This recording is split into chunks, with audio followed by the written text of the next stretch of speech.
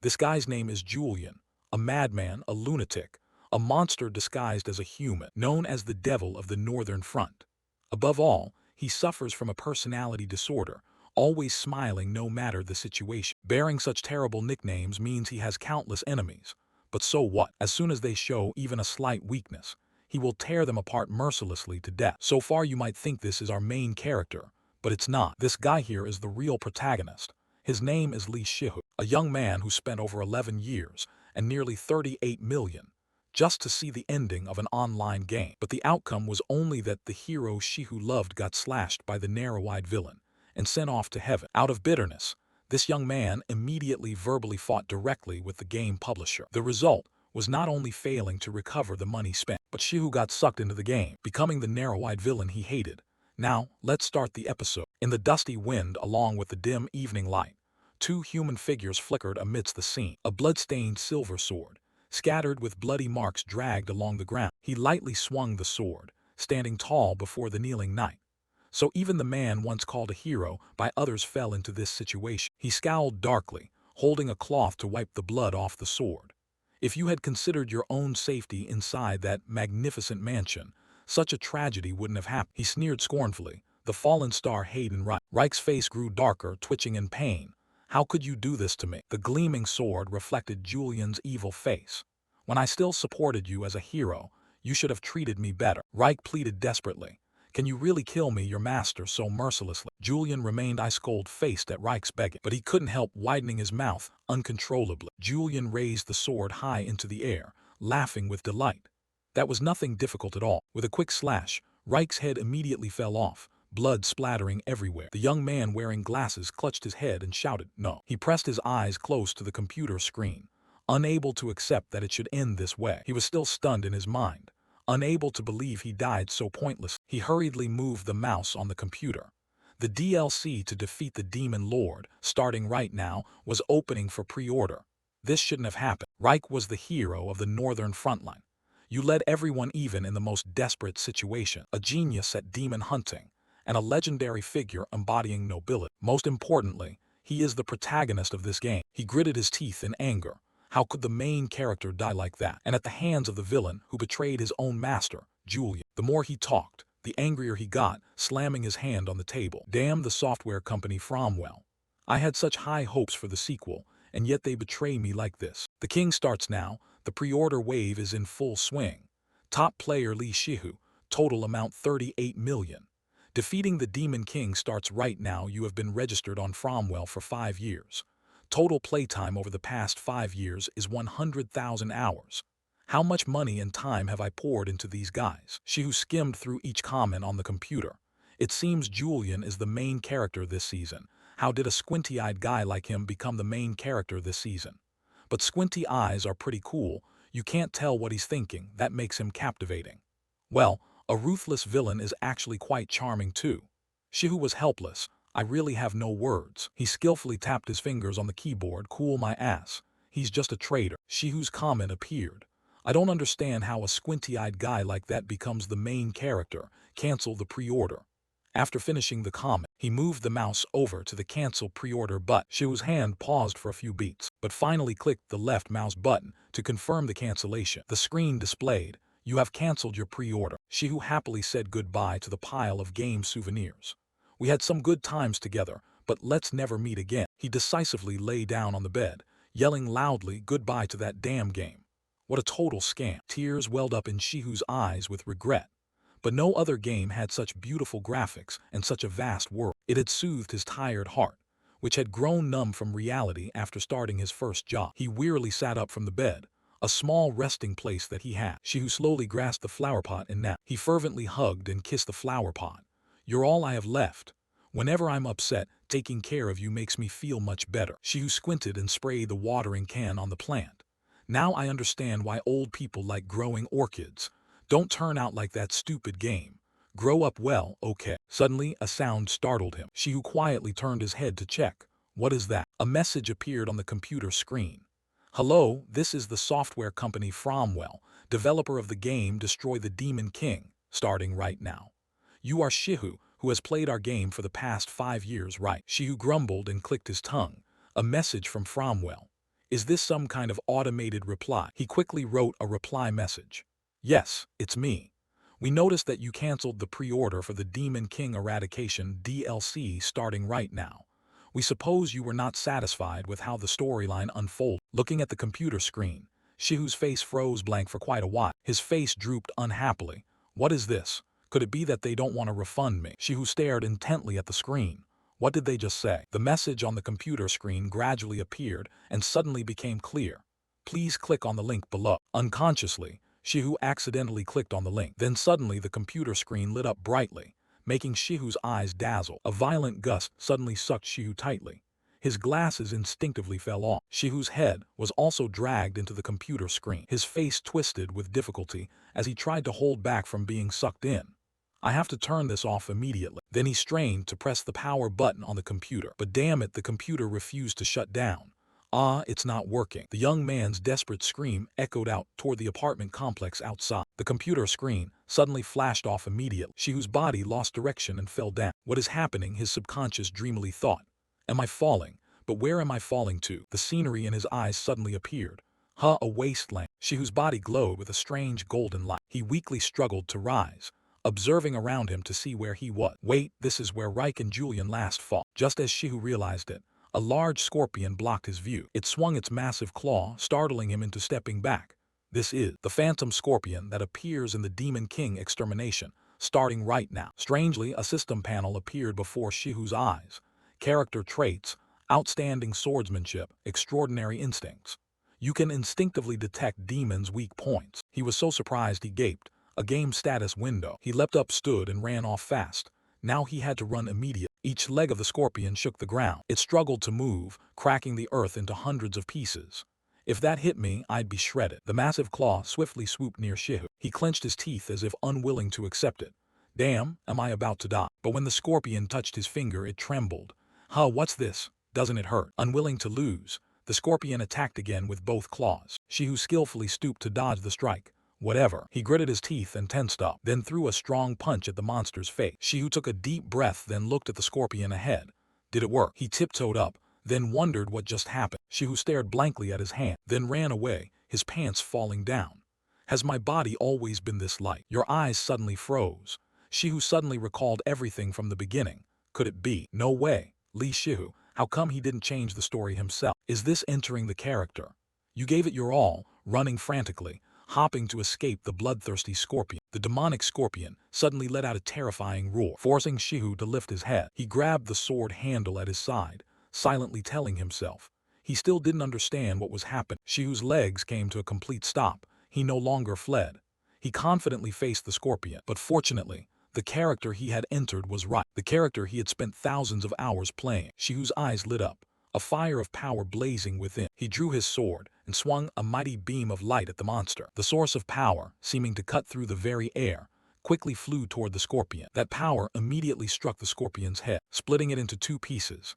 It collapsed in a pool of red blood. Shihu was astonished, standing there speechless. Wow. He wiped the sweat from his chin and puffed his breath out. Did I really kill it? Just as expected from Reich's power. Excitedly looking at his hand, he thought, with this, I can change the storyline and prevent Julian from killing me. The system panel appeared. The swordsmanship foundation you learned includes the common attack skill, Moon Slash. Shihu pondered, looking at the system panel, thinking, Moon Slash. But this is not Reich's skill. His throat suddenly tightened. Wait. Shihu quickly took off his hood, then grabbed the sword. He carefully examined his reflection through the silver sword. Shihu's red pupil suddenly contracted in surprise. He suddenly froze, not knowing what to do next. The system appeared again. The character's appearance, silver hair, narrow eyes, expressionless face. Notification sounds kept popping up. Outstanding swordsman, perfect mana control, extraordinary instincts, Julian Criffart Prassen. Shihu's mind felt like it was falling into a pit. He clutched his head and shouted, is this Julian? The system sounded again. Formal speech. Julian Criffart Prassen, character tendency. Narrow eyes, formal speech, expressionless face, two-faced, extraordinary instinct traits. Color of denial, outstanding swordsman, vessel of the demon lord, perfect mana control. The blue sky reflected light onto the vast white mansion. Golden light shone on Julian's face in the mirror. A hypocrite, a potential traitor. Julian Criffart Prassen really suits a fox-eyed character, clearly malicious. Who would have guessed he'd become him? Julian used his hand to pry his eyelids open. and his eyes were about this big. He was drenched in sweat and anxious, still unable to believe it. Julian sighed wearily, shaking his head. Do I really have to live as Julian again? I've already lived under Julian's identity for a week. I tried to find a way to return to reality, so take me back. I shook the document search window. Thinking back on those things only made me want to get angry. Julian sighed in exhaustion. Everything was a complete failure. Nevertheless, the system displayed Julian Krifart-Prassen's character traits. Formal speech, always speaking in a dignified manner in every word. He looked at himself in the mirror and complained. Even talking to himself with such formality was annoying. Still, Julian unintentionally raised his hand to cover a mocking smile. Me. I actually look pretty good. Now I see why he's famous. He casually posed in front of the mirror. His body proportions 8 heads tall, maybe even 9. Meanwhile, incoherent footsteps echoed through the mansion. His face tightened, gray and dull like the bottom of an aluminum pot. Just thinking about that wicked face made him tremble with fear. I don't want to go anywhere, don't want to see him. It felt like gradually walking down into a grave. The door to the room suddenly opened. Hera pressed her lips to greet. Heron pressed his lips to greet. Sir Julian, Sir Heron has arrived. Julian glanced with bloodshot eyes at him, silently thinking, Heron, a direct descendant of the Krifart-Prassen family, why would he come here? Seeing this, Heron stammered in fear. Sir Julian, his mind was racing wildly, too terrifying. Heron froze, inquiring about his well-being. Julian replied coldly, thanks to you I am still very well. Heron forced a smile, then that's fortunate. I never expected Julian the champion to faint. I wonder if I'm just worrying too much. Heron's intermittent laughter made the atmosphere even more suffocating. Ha ha. Both Julian and Heron tried to laugh, looking at each other's faces, then sharing the same thought. What is he trying to do? On the surface, Julian still smiled brightly, but inside, he was suffering from a throbbing headache. Yet it wasn't just any random person visiting but Heron himself. What exactly have you done all this time? Heron forced a grin, cursing inwardly. Julian, you disgusting bastard, seeing me visit in person and still looking so comfortable, you're definitely not simple. Maybe it's time to shake him up a bit. Heron recounted gleefully, Julian, I heard a rumor. Julian tilted his head in wonder. What rumor? The rumor is that you have lost your memory. Those words hit Julian like a bolt of lightning. Lost memory. He closed his eyes to ponder. So that's why people whisper to each other and speak softly whenever they see me. It's because of that. No wonder I look suspicious. Heron's eyes darkened gloomily. He had hit the bullseye. Heron feigned innocence to reassure. Oh, it's just a rumor, so don't worry. Suddenly, Julian growled in a terrifying tone, making Heron's heart skip a beat. Julian flashed a sinister smile filled with murderous intent. You actually believe in that rumor? Oh my God, that face is terrifying. Heron nearly pissed his pants, shaking and denying, no way I would. He anxiously thought to himself, he hadn't been pushed back even a little. I could never figure out what he meant by that smile and those eyes. Perhaps Julian already knew I had come here, under the orders of the Council of Elders. Very well, Heron smiled, covering his mouth with his hand and chuckling lightly. Don't pay too much attention to the rumors spreading among the maids. Anyway, the reason I came here is because, although I know you are injured, the Council of Elders has instructions, so I came to relay them. The Council of Elders mentioned must be the council formed by the nobles. They always consider bloodline the utmost important factor. The old direct line elders cannot sit idly by when a member from a branch of the clan is scheming to seize power. Julian is a member of a branch, but he considers himself the royal dog's dog because of his outstanding swordsmanship and magical ability. He is seen as a thorn in the side by this organization, to the point that they want to eliminate him immediately. A message from them, I should be careful then. What is the message? It is to participate in the candidate entrance exam for the Blink, under the guise of an instructor. Hearing this, Julian also thought carefully. These people are called the Blink. They secretly carry out missions from the palace, and often operate as royal guards. They are an exclusive royal organization, where people with astonishing martial prowess convert. Julian is also a member of the Blink. Those who mean harm to me are choosing me. Suspicious. Should I follow their request or not? Heron sneered, smirking as if he had calculated everything. Usually, Julian would notice this was a trap set by the Council of Elders and avoid it. So how can I convince Julian? But then Julian laughed heartily. Fine, I will go there as the supervisor. Julian's acceptance made Heron go pale. He still couldn't believe his ears. But what about your injuries? Julian raised his hand and ripped off the bandage on his forehead. Actually it just healed. This time Heron was panic-stricken, and couldn't believe his own eyes. Harand was drenched in sweat, secretly thinking he had lost his mind. Is it just that simple? Julian squinted, still not understanding what was happening. I have no idea, so I'll just flatter a bit. Harand spun on his heels and warned, okay then, get ready and let's go out. If I stay any longer, who knows what he might do. Better keep my distance for now. Just as Harand was about to sneak away, Julian's dark, deep voice rang out. Ah, wait a minute. Harand's eyes began to dart wildly with fear. Is he not going to let me leave? Harand's face turned pale as he turned to stop him. Julian, wait. Before he could finish, suddenly a flower pot came flying at him. Oh no. Julian held out the flower pot before Harand with an extremely friendly face.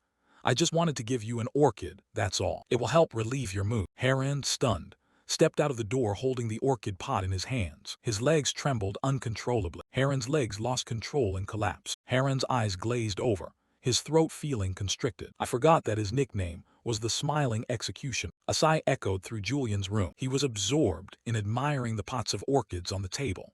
He'd already taken care of one pot. Julian had a headache recalling the things he had said unconsciously. At some point, this room had turned into an orchid field. He had mumbled incoherently while unconscious, saying he needed orchids quickly. Now, how was he going to deal with them all? Julian reached out. After all, he was waiting for me. I needed to finish preparing and get going. I took the sword, thinking that if it were Julian, he wouldn't be foolish enough to go out without it, and considered what I should wear when going out. Julian burst open the wardrobe door and shouted loudly, "What is this? What is this sparkling pile of clothes? Has he gone mad?" Regarding his style, he struggled to pick an outfit. I really hate this. Then Julian gracefully slipped the white shirt on. But I had to act perfectly like Julian. Julian's door suddenly swung open, making Harand jump. Harand, I'm ready. Julian smiled mischievously, adjusting his wrist, causing Harand's expression to darken. Let's go. I'm really looking forward to the oral exam. Where is the test taking place? The old carriage creaked as it rolled through the deep green forest. As mentioned earlier, Harand was sitting opposite Julian, calmly explaining that the entrance exam for the blindfolded test would take place at the Veal Academy's training grounds. Julian nodded thoughtfully, thinking to himself that the Veal Academy wasn't an important area in the game.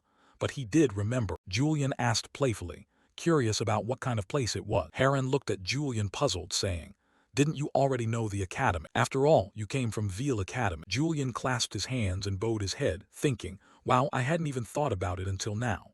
It's been so long. He raised his hand to divert the topic. I'm sure it's changed by now. Harand nodded. Oh, is that so? Julian breathed a sigh of relief inside. Phew. Coming from the academy, huh? I hope no one still remembers Julian back then at Veal Academy. There are many things I want to forget too. The carriage suddenly stopped, and the driver carefully announced, Sir Julian, Sir Harand, we have arrived at Veal Academy. Julian excitedly looked around at the academy, which looked really big in real life. I had only seen it in the game. Harand followed behind, squinting and asking, HMPH, what did you say? Julian perked up and gave a strange smile. Nothing at all. Julian rubbed his hands, craving in his heart that no matter how great the game's graphics were, they could never compare to reality. Harand carefully observed the executioner standing next to him, thinking the guy must be crazy.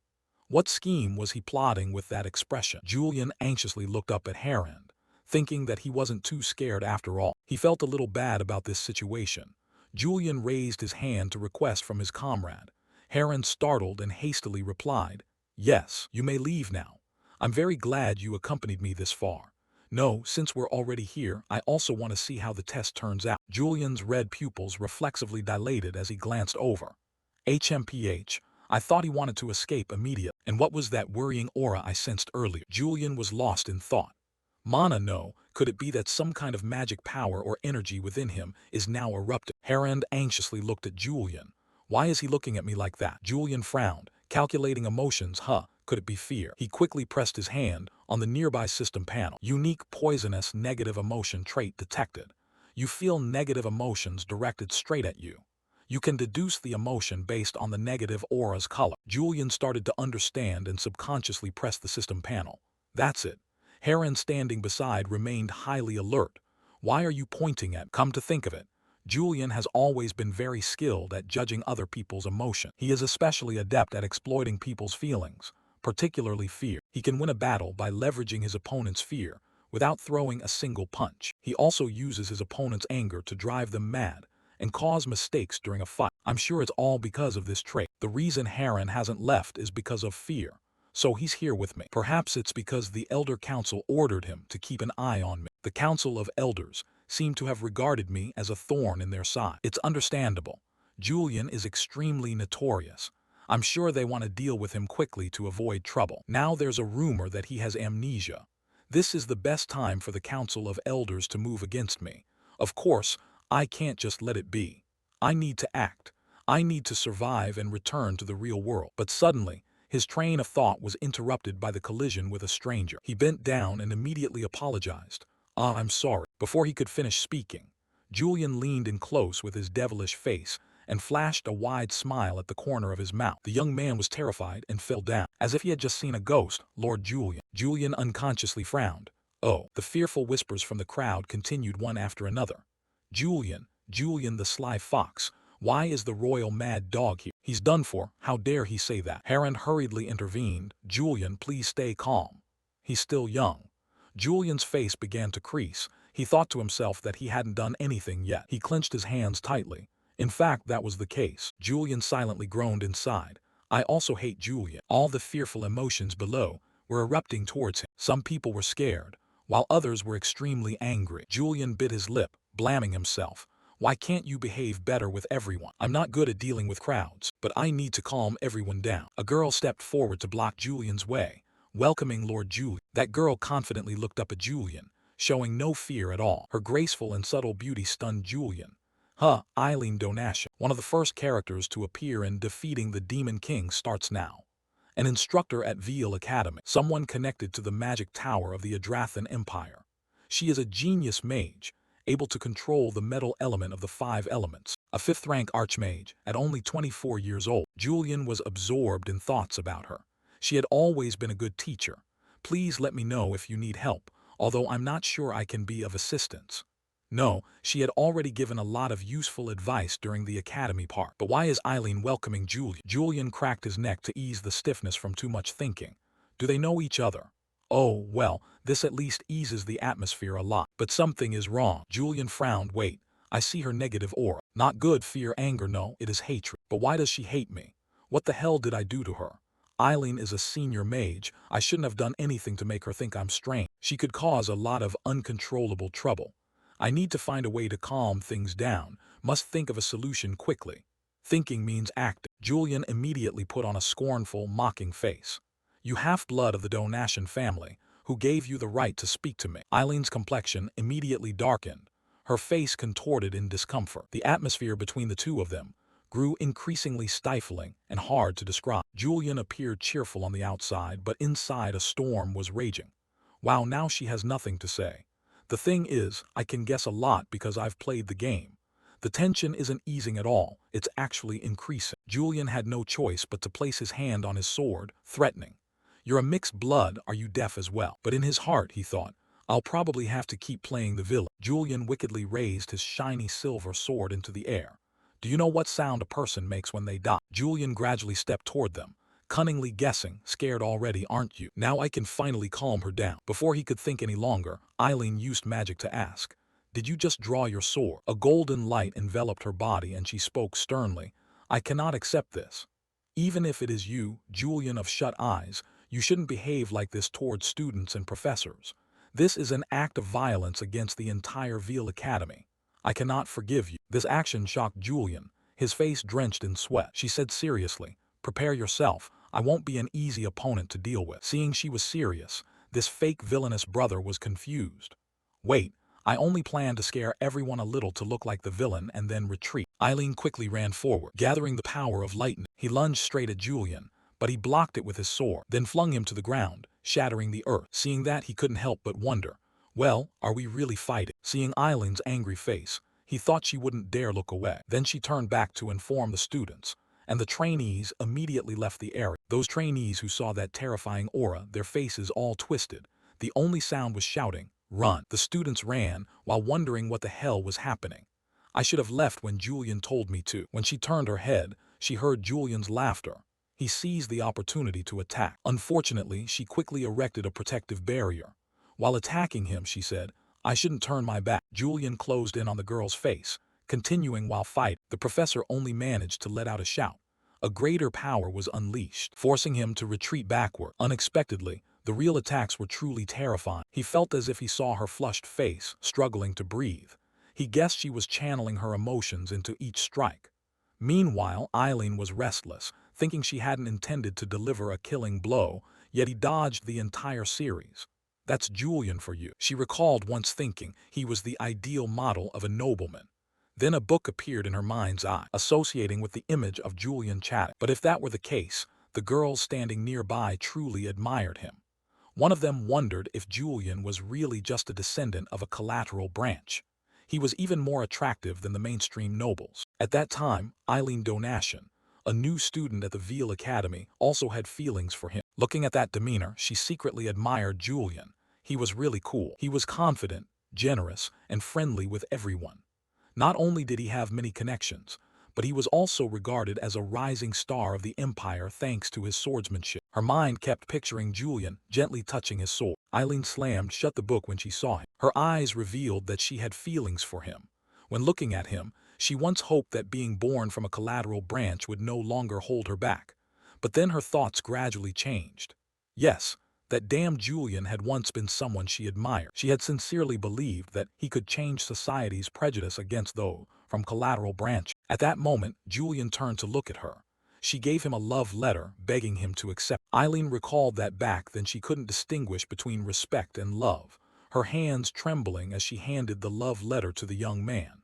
But then she confessed and was rejected. Right now, she couldn't control her emotions and gathered an enormous amount of power. Julian was startled to see that, but with his years of combat experience, he managed to dodge it. Eileen's face flushed red, her body trembling with anger. She almost caught a glimpse of that face, and he wondered, why is she so red?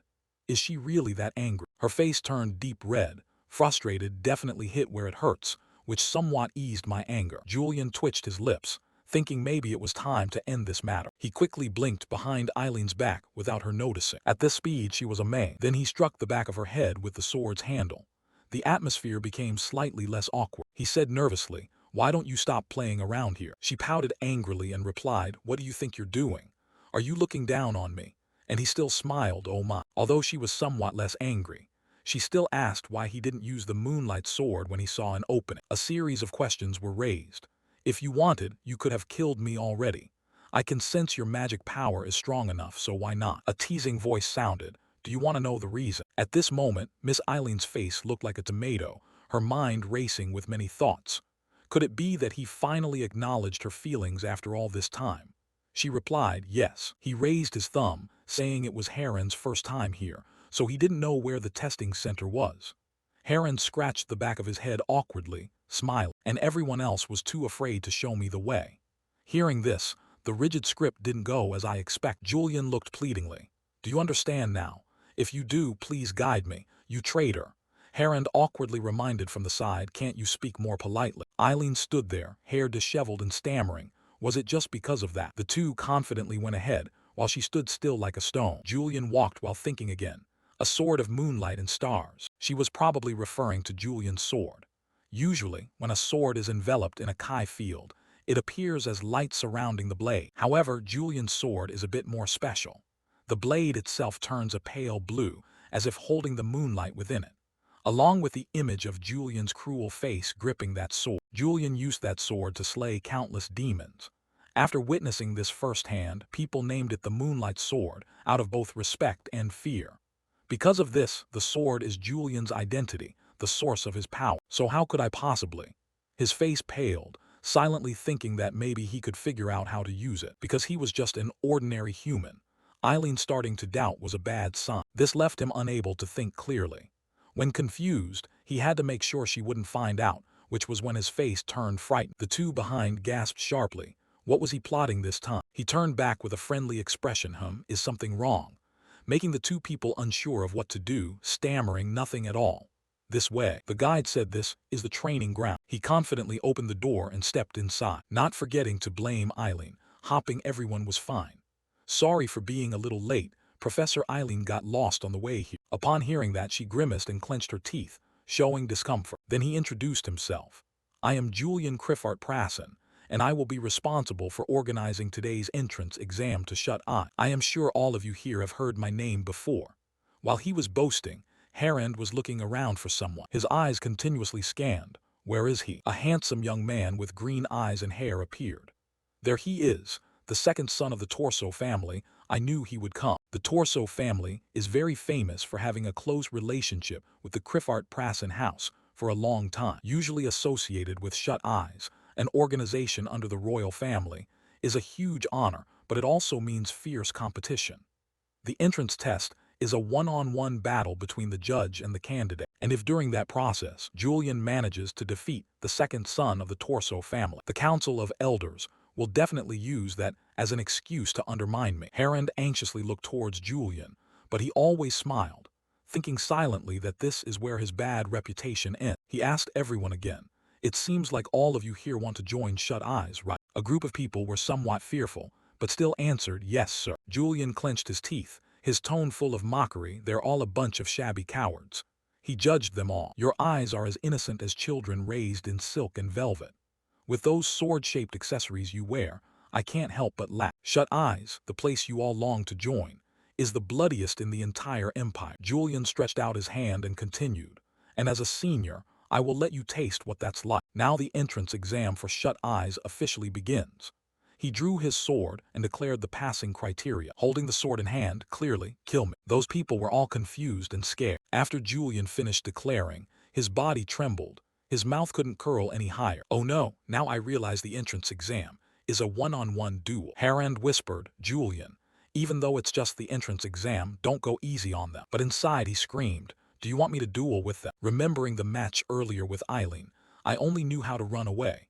If now I really have to participate in an official duel. He thought of the scene of not being able to fight against a rook. Others would express disappointment. Is he really that weak? He doesn't even use the moonlight sword. Isn't that just an unfounded rumor? Thinking about his own anguished face when fencing with someone, then recalling the pessimistic remark. Or maybe he really had lost his memory. Surely that would be what people start to suspect. Looking back at the trainees here, he stepped back a little. What worried him more was not even mentioning that if he behaved too suspiciously, someone might attack him, and it would be exposed that he was not the original owner. He gripped his sword tightly and schemed. If that's the case, then while reaching out with his hand, he planned. The best option was to unsettle them right from the start. He shouted, "Hey everyone, what's going on? What's the matter?" He tried to put on a serious face. "The exam will only end if I die or if no candidates remain." The candidates below hesitated somewhat, trembling, afraid to look up. Not a single sound was heard since he spoke. Suddenly a hand went up. I give up." This surprised the other candidates, but then they also raised their hands to surrender. "Me too, I also withdraw." Standing amid a crowd who only knew how to give up, cries rose, "Me too, me too," making the Torso clan's second son begin to get flustered. Then he grit his teeth and also raised his hand in surrender. "I give up." Harand and Eileen were both surprised by this scene. Are you kidding? So many candidates crowded into the competition, yet they all asked to give up. Julian covered his mouth and laughed. His cloak fluttered in the wind. Then he turned his back and left, declaring the exam ended because no candidates remained. On the surface, he smiled confidently, but inside I was so happy I could cry. I did it, truly Julian. His terrifying nature always helps me in situations like this. He didn't forget to glance at Eileen behind him, thinking silently, "So, Eileen, does fear for me outweigh your hatred?" But seeing her appearance, a relaxed face, suddenly strangely gentle, he turned around and only saw a flushed face that made him wonder. "I can't feel anything at all." Julian hit his head as he thought, the negative color skill isn't working. There's no way a skill just suddenly stops working. If that happens, it's bad news. Eileen pressed her lips together. His recent actions stirred up memories from the past. He reminded me of Julian from the past, the one who made opponents retreat by threatening, rather than actually fighting. The system notification appeared. The negative color skill can only sense negative emotion. Harand ran after him and said, "Julian." Julian stopped. Harand ran up to his front and praised, "You did well." Julian frowned, suddenly patted Harand's shoulder. Harand was scared and confused. When Julian placed his hand on Harand's shoulder, a dark negative color appeared in him. Julian just replied, "It's nothing. You're the one who worked hard." Feeling secretly happy, so the negative color skill still works. Suddenly Lazarus rushed out like a god, "Good evening, sir." And he wondered, this young man, with an apparently emotional face, wonderful. Julian didn't know who he was. He immediately introduced himself. "Ah yes, my name is Lazarus, in charge of administrative work for Shut Eyes. It's an honor to meet you." This young man asks a lot of questions. "So the rumor that you have amnesia is false. You completed the exam without having to compete against any other candidate." He thought silently that this guy is quite talkative, always boasting. Lazarus added, "And I also heard that the second son of the Torso family participated in the competition. Yet you still did not go easy on them. Truly, Julian." This shocked Heron. He pointed at Lazarus angrily and scolded, "How dare you?" The man implied that the second son of the Torso family failed. Lazarus awkwardly responded, "Sir, I did not mean that." Heron seemed angry. "By what right do you act arrogantly when you haven't finished training yet? You say that, yet you still know well the relationship between the Torso family and Kriffart Prassen." Julian interrupted Heron. "I think you are misunderstanding something." The young man barely said, "You are." Then Julian continued, "Or maybe the Torso family themselves are misunderstanding something." Then he put on an evil face and said, "Shut Eyes does not accept noble." Both of them looked confused. Julian continued, "Since it is directly managed by the royal family, only commoners or nobles who have fallen from grace can join." Heron pointed at him and asked in confusion, "Aren't you a noble?" "Julian is from a long line, but I belong to a minor branch of the Kriffart Prassen family, half-blood of the Kriffart Prassen lineage. Therefore, I am a grown dog of the royal family, not of the Kriffart Prassen." The second son of the Torso family still took the exam, knowing full well he would be eliminated in the second round. Julian put out his hand behind him and voiced his thoughts. Perhaps the Torso family wants to teach their child by giving him real experience. Or he just can't understand that calculation. There is some kind of conspiracy related to this entrance exam. When he said this, Heron's body trembled, secretly thinking, "Damn it, you already know." He clenched his fists. "You know that this exam is a trap set by the Elder Council, and that I am one of them." But then Julian denied it. "However, there's no way that's true. It's probably just a simple misunderstanding." Heron now dared not raise his face to look at it. Julian implied a threat. Otherwise it would indeed be a pity. Julian returned to his castle. The servants received him. "My lord, you have returned." As he entered, people greeted him. "Welcome back, my lord." Two servants behind also greeted, "Welcome home, my lord." The maid inquired, "Will you have dinner?" Julian answered, "No need." He suddenly remembered something, turned around abruptly and reminded, "Oh, and don't let anyone enter my office under any circumstances." After saying that, he turned away. The maid obeyed, "Yes, my lord." When he stepped into the empty office, he laid the sword down. He sat on the chair, wiping sweat from his forehead, sighing in exhaustion, then thought again about the situation at that time. From Heron's reaction earlier, it seemed the elder president had truly arranged something in this exam. "Today, I was lucky to discover it, but I don't know how long this luck will last." He was confused about what to do. Sooner or later, the elder president would find out Julian's weakness. No, my weakness. And then I might be kicked out of the family. He looked at the sword on the table and then thought about the fact that he couldn't use the moonlight sword, which made him worry. Being able to use the moonlight sword, in other words, recalling that when Julian was ruthless, he had enough strength to overpower others. If so, he grabbed the sword, covering it with that blue light. Perhaps it was worth trying. His pupils glowed bright red, looking extremely terrifying. He wondered if he should give it a try. He smiled slyly, surrounded by a very strong aura. Activating the moonlight sword, he opened one eye and looked at the sword in his hand, which was still emanating inner power. The sword was spotless and shiny, the blade unusually sharp, the sword's surface glossy enough to reflect his face. He slightly frowned, just as he thought it wasn't easy to activate. Clenching the sword tightly in his hand, he remembered the ability Julian possessed, a genius swordsman, allowing him to wield the sword effortlessly. He gently transmitted internal energy into the sword, his face serious. The very moment he held the sword path, or more precisely, the trajectory the sword had to follow, became clear before his eye. After analyzing, the system displayed the sword's capability chart. While channeling internal energy, he reminded himself, but that was still not enough. Then he recalled the renowned faces in this empire. Countless people were skilled in swordsmanship, not inferior, even superior to Julian. Just counting those famous figures alone, there were dozens, even hundreds. But the difference between them and Julian was clear.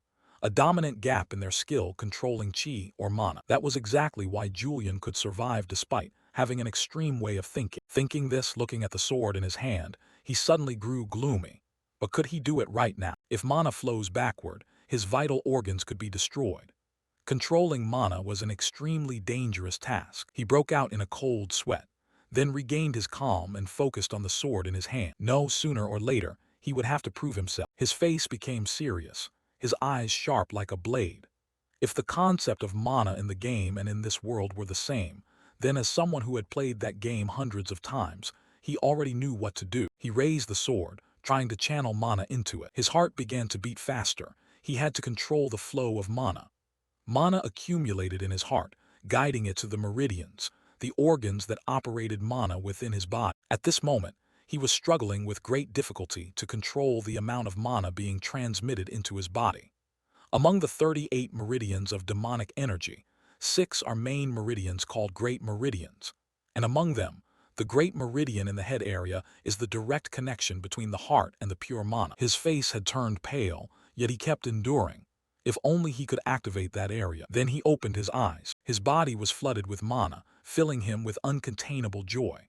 His aura began to fluctuate. Holding the sword in his hand, he felt happy and self-satisfied. Now I need to transfer the mana within my body to another area. He continued to pour all his energy into the sword, his face tense as he tried to withstand the pain. The resistance was stronger than he had thought, but Julian was capable of this. The blade immediately glowed success. Seeing the glowing sword in his hand, he forced a smile. I think that's it. But then the system started to display. The moonlight sword is not yet complete. He held the sword and looked at it in his hand. It had materialized but was still very weak. Then a gem appeared on the blade. What is this? A fragment of a crescent moon. He joyfully held the sword. At least the moonlight had begun to show. On the first day at the training ground, he diligently practiced with his new sword. As soon as a sword slash was unleashed, 3 wooden figures behind were immediately beheaded. He turned his back to those wooden figures. The wood chips fell to the ground. He exhaled happily, thinking, at least I've reached the level of a knight. Standing in the training ground, looking at the chaotic pile just finished, he thought now all that was left was to perfect the moonlight sword. He began to think more thoroughly. I need someone who truly understands me. No, someone who truly understands Julian, someone whom Julian would seek out for advice. At that moment, a maid stepped forward and called out, Sir Julian. She bowed carefully, very politely, and said a guest had come to see him. He was surprised, wondering inside, a guest. Julian had such good friends. Then a handsome young man raised his hand to salute carefully. Sir Julian greeted. Seeing the visitor, he froze, not knowing what to do. He spoke softly, Lazarus. This made the young man very happy. You still remember my name. Then he panicked. It's not because of my behavior yesterday, is it? Julian didn't know what to say, only thinking silently about how could he forget such a talkative person. In front of Julian, he didn't know whether to call him brave or foolish. Then he asked about the main issue. No, what brings you here? Hearing this, Lazarus stood at attention. Then he showed a shy expression. I received orders from the commander to verify the results of yesterday's entrance exam to the Veil Academy with you. Hearing this, he doubted. Haven't you already checked the results yesterday? The young man scratched his head. Receiving the results from the judges and personally bringing them back to report was part of the procedure. Truly a useless procedure. Shut eyes really works inefficient. Then he turned his back but left a few words behind. So the report is like this. No one passed the entrance exam. Understood. I will report to the commander immediate. Julian remained silent, saying nothing. As Lazarus was about to leave, he was called back. Wait. Lazarus turned back. Yes, he said with a face full of bottomless sinister scheming. You said you intended to report back to the commander, right? That is correct. Then let me handle it myself. Hearing that, Lazarus was extremely startled. Sorry, sir. Sir Julian will handle it himself. Julian patted his shoulder reassuringly. That's right. Come with me to the carriage. I'll give you a ride. Hearing this, Lazarus' face grew even paler. What? He trembled, clasped his hands pleadingly. Sir Julian, you are. Have I done something wrong? After speaking, he made up a reason himself. Surely it was because of yesterday. Julian sighed helplessly, silently thinking he was only pretending to be kind, because he figured the boy would feel inconvenienced going back alone. Julian, you should really try to be a bit kinder. After all, now that it's come to this, I still should seek out someone to ask for advice. Thinking of the figure of Commander Shut Eyes. The commander of Shut Eyes must know Julian very well. He was still immersed in his thoughts. And I will also take this opportunity to ensure that the Krifart Prasen family never dares to get involved in anything related to Shut Eye. The scene shifts to a luxurious white castle, shimmering with gold. Someone pushed the door open and said in panic, Commander, Commander, "There's a big problem." A voice asked, "What's all the noise about? If this isn't a serious matter this time, then that person panicked, Sir himself has come." "Who is it?" "Julian Criffart Prassen. He came here personally to meet you."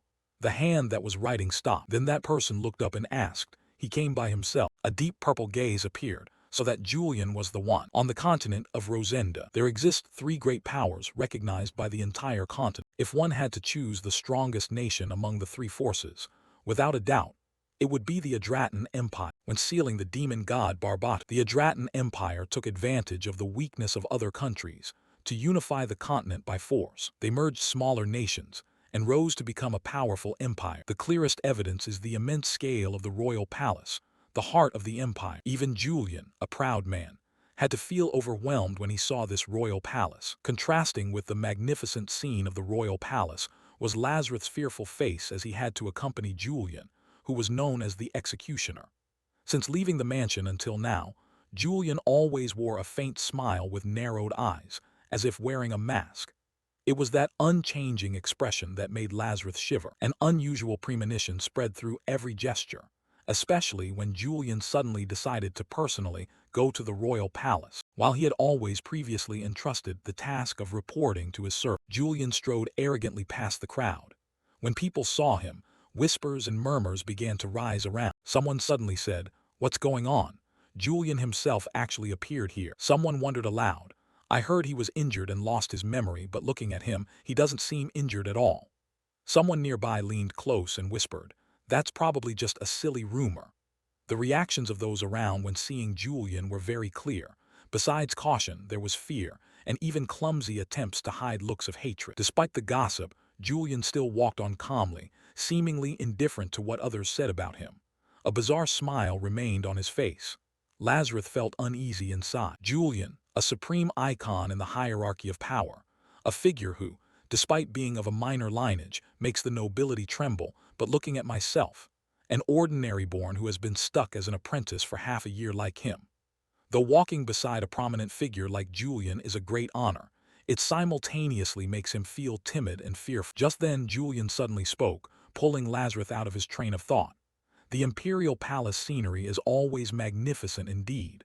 Lazarus was startled, quickly responded, "Yes, yes, sir." Julian continued, "It seems our destination is the second gate, the Gyeongui Gate.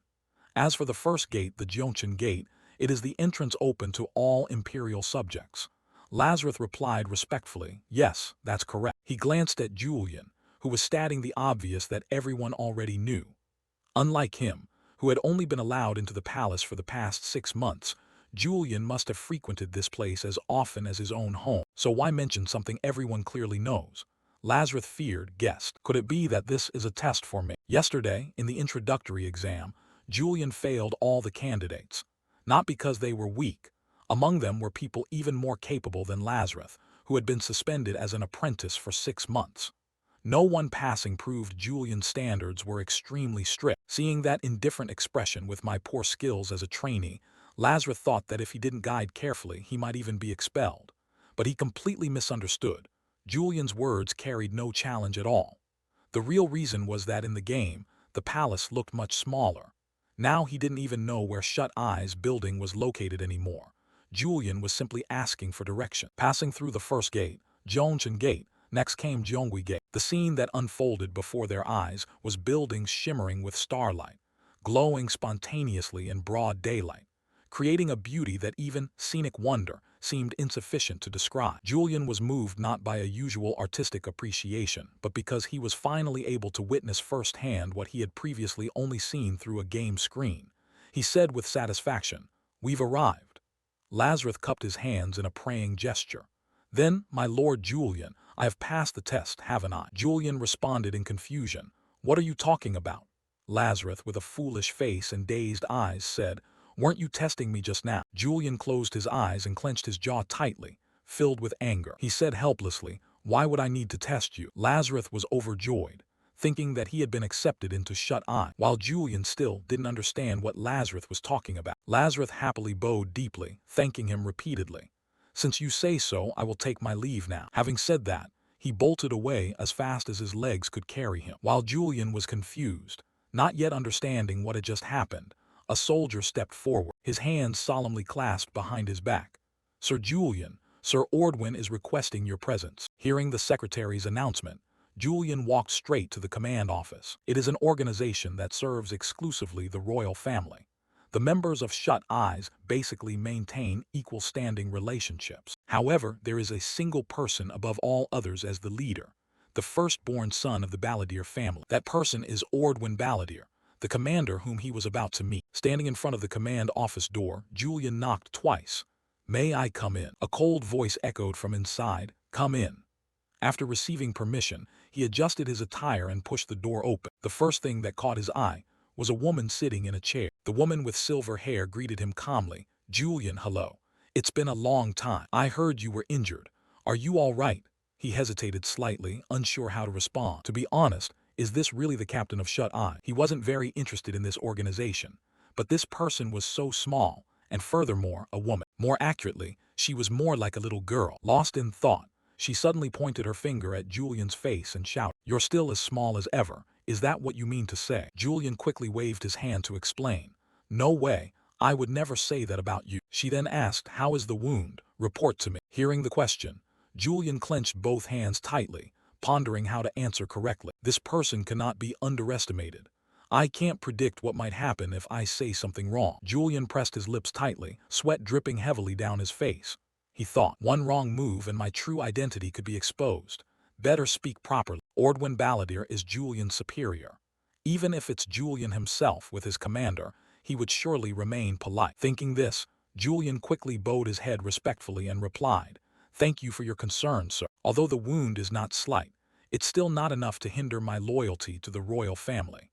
He responded more politely than usual, skillfully adding some honorifics. This should be enough to show the respect due to a superior. The captain remained silent without answering, making Julian feel a bit intimidated.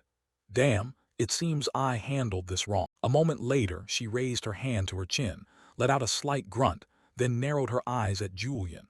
That was definitely a look full of suspicion. Her hand slammed hard on the table, standing up, and stepped in front of Julian. "That's strange. Do you always speak this way?" She held a sword, pressing the hilt tightly against Julian's chin, then questioned him. "There's something. Feels very unfamiliar." Julian noticed Ordwin's indifferent attitude. His eyes slightly narrowed, a cold gaze revealing his discomfort. "She's suspicious of me," he thought silently, sensing denial in every glance from her. Inside Julian, a smoldering fire of anger flared up, though outwardly he maintained a frighteningly calm demeanor.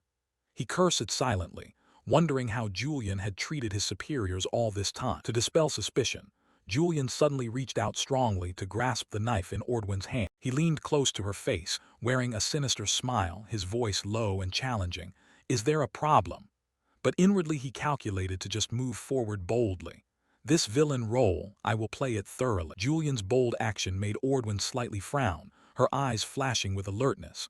"Dare to touch my sword." Her hand quickly jerked the sword back. Without a word, Ordwin turned and walked away, her cold voice ringing out.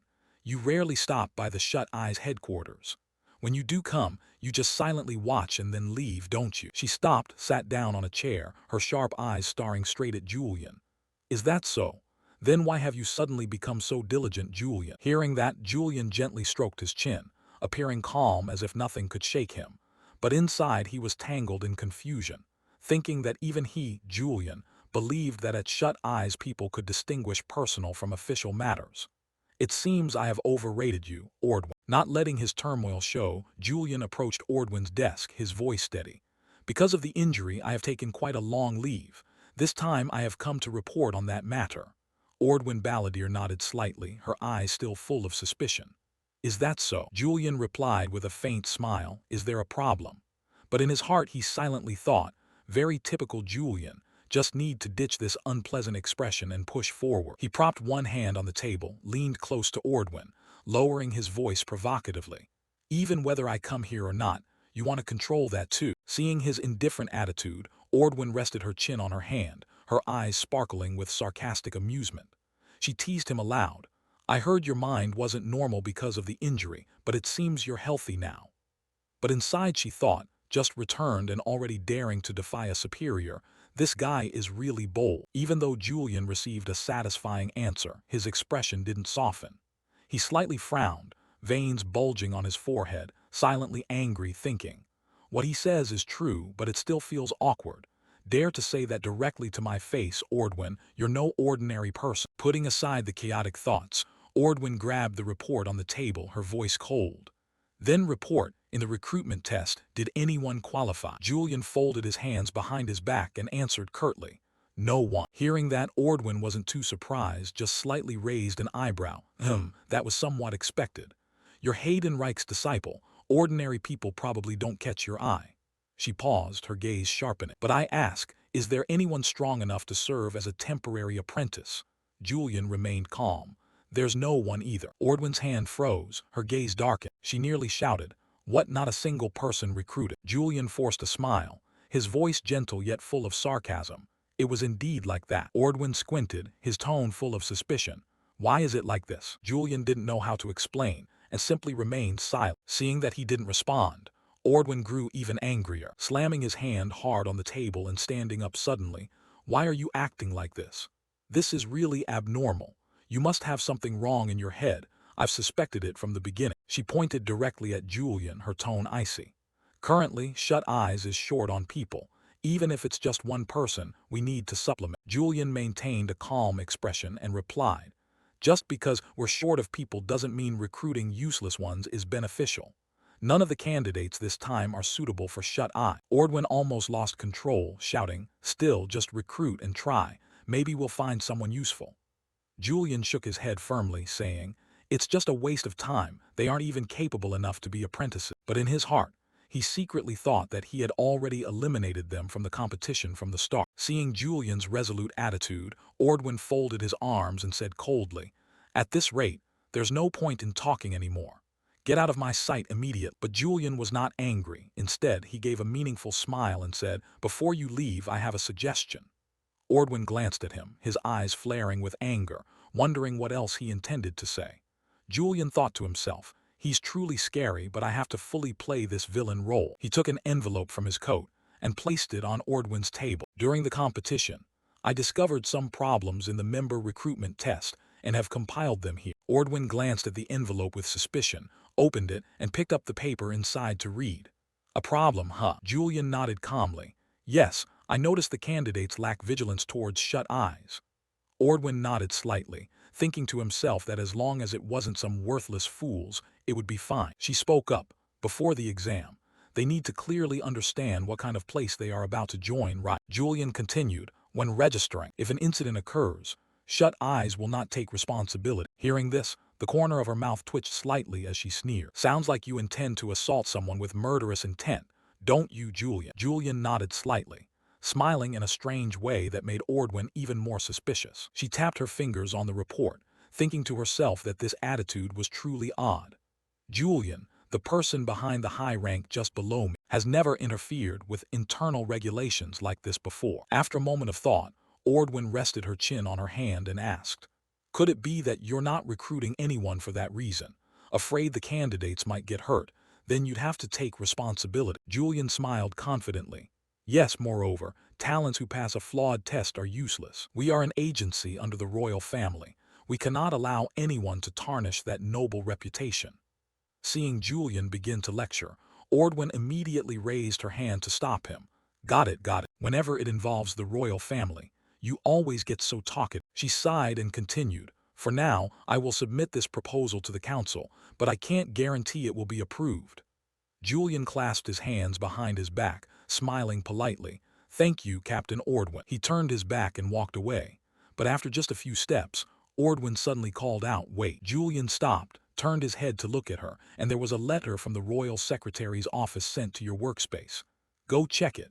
Ordwin said calmly, but her eyes remained sharp. Julian nodded and gave a faint smile. Understood, Captain. After Julian left, Ordwin sat silently in the room, holding the report. She muttered, if something goes wrong, Shut Eyes won't take responsibility, meaning even if someone dies during the inspection, the royal family will still provide protection, right? She frowned, thinking to herself that the nature of the test hadn't changed. From the start, only nobles in decline or politically neutral commoners were allowed to participate in Shut Eye. They have no influence and are easily ignored when it comes to discontent. Julian certainly understood this well. So what is the real purpose of this proposal? Suddenly, a thought flashed through Ordwin's mind. He realized the Elder Council and the Torso clan were scheming during the inspection. This proposal is a message. We know what you've done, and if it happens again, we won't let it slide. She chuckled, muttering, daring Julian to challenge the Elder Council like this. Ordwin called out loudly, "Is anyone out there?" A servant immediately stepped in and raised his hand in salute. "You called for me, Captain." She handed the report Julian gave her to the servant. "Deliver this to the Parliamentary Council." The servant accepted it and replied, "Yes, understood." Once alone, Ordwin sighed, her gaze thought. After just one severe injury, Julian changed as if he were a different person. From being the royal family's loyal dog, he now started to break free from his chains, having his own ego. A flood of questions swirled in her mind. What was he plotting? She muttered, feeling exhausted. From now on, she must pay closer attention to him. Along the stone-paved path leading to the office in his secret headquarters, Julian strolled leisurely, pride swelling inside as he finally set foot in his own office at Shut Eyes, a mysterious organization that never stayed fixed in one place. Normally, Shut Eyes never assigned private offices to any member. They were like ghosts, always on the move, constantly changing. So if such a secretive organization reserved a room exclusively for someone, it had to be so luxurious as to astonish. Julian smiled softly, imagining the splendor awaiting behind the intricately carved wooden door. He reached out and gently pushed the door open, stepping inside. Immediately, an overwhelming scene of luxury struck his eyes. Gorgeous outfits embroidered with shimmering gold thread hung neatly on a glossy black ebony rack. Bizarre decorative items, from golden animal head statues to a crystal chandelier sparkling with an eerie purple light, making the room look like a strange museum of ostentation. Julian glanced around the room, silently lamenting all luxury, but none of it had anything to do with work. He shook his head, comparing this room with his own house, which was already luxurious, yet still far from the excessive ostentation here. This guy is definitely crazy. Julian muttered to himself about being in this body. Every item was expensive but hideously ugly. His taste was truly a disaster. Stepping deeper inside, Julian furrowed his brow slightly.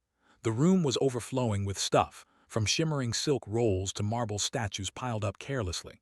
Carelessly, he stumbled over something, probably an antique porcelain vase that rolled across the floor. Damn it, Julian cursed silently. What kind of mess is this again? If you don't take care of things, why buy them? Always leaving stuff scattered everywhere. He sighed, realizing that he, or rather Julian in this body, seemed to suffer from an uncontrollable shopping addiction. Suddenly, feeling someone standing outside the door, Julian looked up. "Come in," he said calmly but with authority. The door quietly opened and Lazarus, a young apprentice, entered with a respectful demeanor. He raised his hand in greeting, speaking clearly, "Greetings, sir. I have come to deliver royal correspondence." Having finished speaking, Lazarus stepped forward, holding a letter sealed with red wax in both hands, respectfully handing it to Julian. Julian took the letter, glancing briefly at the glittering royal seal. This must be the letter the captain mentioned, he thought silently. Lazarus stood by, ready to ask permission to leave. "If there is nothing else, sir, may I be excused?" But before he could finish speaking, Julian interrupted, his tone somewhat mischievous. "Wait a moment." He pointed at the messy pile in front of them. Stone statues, gold-framed paintings, and a few other strange pieces of furniture. "Take my carriage, load all of this onto it and take it away. It probably is that heavy." Lazarus froze, his eyes wide as he looked at the scattered mess. "All of this? Are you serious?" He swallowed hard, his expression clearly showing confusion. Julian nodded, a faint smile on his lips. "Exactly." Looking at the chaos before him, Lazarus frowned slightly, pressing his lips together as if holding back a sigh. "He's giving me busy work again," he thought to himself, inwardly resolving that he probably wouldn't last long in this intern position. "Ha ha." Nonetheless, maintaining a professional attitude, Lazarus quickly replied, "Understood, I'll move them right away." He set about the task, trying to appear cheerful, but Julian immediately noticed the reluctant look in his eyes. He was making that strange face again. Julian chuckled to himself, watching Lazarus struggle with a heavy carved wooden bed. Suddenly, Lazarus let out a grunt. His foot caught on something, probably a wooden box inlaid with jade, and his whole body wobbled as he fell forward to the floor, creating a loud crashing noise. Fortunately, the mirror remained intact. Julian watched the scene, unable to hold back his laughter, teasingly saying, Oh dear, you really are a handful, Lazarus. Lazarus hurriedly stood up, still clutching a sword, perhaps ready to accept punishment. I'm sorry, I can't believe I fell, he stammered, his face pale with fear. But Julian just waved his hand calmly and said, It's okay. I was going to throw them away anyway, so there's no need to make a big deal out of it, Lazarus. Julian noticed the trainee's terrified expression and thought to himself that he must be really scared. He decided to joke a little and leaned close to Lazarus, whispering playfully, If you die here, cleaning up will be a real hassle. Come on, continue moving the items. Hearing this half-joking remark, Lazarus turned pale and stammered, Yes, sir. Observing Lazarus' panicked attitude, Julian smiled inwardly. Being inside Julian's body, it was understandable why people were afraid. He decided to let Lazarus continue the work while he sat down on a red, velvet-upholstered chair and opened the letter to read. Outside the letter was a bright red wax seal bearing the royal insignia, just like in the game he once played. Inside, elegant handwritten lines clearly read, Sent to Julian of the Criffart family, officer of Shut-Eye. Julian skimmed through it and breathed a sigh of relief, thankful that he could read the language of this empire. In summary, the letter requested that he return to work if he had recovered. Is that all? Julian muttered, lightly rubbing his chin, as if wanting to exploit himself. It's just phrased more tactfully. Even so, he did not feel disheartened.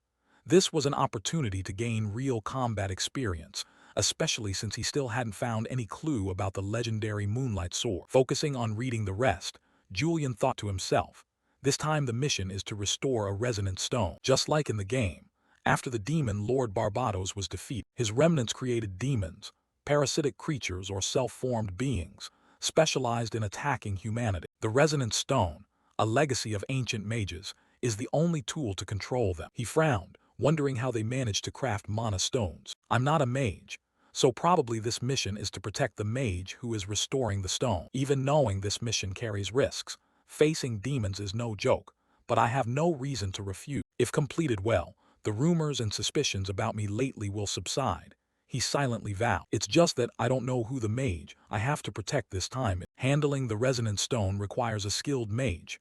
Hopefully, that person is trustworthy. Scene shifts to the Adratan Palace of the Empire. In the lush courtyard of the Adratan Palace, a clear voice rings out, tinged with discontent. Why do I still have to write dissertations even though I'm already a professor? Always having to prove her own ability, such is the life of a mage. That was Eileen Donatian, the Empire's youngest professor, strolling leisurely. As she walked, she used magic to levitate several spellbooks around her, creating a mesmerizing dance of light. Suddenly, a hand gently touched her shoulder, making her start and turn around. An almost high-pitched voice. In front of her stood Diana, her longtime close friend, wearing a bright smile. What brings you to the palace? Diana replied immediately. Eileen, it's been too long. Are you well? It's harder to meet you than to reach the Ski's youngest professor. Flattered, Eileen scratched her head and laughed awkwardly. Haha, no need to exaggerate. Diana continued excitedly. Are you free? I'm planning to go to a tea party, let's go together. Eileen sighed quietly, her delicate brows knitting together. I wish I could, but I still have to write my thesis.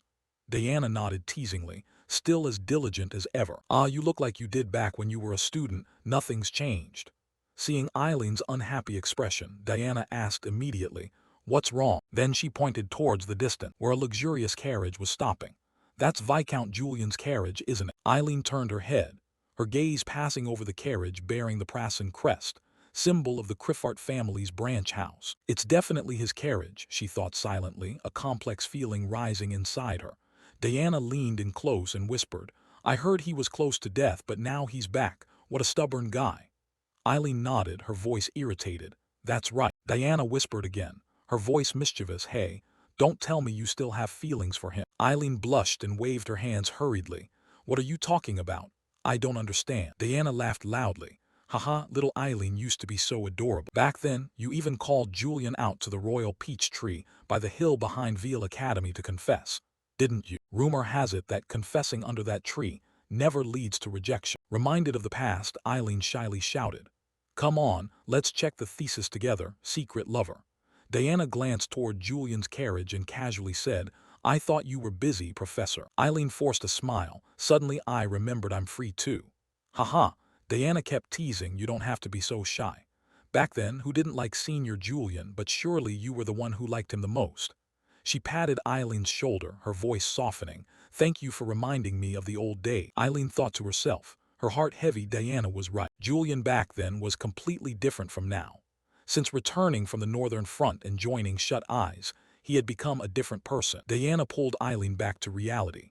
Why not go say hi to him? Eileen gave a wry smile, her tone tinged with bitterness. Liking the past doesn't mean I still like him. Moreover, I don't intend to see him again anytime soon.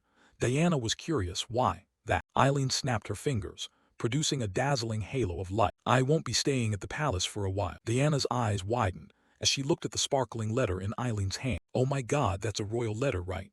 Eileen nodded yes. They assigned me the task of restoring a resonant stone. When Julian's magnificent carriage rolled forward, the kingdom's guards began whispering, their curious eyes fixed on the procession. A large soldier with a voice as deep as stone spoke up. With a whole team of knights escorting them, this must be a very important figure. Another more agile-looking soldier nodded in agreement, his eyes sparkling with excitement. That's right, even the prestigious Green Lion Cavalry is accompanying them. Rumor has it that Lord Julian Criffart Prassen of Shut Eyes will personally participate in this mission. Upon hearing the name Shut Eyes, the first soldier startled, his voice trembling with a hint of panic. What? But isn't he? The man beside him hastily interrupted with a confident expression. Yeah, he has amnesia due to severe injuries, but that's probably just a rumor spread by jealous folks.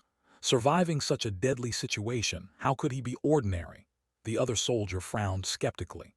Ah, I was starting to doubt it too. People like him smile as if they are stabbed without bleeding. What kind of injury could be that serious? Julian sat on his horse, composed yet sharp, silently listening to the conversation, a mysterious smile briefly flashing on his lips. Inwardly, he thought that choosing to join this mission was the right decision. Public opinion was leaning in his favor. Everything was going in the right direction. Suddenly, from afar, two figures approached with strong momentum. A tall man with shimmering blonde hair spoke in a resonant voice. Sir Julian, thank you for coming. I am Fern, a member of the Blue Lion Knights. The person beside him with a calmer demeanor continued, and I am Heinrich, honored to meet you. After the introductions, Julian nodded slightly, his eyes sharp yet his tone gentle. You and the Blue Lion team have worked hard. Would you escort the mages safely to Julin? Finishing his words, Julian smiled enigmatically, causing both Fern and Heinrich to momentarily feel unsettled. He thought to himself, who knows what might happen? If a giant demon suddenly appeared, would I be afraid? Fern and Heinrich replied in unison, leave it to us. Fern then looked at Julian with a probing gaze. Sir Julian, would you like to ride in a carriage to Julin for comfort? Heinrich immediately jumped in. Exactly, leave the escorting to the Blue Lion team.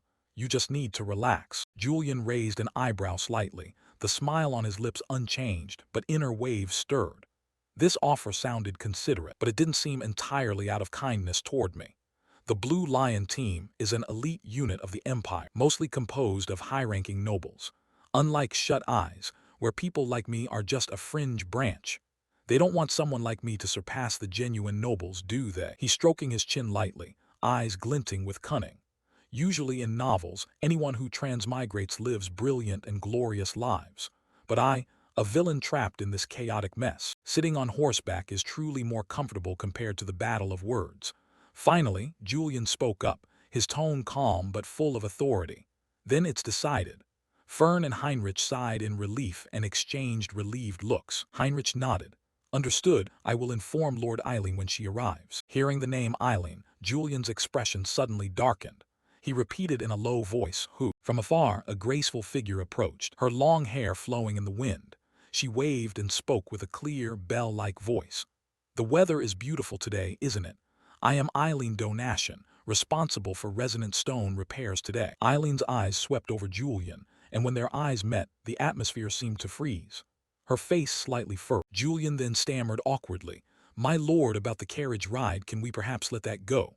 Fern was surprised and wide-eyed. Eileen stood there, her expression turning displeased. She thought silently, why is Julian here? Wait, isn't he usually trying to avoid me? Julian scratched his head nervously from the other side, filled with unease. She really is an enigma. It feels impossible to guess what she's thinking. It's really uncomfortable. The two blue lion knights gaped, thinking, what's going on?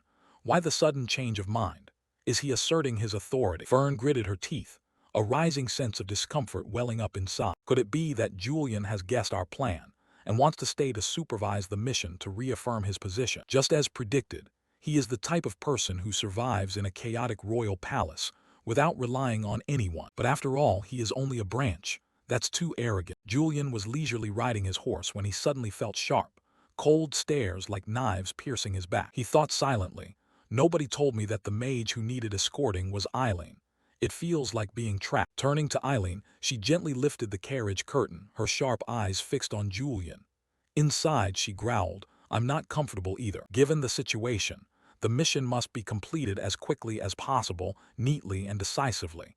Don't let us run into Julian again. The escort team immediately accelerated, crossing winding roads to reach Jull. After a long journey, they finally set foot at their destination. Julian was still on horseback, glancing around, thinking, so this is where the resonant stones are placed. Smaller than I thought. Traveling all the way from the capital here, and no one gave a proper welcome. Suddenly, a servant hurriedly passed by carrying a bulky box. He glanced at the group and said hastily, Ah, are you the people who came from the capital? Julian nodded, yes. The servant smiled warmly, welcoming them. Thank you all for making the journey here. I will lead you to the place where the resonant stones are kept right away. At an ancient clock tower in Julin, countless resonant stones floated in the air, emitting an enchanting light. Around, the mana resonant stone containers and mana conduction barrels were neatly arranged. Someone shouted, the resonant stone barrels go this way. The mana conduction barrels are on the other side. After observing the situation, Eileen confidently pointed and said, let me handle this. I am very sensitive to mana. The servant nodded respectfully. Mage, do you want to inspect the area that needs repair?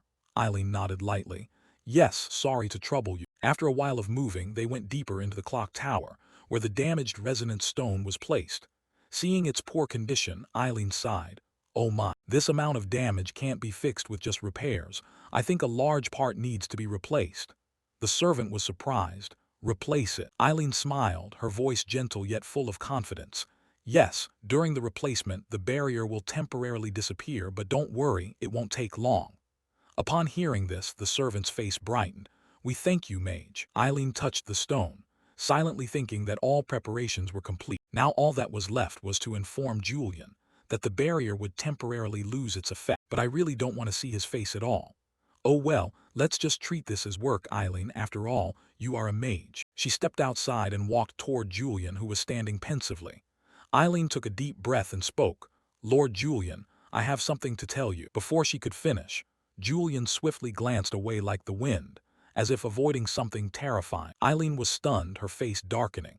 She thought to herself, what's going on? Is he avoiding me? Surely I'm not imagining things.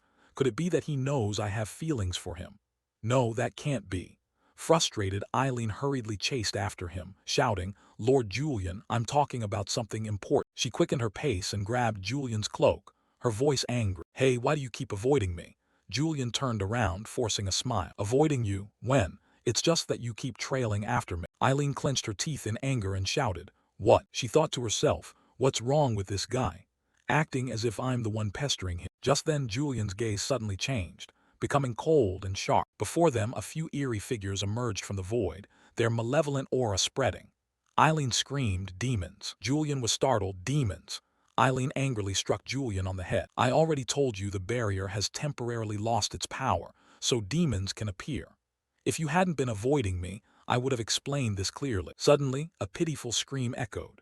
Heinrich was caught off guard by a demon's blow and was thrown forcefully against the wall behind Julian, groaning in pain. Julian turned around, his sharp eyes fixed on the demon. The deadly aura emanating from it sent chills down his spine.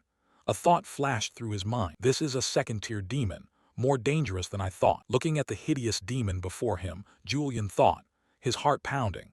This is neither a hornless devil nor a stationary demon, a two-horned demon. Truly an unexpected variable beyond prediction. The appearance of the monster made Eileen panic and run over, her voice trembling. What the hell is happening?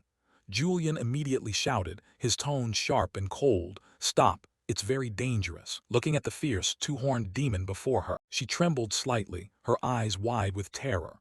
A second-level demon, Why is there such a powerful demon here? The spells I know can't be used for combat now, and the resonant stone can't be activated yet. The second-level demon roared, its eerie scream tearing through the space, signaling the small demons around it to attack.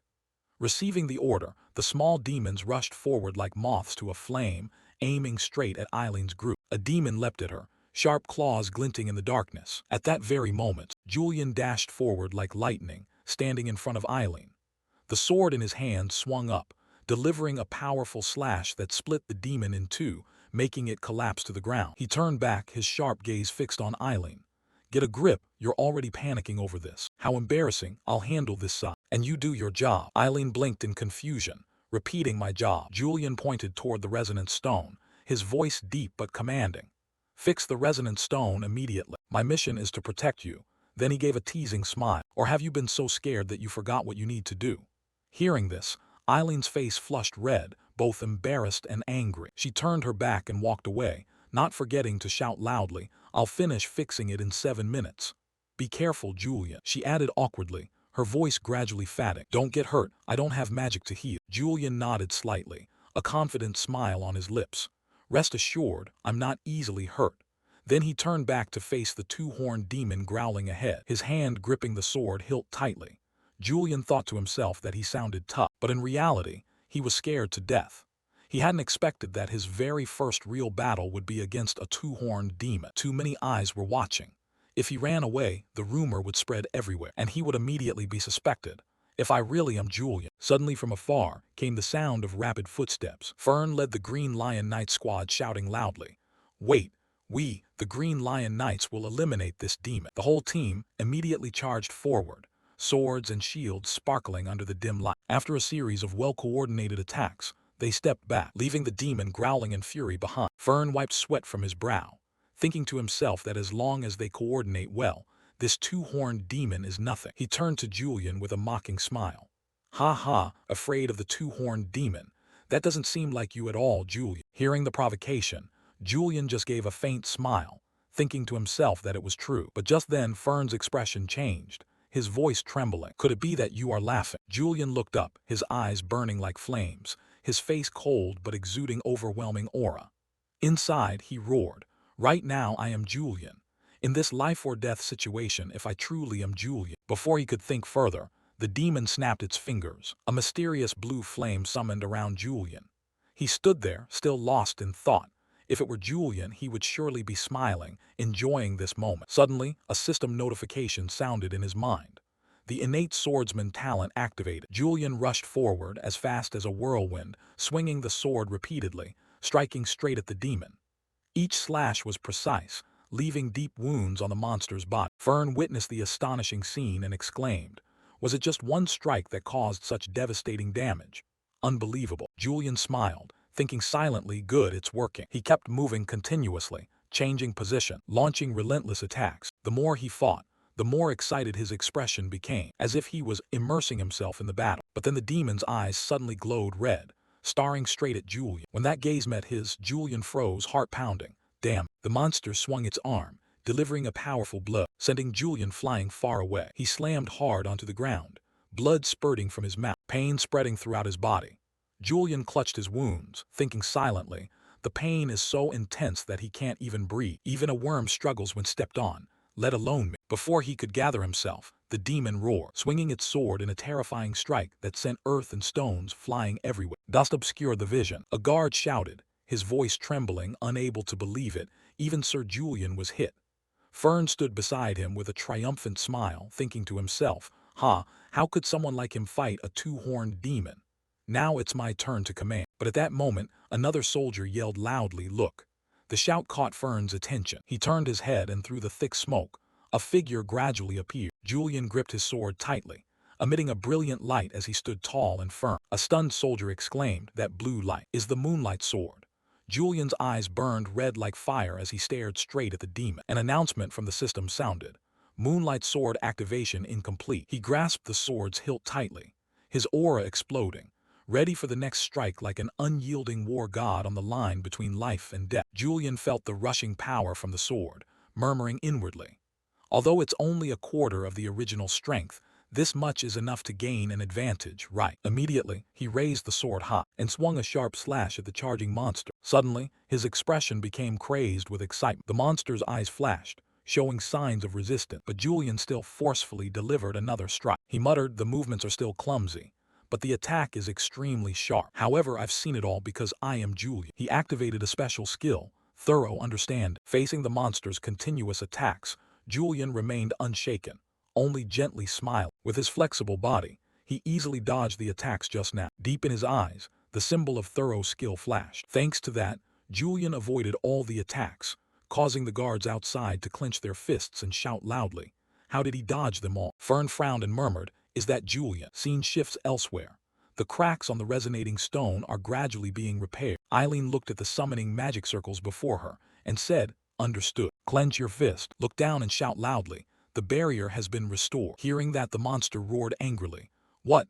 Damn it, I was careless." Its fiery red eyes immediately widened. But at that moment, Julian had already rushed forward. With terrifying speed, he closed in on the monster, his eyes filled with murderous intent. Seeing this aura, Fern could only gape in astonishment, and the guards were no exception. Immediately after, Julian unleashed a sweet sword stroke, cleaving the monster in two. After finishing off the monster, he gently sheathed his sword and walked away calmly. Passing by the guards who were whispering and gossiping, he murmured, "So it really works." Feeling the fearful gazes from those around him, he thought silently, "This atmosphere makes sense.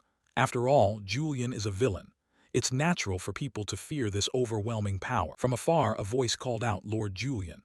He stopped, wondering, "Yes, what is it?" A soldier hurried over, grasped his hand tightly and said, "Thank you, sir. We thought we were all going to die." Immediately after, the soldiers around shouted in unison, "Truly befitting Lord Julian." Hearing this, Julian muttered inwardly, "Unexpectedly true."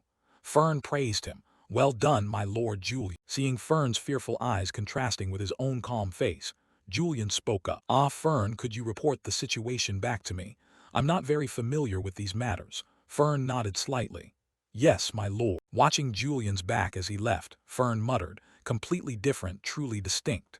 Compared to those nobles, he was on a whole other level, defeating a two-horned demon and still remaining calm as if nothing happened. He wasn't like a mere human. Immediately after, Julian approached a cool blue pond. He plopped down onto the ground and sighed deeply, wiping sweat from his forehead out of fear. He muttered, "My life just now really hung by a thread." Inside him, he clearly felt hatred, fear, and despair when facing the demon. The battle was far more brutal than I had imagined. The sensation of slashing through a demon. Could it be that Julian always treats situations like this as everyday occurrence? Looking down at the clear pond, he saw his reflection and muttered, "When the body changes, the mind slowly follows." He lightly tapped his head, wondering just how great the power of life truly is. Immediately, he summoned the system. The system panel appeared, displaying detailed special skill, a unique rank combining Li Shihu's knowledge with Julian's experience. This skill grants superior observation ability, easily detecting the target's weaknesses, sensing the opponent's emotions more clearly, and dealing additional damage to enemies who are fearful. Looking at the system table, Julian muttered that the combined sources of power had created a skill that can see through weaknesses. With this skill, I can also dispel the doubts of everyone around me. The problem now is that the Moonlight Sword is still incomplete. He drew the sword from its sheath, observed it attentively, and muttered, "I still have to carve a groove to channel energy into it. To activate the Moonlight Sword, I have to concentrate a large amount of mana all at once. Both the power and stability cannot yet compare to the completed version. It needs to be more stable." He took out a cloth and polished the sword until it was as shiny as a mirror. Seeing his reflection on the blade, he muttered that he just came up with quite a good idea. Cut to the meeting of the Noble Elder Council. The elders were sitting in the room when the door suddenly swung open. A young man in blue walked in. The meeting chair, seated in the center, spoke. "Sit down." Heron nodded slightly. "Yes." He sat down with his body trembling from fear. The leader asked, "Are you saying Julian has discovered our plan?" Hearing this, Heron shuddered violently, pressed his lips tightly, and was speechless. After a moment of silence, Heron stammered, "Yes, it seems so." Even as he spoke, his body still trembled with fear. Oren replied coldly, "I have always known your incompetence would sooner or later bring disaster. If it weren't for your bloodline from the Hyun family then." Seeing this, Heron immediately stood up, bowed his head in salute, and said, "I apologize, Lord Oren." Upon hearing this, the other elders began to murmur among themselves. One spoke up, Recently, Shut Eyes has been acting very strangely. They just submitted a proposal to the Royal Library. Another elder continued. The content of the proposal states that from now on, when Shut Eyes holds examinations, the instructors will no longer be held accountable. Someone else added, even if there are casualties, they will be declared innocent under the Empire's name. Hearing this, Oren slightly furrowed his brow. Suddenly, a man clenched his fist and slammed it hard on the table, shouting loudly, "Isn't this exactly Julian's intent?" The other elders immediately nodded in agreement. "That's right. That royal dog, who does he think he's warned?" Another person spoke up, "But Lord Oren, perhaps this is an opportunity for us." Oren wondered aloud, an opportunity. He turned to ask Lord Aiden, "What do you mean?" Aiden answered with a smug smile. Up until now, Julian has always acted under the Empire's orders, but now he has started to think and act according to his own will, meaning he has become a variable. This could even be more useful than sending him to the northern front line. We can find ways to better exploit him. So for now, let's just observe him first. Hearing these words, another elder immediately pointed at Aiden and shouted, meaning that the bastard can do whatever he wants. Aiden smiled and replied, "That's indeed the case. Everyone just wait a little longer." The scene shifts to Julian's residence, where he was lost in thought. This mission only lasted a few days, but perhaps because he had used too much mana, he felt exhausted. However, looking at the orchids in front of him, his mood became noticeably happier. He muttered that despite everything, being able to admire a room decorated exactly to his taste brought an unusual peace to his heart. Orchids, even with Julian's strange body, still brought tranquility. He smiled, thinking to himself that he gained more than expected from this mission, not only enough to completely erase the long-standing bad rumors, but even. At this point, he opened a reward box from the recent mission. Looking at the sparkling, colorful crystals, he muttered, perhaps he had found a way to perfect the moonlight sword. These gemstones gave him an idea. He recalled after seeing the resonant stone. He thought of a hypothesis.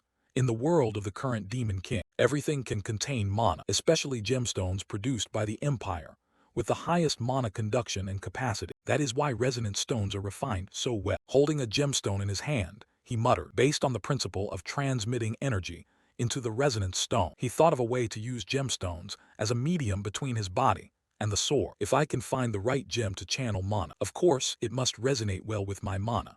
So I have to find that one unique gemstone no matter what. After a while of testing, but still unable to find the suitable stone, he sighed, thinking too much. Is it time to eat already? He spoke up, "Butler, come in." Lazarus entered from outside, giving a military-style salute and respectfully said, "Sir Julian, summoned by order I am here." Seeing Lazarus, Julian muttered inwardly, "Lazarus again, this guy shows up once more."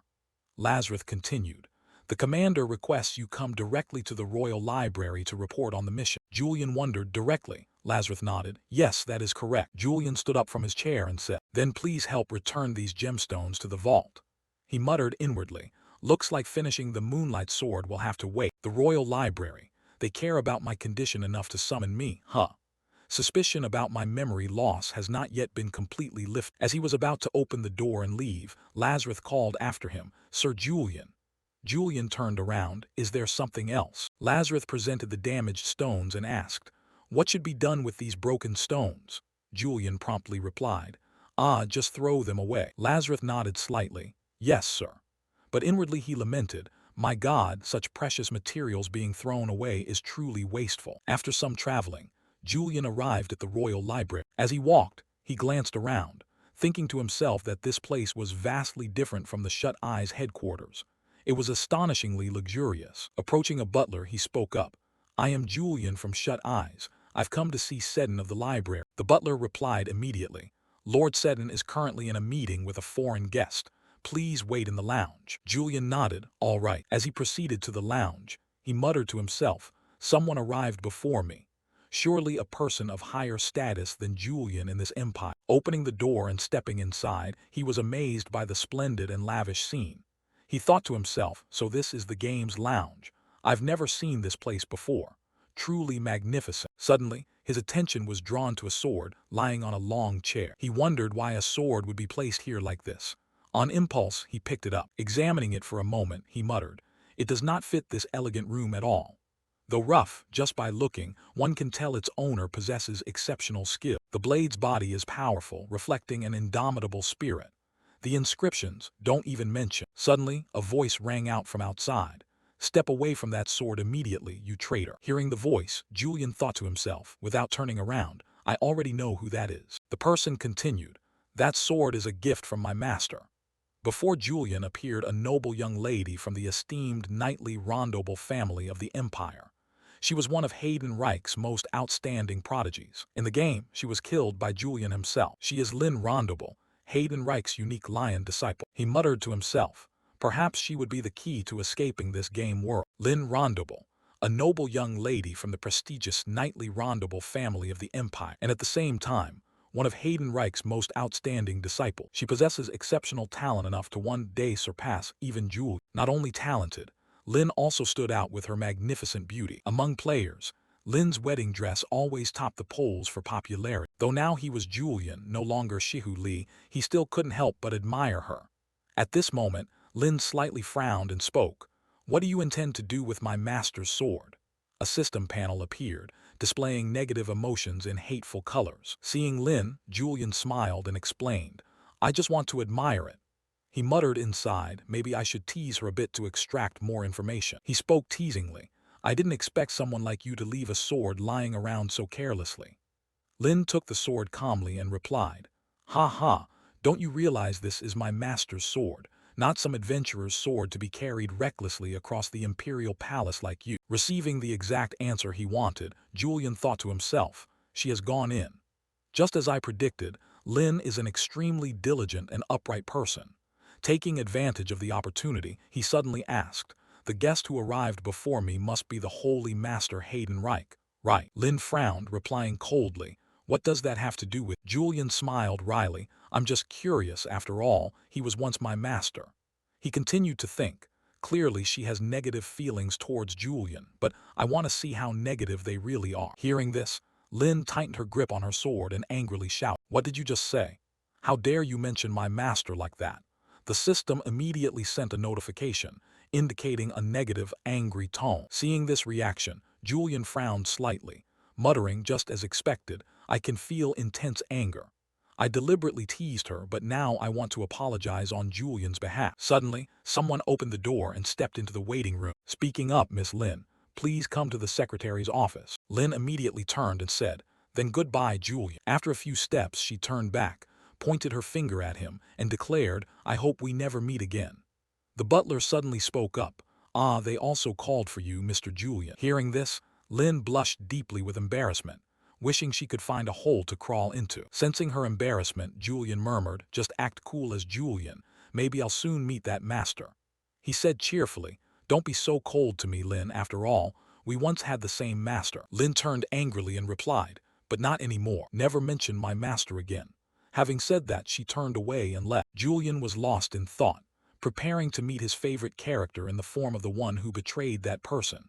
This feeling was both glad and worried, hard to describe. At the Empire's secretary office, the butler spoke up. Greetings, Miss Lynn, Lord Julian. We heard that Lord Julian defeated the two-horned demon by himself. Julian smiled and replied, ha ha, that was just enough to warm me up. Lynn immediately interrupted, asking, may I ask, where is my master? Julian thought silently, I'm curious about that too. The butler answered, Lord Hayden Reich left after assigning the task to you. Lynn was furious. What? The butler continued, and I think you should cooperate with Lord Julian. Lynn immediately objected us. Why should I go with this traitor? The butler explained, Lord Hayden Reich requested someone be assigned to accompany you because this mission could be dangerous, and Lord Julian is here. Julian could only cry silently. Hayden Reich, what are you doing? Lynn beside him trembled with anger at having to work with him. The butler continued, investigate the slum area in the capital. Julian murmured, the slums. Why should we care about such a destitute place? The butler explained that, based on several sources, demons have appeared in that area. The people from the slums do not want the royal family to intervene directly. That is why the two of you are suitable for this mission. You have connections to the royal family, but are not actually royal because you belong to Shut Eyes and the Night Academy. Julian thought silently. The slums, remnants of nations conquered by the Empire through force, where people from various countries rejected by the Empire have gathered. They dislike the royal family, so they turn to Shut Eyes, an organization considered neutral. This makes perfect sense. He continued thinking, If Lin dominates me in this mission, she will easily achieve the title of Sword Saint. Going with Lin is not beneficial for me, but as the royal family's hound, I cannot refuse. He stroked his chin and smiled. I understand. I accept this mission. Lin shouted angrily, what? I refuse. Julian muttered, oh God, if only I could refuse too. The butler added, Miss Lin, your master personally requested that you accept this mission. Lin trembled slightly in anger. Julian turned and smiled. Are you planning to go against his wishes? Lin frowned, pondered for a moment, then said, I understand. Looking at her, Julian muttered, a knight bearing the title of Hayden Reich's disciple. In this mission, she will definitely oversee this traitor. But the problem is that right now, I don't have the strength to oppose her. Suddenly, his attention was drawn to the gem on Lin's necklace. A strange feeling arose. Julian shouted loudly, wait. He pointed at the stone, asking, what kind of gemstone is this? Lin replied shyly, it's moonstone. The moment she finished speaking, the stone emitted a fierce energy, seemingly reacting to Julian's mana. Seeing him approach, Lin turned and asked, what are you doing? Julian laughed heartily, just admiring how beautiful it is. Lin muttered, why did it suddenly light up like that? Julian thought to himself, for just a moment it tried to resonate with my mana and absorb it. The answer is right before my eyes. I need to test this stone. After leaving the royal library, Julian immediately went to a gemstone store. The shopkeeper greeted him, saying, Lord Julian, long time no see. What do you need? Julian took off his cloak to reveal his identity and said, I'm looking for a stone that suits my mana. Do you have any moonstone? The shopkeeper scratched his head, embarrassed. Moonstone. Our store doesn't have any, and I'm sure other stores don't either. Besides collectors, no one demands it. It's very difficult to mine, so we don't stock. Receiving the unexpected answer, Julian muttered, this is bad. I need to complete the Moonlight Sword before carrying out the mission with Lin. He became angry. Do you mean I can't get it? Seeing Julian's anger, the shopkeeper mumbled, oh no, I accidentally talked to Lord Julian like a regular customer. He replied, trembling, no, we can find it, but it's just not available right now. Julian kept a frightening expression. If that's the case, then find it. I really, really need them. The shopkeeper stammered, okay, I will search the entire empire. Julian thought silently, oh my God, Lin will surely notice that my Moonlight Sword is still incomplete. I need moonstones as a precaution, but the mission day has arrived and I still haven't found any. Maybe I haven't threatened enough. After a while of waiting, Julian approached Lin. She muttered, is your important matter at the jewelry store? Julian laughed heartily. One day you'll realize the beauty of gemstones, Lin. She turned around and said, whatever, now follow me. Seeing Lin heading the wrong way, Julian reminded her, hey Lin, you're going the wrong way. She looked back, what? Julian explained, the slum is a dense maze of buildings and illegally constructed alleys. You can't blindly follow maps or signs.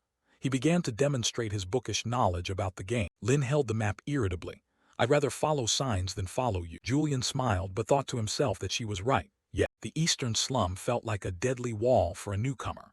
Even the developers admitted it was a difficult map. Lin held the map and declared she would not fall into his trap. She was sure that a traitor like him would try to deceive her, the current disciple of the Sword Saint. She continued, I'm different from you, Julian. I will become the new Sword Saint. Hearing these words, Julian could only smile wryly, scratching his head and muttering, she misunderstood me. This mission won't be easy. When the path started to get complicated, Lin spoke up, do you really want to take this route?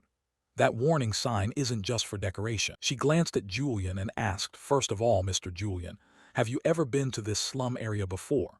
Julian smiled and replied, what do you think? Silently he muttered to himself, Li Shihu has been here but Julian hasn't, what should I say? Seeing him dodging the question, Lin muttered, how are you answering like that? She gently asked again, then how do you intend to find the way? Julian raised a finger and happily answered, by ability. Perhaps so. Lin turned and continued walking, laughing heartily, ha ha, it's nothing yet and already trying to find the way. Julian still cheerfully followed, saying, oh my, isn't it the Empire's order that we act together? Then he lowered his voice, or is Haydenreich more important than the Empire's orders? Hearing this, Lin suddenly stopped in her tracks. She frowned, her facial muscles twitching, teeth clenched as she shouted, don't mention my master's name with that mouth of yours, if you still have an ounce of decency. Julian muttered inside, oops, I triggered her emotion. Lin clenched her fists tightly, thinking to herself that she knew Julian better than herself. Countless times people have compared her to him behind her back. If it were him, he probably would have done it already. If it were him, that would be natural. If it were him. But I am the top disciple of the Sword Saint. I will prove the difference through this mission. After a while of moving, Lin's complexion suddenly turned pale. She muttered, "It can't be." Julian, standing nearby, noticed that something was off but still cheerfully asked if something was wrong. Lin shyly replied, "No, nothing at all." Inside, she scratched her head, thinking silently, well, this time it's really serious. Just like that trader said, the path was completely disrupted. They continued walking until they reached a house numbered 1A. Lin wondered, "What is this? Oh no, we're back where we started." Julian laughed loudly from behind. "Ha ha, we're really going back." Suddenly, a man approached from afar and said, "Hey girl, you're walking in circles, looks like it's your first time here." Lin asked, "Do you know the layout of this area?" The man nodded, "Of course I do. I can show you the way if you want, but it's not for free. Buy me a drink and that's it, how about that?" Lin nodded. "All right, that's no problem." The man introduced himself, "My name is Baden, and you?" Lin replied, "I'm Lin Rondable." He muttered upon hearing the name, "Oh, so you're from the Rondable clan. Great, this time I've caught a big one." He turned to Julian, thinking to himself, but something's off. Just as Julian was about to introduce himself, Baden suddenly turned his back and smiled. "Ah, no need to care about the boy's name, just follow me." Julian wasn't annoyed. He just lightly stroked his chin and muttered, "Baden, huh? I feel like I've heard that name somewhere before but can't quite recall. Probably a minor character, not very important in the main plot." Three people approached a tavern. As they stepped inside, Baden shouted loudly, "Innkeeper, where are you? Bring me and these two here a drink each." Julian thought to himself, was he planning to drink before asking for direction? The innkeeper asked, "Where are you all from?" Lin replied, "From the royal capital." The innkeeper raised his hand, pointing at Lin, "Then it's 30 nars each."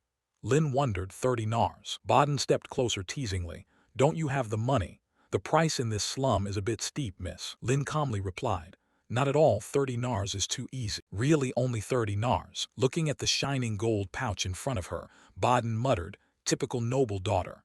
This might be a golden opportunity." He turned to whisper to the innkeeper, "Put a strong special drink into the cups for those two.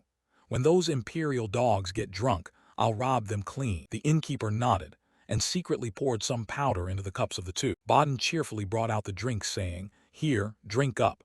This is the best liquor in the slums." Lin held the glass, preparing to finish it all. Suddenly Julian snatched it away, saying, "Wait, what have you done to this drink?" Baden stood up abruptly, shouting, "What are you talking about?" Julian put the glass in front of him. "Then you drink first." Baden questioned, "What?" Julian's face darkened as he said, "Let me feed it to you." Lin stood up shouting, "Stop, Julian." Hearing that name, both Baden and the bartender were startled. The innkeeper turned to Baden, "Hey, did you just drag that imperial dog Julian here? What do we do now?" Sweat poured down Baden's face. He replied, "It's fine. Always had people stationed inside this tavern. Just a few of the strongest monsters from the slum would suffice. And I'm no pushover either." He secretly drew the sword hidden on him, ready to attack. Julian shattered the glass of wine and said coldly, "I already gave you a chance and you still wouldn't speak up. Are you planning to attack us?" As soon as he finished speaking, a punk charged forward, swinging his sword to attack. Julian calmly squeezed his neck tight, while another man tried to strike from behind. But with his top-tier reflexes, Julian spun around, delivered a punch straight to the face that sent him flying into the corner of the tavern. After handling the two, Julian still calmly looked at them. Only then did she draw her sword for defense, panicked, wondering what the hell was happening. Seeing the two strong individuals, Baden's gang muttered, completely overwhelmed by a single person. Julian's gaze turned icy as he said, "I don't know what tricks he's playing, but I don't want this slum to become more chaotic." He tightened a shard of broken glass against Baden's neck, making him tremble uncontrollably. Julian glanced around the tavern and realized all the customers were Baden's henchmen. He said coldly, "Baden, just now you tried to stop me. Tell your men to retreat quickly, or else they won't be able to hold back this murderous intent. Let them see that this is how they'll end up, like this shattered glass." Baden trembled, unable to speak. Julian calmly continued, "Speak." A punk from behind shouted, "Sir Baden." Baden turned around and yelled, "Didn't you hear what Mr. Julian said? Retreat immediate." The henchman immediately ran toward the door. Julian slammed his hand on the table and said, "You're really stubborn. If you answer a few of my questions, I guarantee you'll surrender safely." Baden was startled and stammered, "Surrender." Julian stood up, his voice full of pressure. "Between death and surrender, I'd advise you to choose surrender." "What do you intend to do?" Baden, with no way out, trembled as he replied, I surrender." Baden looked up at Julian, his eyes blazing red as a mocking smile flickered. Behind them, the female swordsman's cold voice rang out as her sharp blade pressed against Julian's back. "That's right. I advise you to surrender instead of dying." Baden trembled as he raised his hands in surrender under the threat. "Baden, what is your choice?" Julian asked. Lowering his head in defeat, Baden muttered, "I surrender, I will do it." The two stepped out of the tavern. Julian went ahead, saying, "He was suspicious from the moment he offered to guide us, but who would have thought it would lead to a gang in the slums?" He held a piece of paper, flashing a bright smile. "I thought he was just a petty thug, but it turns out he's quite decent. I got some useful information." Lin trailed behind, bowing her head in self-blame. "It's my fault for not realizing sooner." Julian remained optimistic, agreeing with her confession. "Of course, Lady Lin, someone like you has probably never encountered that type of person before." Lin lowered her head further, her lips pressed tight. "Oh no, is she losing confidence?" After a brief silence, she asked, "How did you know?" Julian turned around. "Know what?" "Baden slipped poison into the drink," she emphasized. Julian smiled and replied, "Is that what you're curious about?" The female swordsman insisted. "Tell me." Julian looked at Lin, her hands tightly clasped, her expression serious. He thought inwardly, she's willing to learn, even from someone she hates, putting progress above temporary shame. That's truly Lin Rondable. Seeing her trembling, not out of fear but because of something else, he hesitated a little to explain that it would be better if she weren't so hostile toward me. Julian raised his hand, a blue light surrounding it. I sensed the hostility in the glass of wine. In fact, I had felt it even before we entered the tavern thanks to my mana detection ability. Lin repeated in surprise, mana detection ability, like a system notification flashing in her mind. Julian continued, everything from objects and creatures to situations has natural mana, and it strongly reacts to other mana. He turned around, pale blue mana sparkling around him. Before entering, I had already used mana. He recalled how Baden, while leading them to the tavern, emitted a strange hostile mana aura. It was to detect aggressive mana. Lin rubbed her chin, imagining it like radar waves falling right. Julian smiled helplessly. "Let's say so." He smiled. "Mana radiates from the body. This is a skill that mages often use, but thanks to my abundant mana, I can easily detect." Lin tilted her head, frowning. "I have another question." She recalled the previous conversation.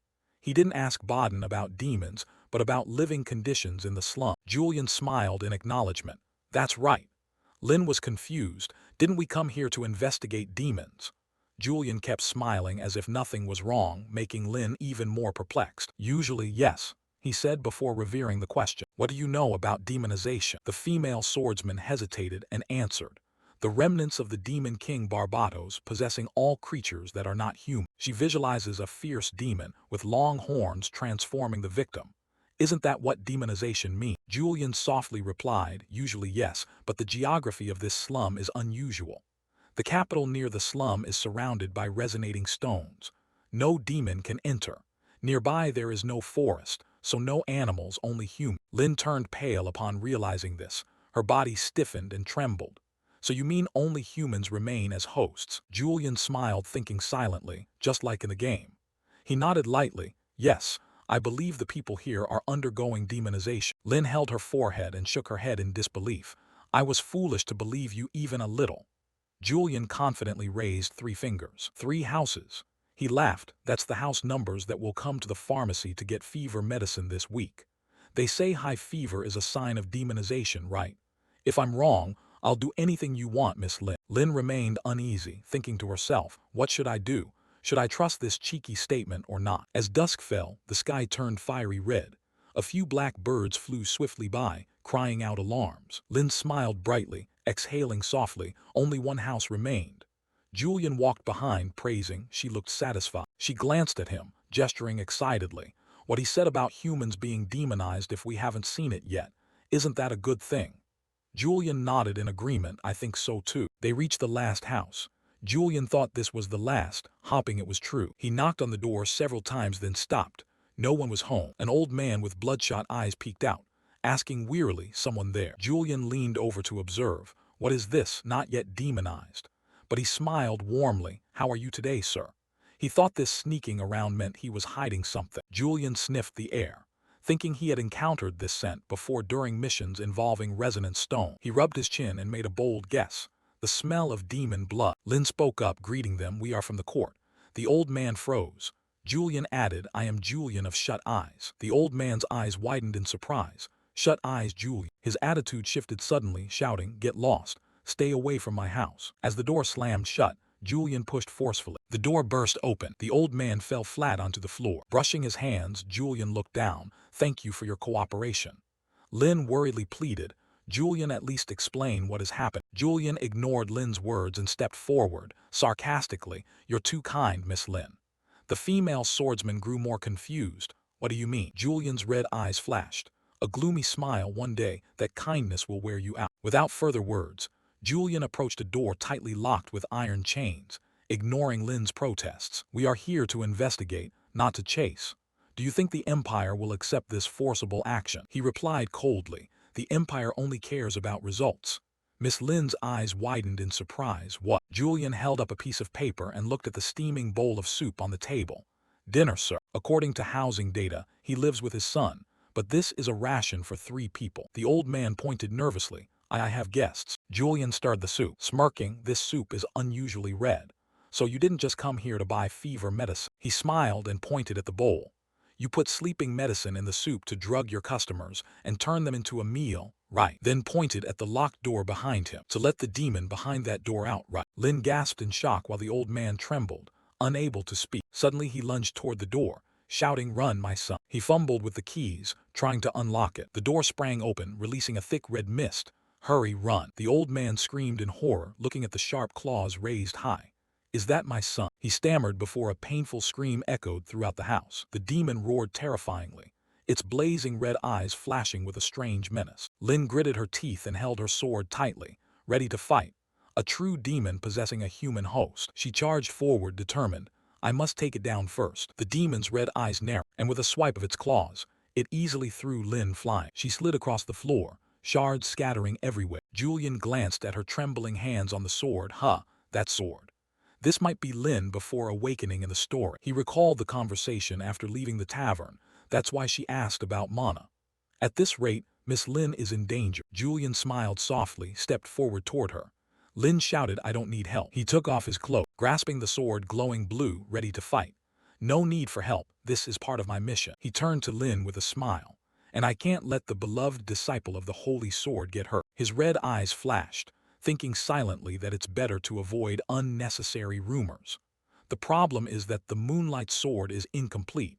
I don't want Lin to suspect without reason." The demon grew impatient, snarled and rushed forward. "I will take it down on a completely different level," Julian vowed. System activated. His gaze locked onto the target.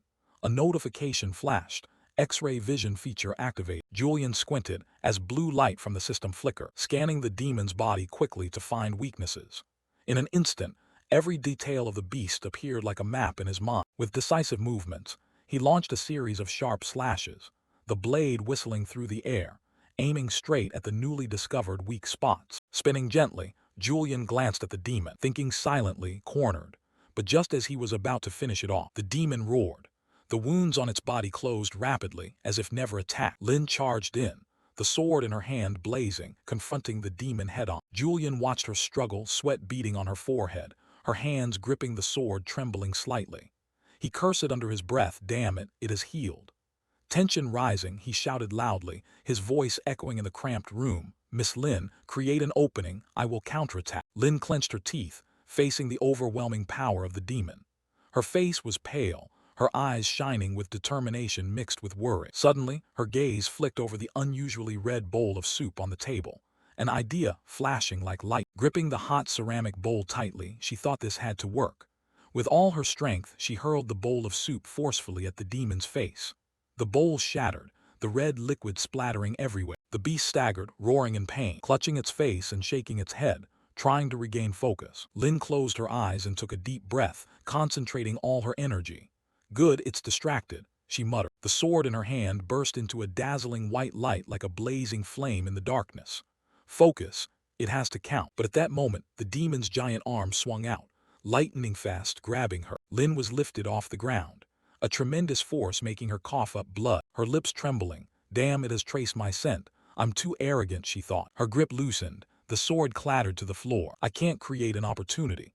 I won't have the face to meet Master in the next life. The demon opened its mouth, revealing sharp fangs gleaming under the dim light. Miss Lin, Julian shouted urgently. She turned around, eyes wide in surprise. Julian's red eyes blazed, surrounded by the system's blue aura like a ghostly flame. Well done, he prayed. His voice was deep yet full of power. The demon seemed to sense the danger, turning its head to look around, its red eyes darting wildly. A blue electric current surrounded its gigantic body, crackling with sparks. Julian smiled triumphantly, his eyes flashing, and suddenly he lunged forward, the sword in his hand piercing through the demon's chest, the blade glowing brightly as it cut through the darkness. The demon's grip loosened, releasing Lin to fall down. Lin gritted her teeth, gathered her strength to deliver a strong kick to the demon's face. The force of the kick snapped its head back, causing Julian's sword to penetrate even deeper. He smiled softly, decisively withdrawing the sword, causing the demon's body to collapse onto the floor, black blood gushing from the wound, and emitting a sharp, unpleasant odor. Lin stood panting, eyes still wide with shock. I can't believe you pierced it without using the moonlight sword, she said, her voice trembling. How? Julian, demon blood on his lips, smiled smugly. Let's just say it wasn't worth using the moonlight sword on, he replied disdainfully, though inside he was briefly unsettled. He glanced quickly at Lin, thinking to himself, does that expression look normal? With the mission complete, they stepped down from the carriage, the fiery red sunset glowing on the horizon. We've arrived at the palace, Julian said with relief. They walked along the tree-lined avenue within the royal grounds, leaves rustling beneath their feet. Anyway, we finished safely, he thought, rubbing his sore shoulder and sighing. Miss Lin didn't suspect a thing, which was a great relief. Lin suddenly stopped, causing Julian to halt mid-step. The mission reward belongs to him. Bowing his head, hands clenched tightly, voice choked. I didn't contribute anything. Julian quietly observed her, his gaze sharp. For someone as proud as Miss Lin, admitting a debt to me was rare. He turned and smiled. Don't say that, Miss Lin. With a cheerful tone, he added, you really were overwhelmed by that demon.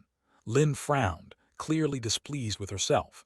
Julian's kind words were like a breeze passing by. She looked away firmly. I don't like you. Julian casually shrugged. You're too tense. Lin clenched her hands tightly, standing upright to face him with determined eyes. My master always says, the greater the power, the heavier the responsibility. Recalling how Julian swiftly defeated the demon, she couldn't help but admire his impressive victory. But she hesitated, her tone turning serious, seeing him wield power recklessly, even against the innocent, her face dark. Now I understand why Master expelled you. You lack restraint. Julian smiled slyly, touching his chin, replied with some arrogance, restraint. That is the weapon of the coward. Lin clenched her fists, shouting angrily, you call my master a coward. Julian stepped closer, an invisible pressure making her instinctively step back. Lin, I am not a noble aristocrat bound by restraint, he said, his voice low as a warning. He turned away, leaving a mysterious remark.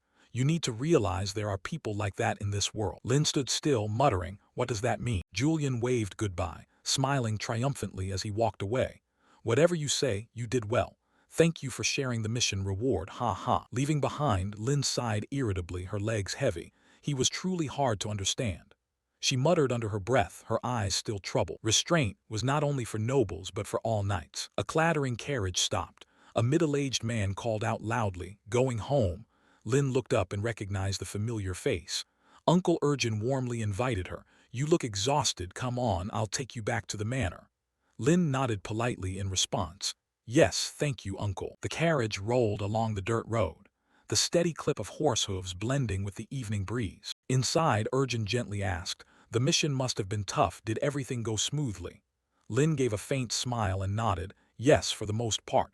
Thank you, Uncle Urgin. He curiously inquired further, who is the man accompanying you? Lin turned to answer, that is Julian from Shut Eyes.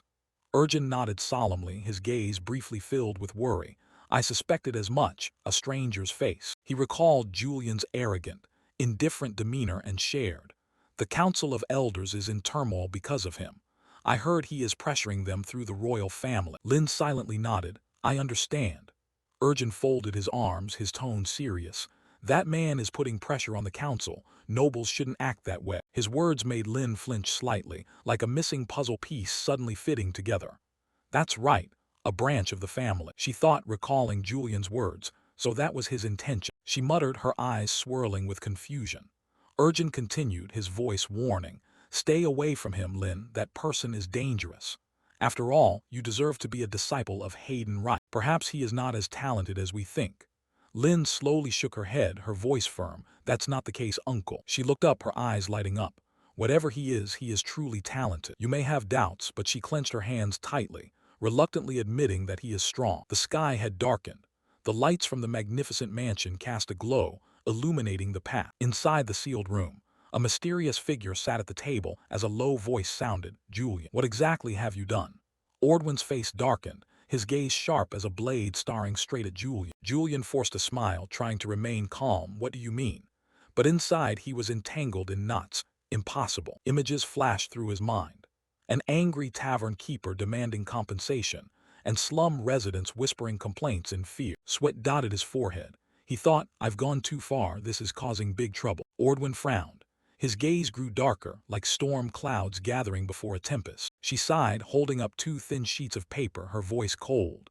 The criminal Baden, the most wanted fugitive, has surrendered himself. Her eyes flashed sharply as she looked at Julian.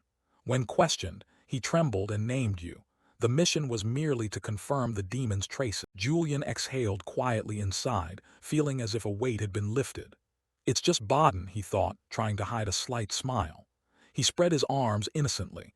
Surely he realized his guilt too late. I don't know how he mentioned me. Ordwin snorted lightly, ignoring the excuses, pushing the paper toward him. Probably another one of your tricks. Check the mission bounties and report back. Julian eagerly took it, his eyes lighting up like a child receiving a gift. The mission reward money. Finally he had money. He thought, imagining the sparkling Nuz coins. For someone as poor as he was, this was a godsend opportunity. Suddenly he remembered the servant who had handed a note saying, Sir Julian, the jeweler has contacted us. He responded, really. But when he read the note, he was stunned. We don't have enough Nuz to buy a batch of moonstone. He mocked himself, shook his head in frustration. Of course, Julian didn't know what saving money meant. Holding the paper, he read intently, heart anxious. Could he cover the shortfall? His eyes widened when he saw the figure, 11,000 nars, sweat pouring out. He calculated silently, Nuz is roughly dollars, right? So about $15,000. Covering his mouth, he thought. Even after Lynn's share, earning this from 2 missions is impressive. Ordwin shook his head slowly, his voice full of regret. Bad luck, lower than usual. Injury caused us to rest too long. Julian was stunned, mouth agape. What is this, and it's considered low? For a character in a game, his sense of money was crazy. His eyes scanned down to a small line. Maintenance and registration fees deduct. All right, I like art, but reading on, he was nearly knocked over. What's this? Paying in installments again and again. What the heck? His eyes stopped at the last line. The bonus left was only 900 nars. Deeply shocked, he gritted his teeth, sweat dripping down his chin. Only then could he truly be the one crazy about money. Anxiety arose. He thought of the moonstone lot. We really need all the Nuz coins for them, but we don't have a single saved coin. Slowly he looked up, his voice slightly trembling. Commander Ordwin replied dryly. What? He asked if there were any upcoming missions. Ordwin raised an eyebrow, surprised by the rare initiative. This is the first time you've been so proactive. Short on money, are you? She sighed, her tone tinged with sarcasm. Sorry, none at the moment. I'll inform you later. That's why I told you not to buy luxuries beyond your means, but you didn't listen, did you? Julian looked away, ashamed, thinking if he had bought it himself, he wouldn't be this upset. He muttered, yes. Ordwin rested his chin on his hand, smiling mockingly. Sell those luxury items to the art gallery, and you could buy a whole castle. An idea sparked in Julian's mind like a light in the darkness. Without a word, he turned and left, his heart cheering. Perfect. Ordwin suddenly blurted out, huh? Julian tilted his head, grinning mischievously, declaring, I just need to sell everything. He walked away, leaving Ordwin stunned and silent. She muttered, shaking her head in exasperation. He's really lost his mind. 2 figures in brown cloaks glided past the intricately carved door, torchlight on the walls casting shadows behind them. A low voice sounded. That monster defeats demons without using a moonlight sword. He's as dangerous as a wild horse. The speaker was a noble elder of the council, his gaze sharp and cold. Aiden, another elder, smiled cunningly, revealing a set of even white teeth. A servant bowed respectfully. Sir Aiden, I have come to escort you. Aiden waved his hand, his voice deep. No, I still have business to discuss with my subordinates. The heavy wooden door closed, creaking echoes ringing out. In the darkness, a figure sat at the table, his voice cold. So the elder council does not support Julian. He leaned back, a mysterious smile appearing in the dim light. Julian has taken down demons in recent missions without using the moonlight sword. The subordinate replied respectfully, "Yes, sir." The confirmation made him momentarily uneasy. Indeed, he was a monster. The subordinate calmly asked, "Should I carry out your previous order first?" The man raised his hand, eyes flashing like a predator. "Do it. I will recruit that monster and turn him into my strength." Meanwhile, in the Cosmos Gallery, light from crystal chandeliers shone upon the magnificent painting. Julian wandered among the artworks, his fingers lightly gliding over the frames. "I thought I'd take advantage of the heat to come here, but I'm not sure this will sell," he muttered, his eyes briefly showing worry. An appraisal staff member, pale-faced, hurried over and bowed. "Welcome, Mr. Julian," he said, his voice trembling slightly. Julian smiled warmly, extending a friendly hand. "Thank you for appraising this piece." The staff member named Perso carefully followed behind, his eyes curious. "No trouble at all. It's an honor to serve the famous Mr. Julian." He pointed to an object covered with a white cloth. "This is the piece to be appraised." Julian nodded and pulled the cloth away. A brilliant painting appeared, colors dancing under the light. Perso's eyes lit up, he exclaimed, leaning down to examine it through a magnifying glass. Based on the unique technique, it seemed to be the work of Cornelius Vincent. Julian tilted his body, observing with curiosity. Perso looked up, voice firm, "This is a fake." Julian's eyes reddened as he stood frozen. Running his hand through his hair, he cursed silently. "Julian, do you have no eye for art?" He recalled the painting hanging at the villa entrance, always thinking it a masterpiece. He should have bought something else. Clearing his throat in thought, "Selling fakes like this will ruin your reputation." Julian accepted. Perso's face darkened, but he continued, "I've never seen a fake crafted so exquisitely." Returning to an excited tone, "I want to buy it." Julian smiled awkwardly, although it was fake. Perso beamed, eyes shining, "It's in excellent condition. Can I buy it for 1,000 nars? Julian rubbed the back of his neck, pondering. He was probably just pitying me. But 100 nuz isn't enough to buy all the moonstones. He nodded, "All right." Perso pointed to the paintings displayed around the room. "I'll prepare the contract. Please look at the other works while you wait." Julian replied, "All right." Suddenly, a gentle voice rang out, drawing his attention.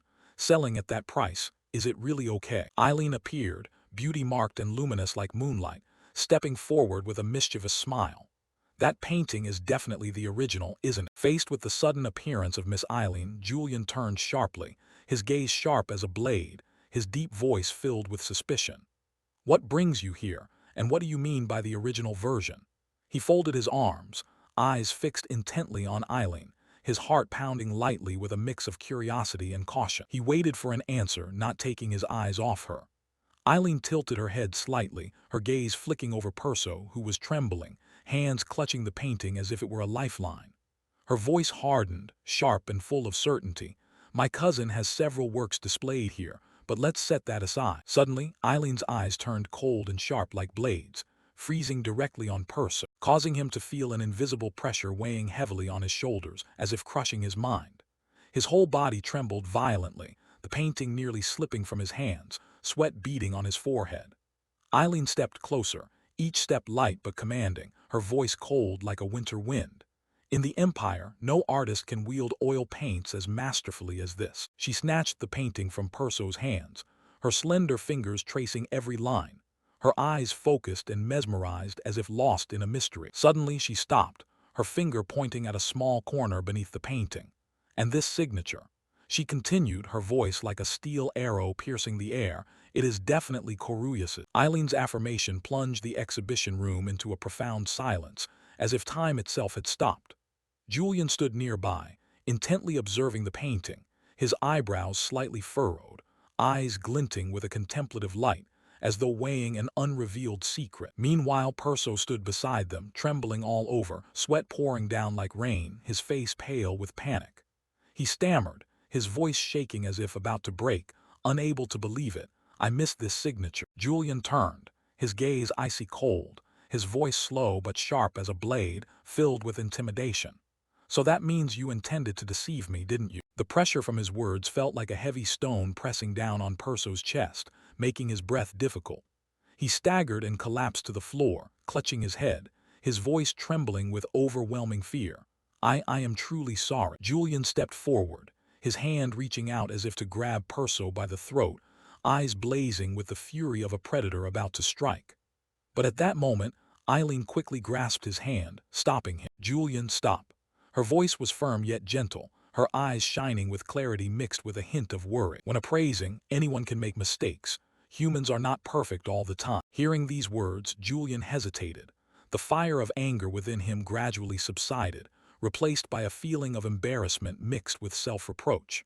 He thought quietly, "Damn it, I nearly lost my temper. If I had drawn my sword and struck him now, in front of all these witnesses, I would be no different from a villain." He forced a smile, brushed his hand aside, his tone softer but still carrying a hint of sharpness. "All right, if we exaggerate too much, we'll end up looking like the bad guy."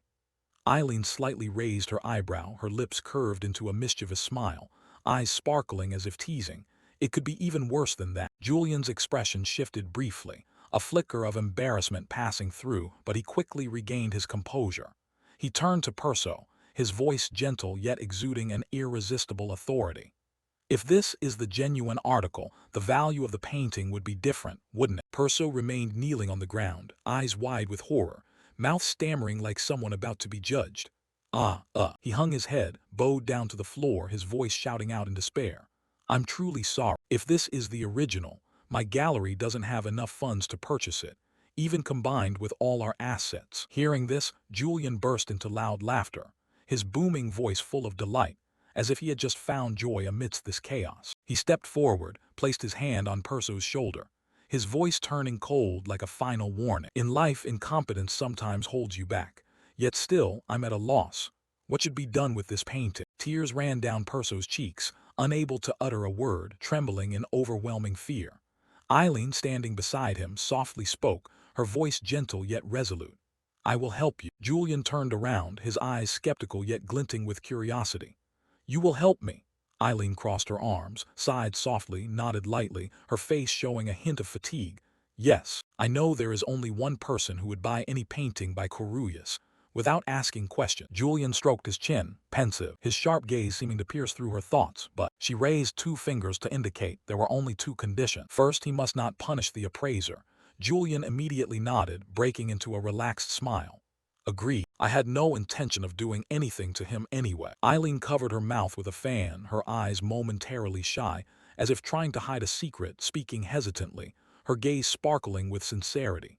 "And the second thing, I need you to help me with something. Only you can do this." Julian smiled without hesitation, confidence radiating from every gesture.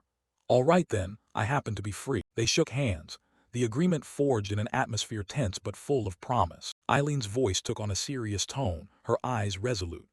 "Don't misunderstand, I'm not helping you out of kindness. You helped me back in the Julin district and I don't want to be indebted." Julian nodded and laughed heartily, the sound clear and carefree. "Then now it's my turn to repay the debt. Exactly what do you need?" Eileen recounted, her voice deepening, her eyes growing distant as if sinking into a memory. "There was a patrol guard at Veal Academy. That night, the air suddenly turned chilling cold, filling him with utter terror. He saw countless eyes watching him with murderous intent, as if they wanted to devour his soul." Julian frowned, his eyes flashing with suspicion. "Demons?" She shook her head, her voice firm but betraying a hint of worry.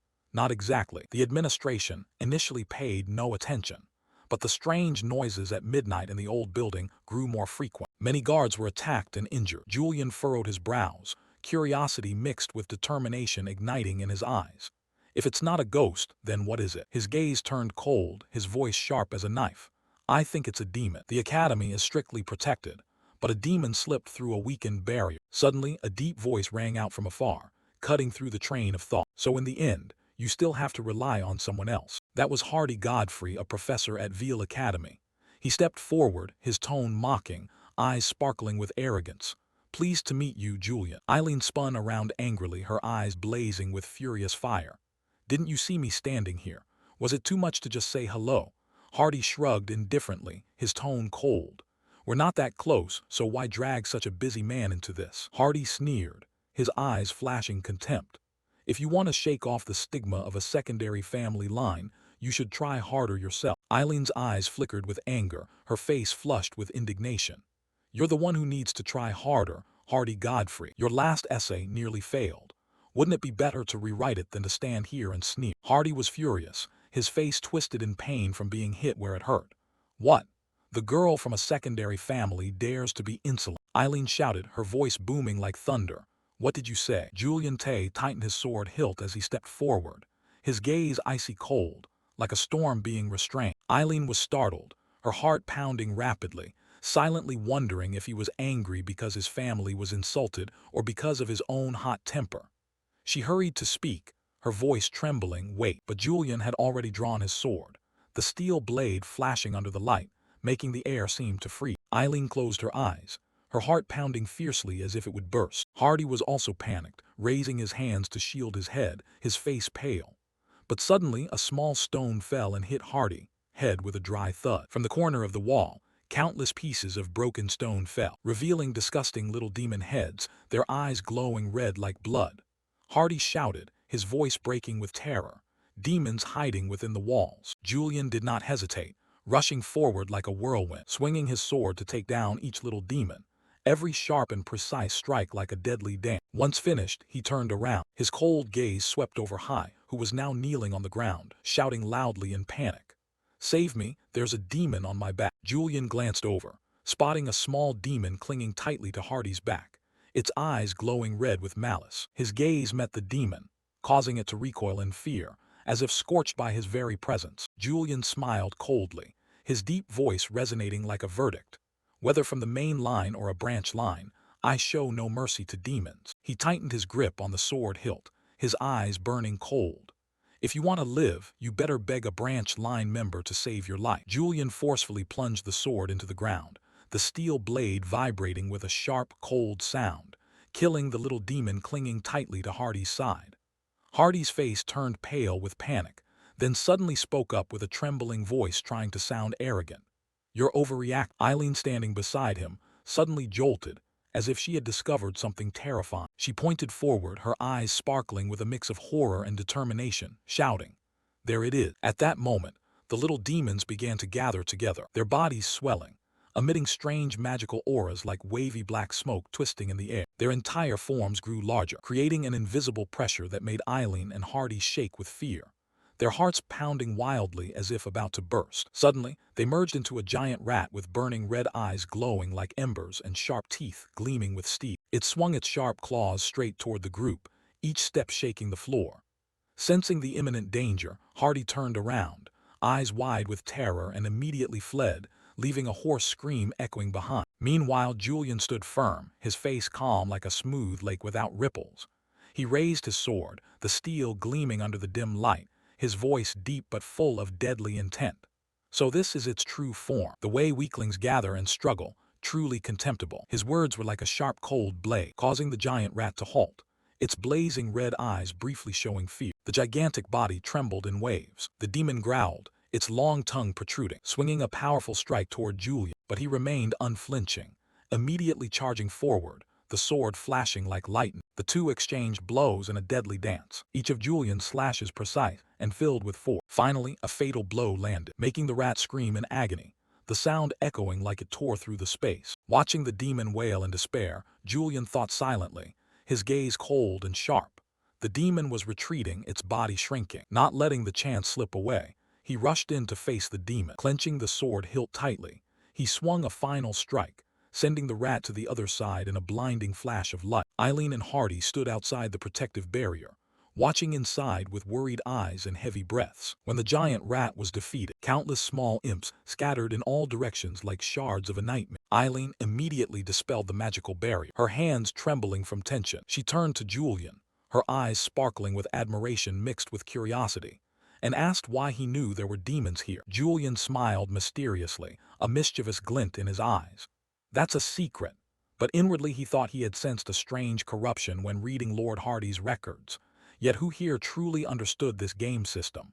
He kept his thoughts to himself, revealing no clue. Eileen turned away, her voice ringing with confidence, though there was an unmistakable hint of sarcasm.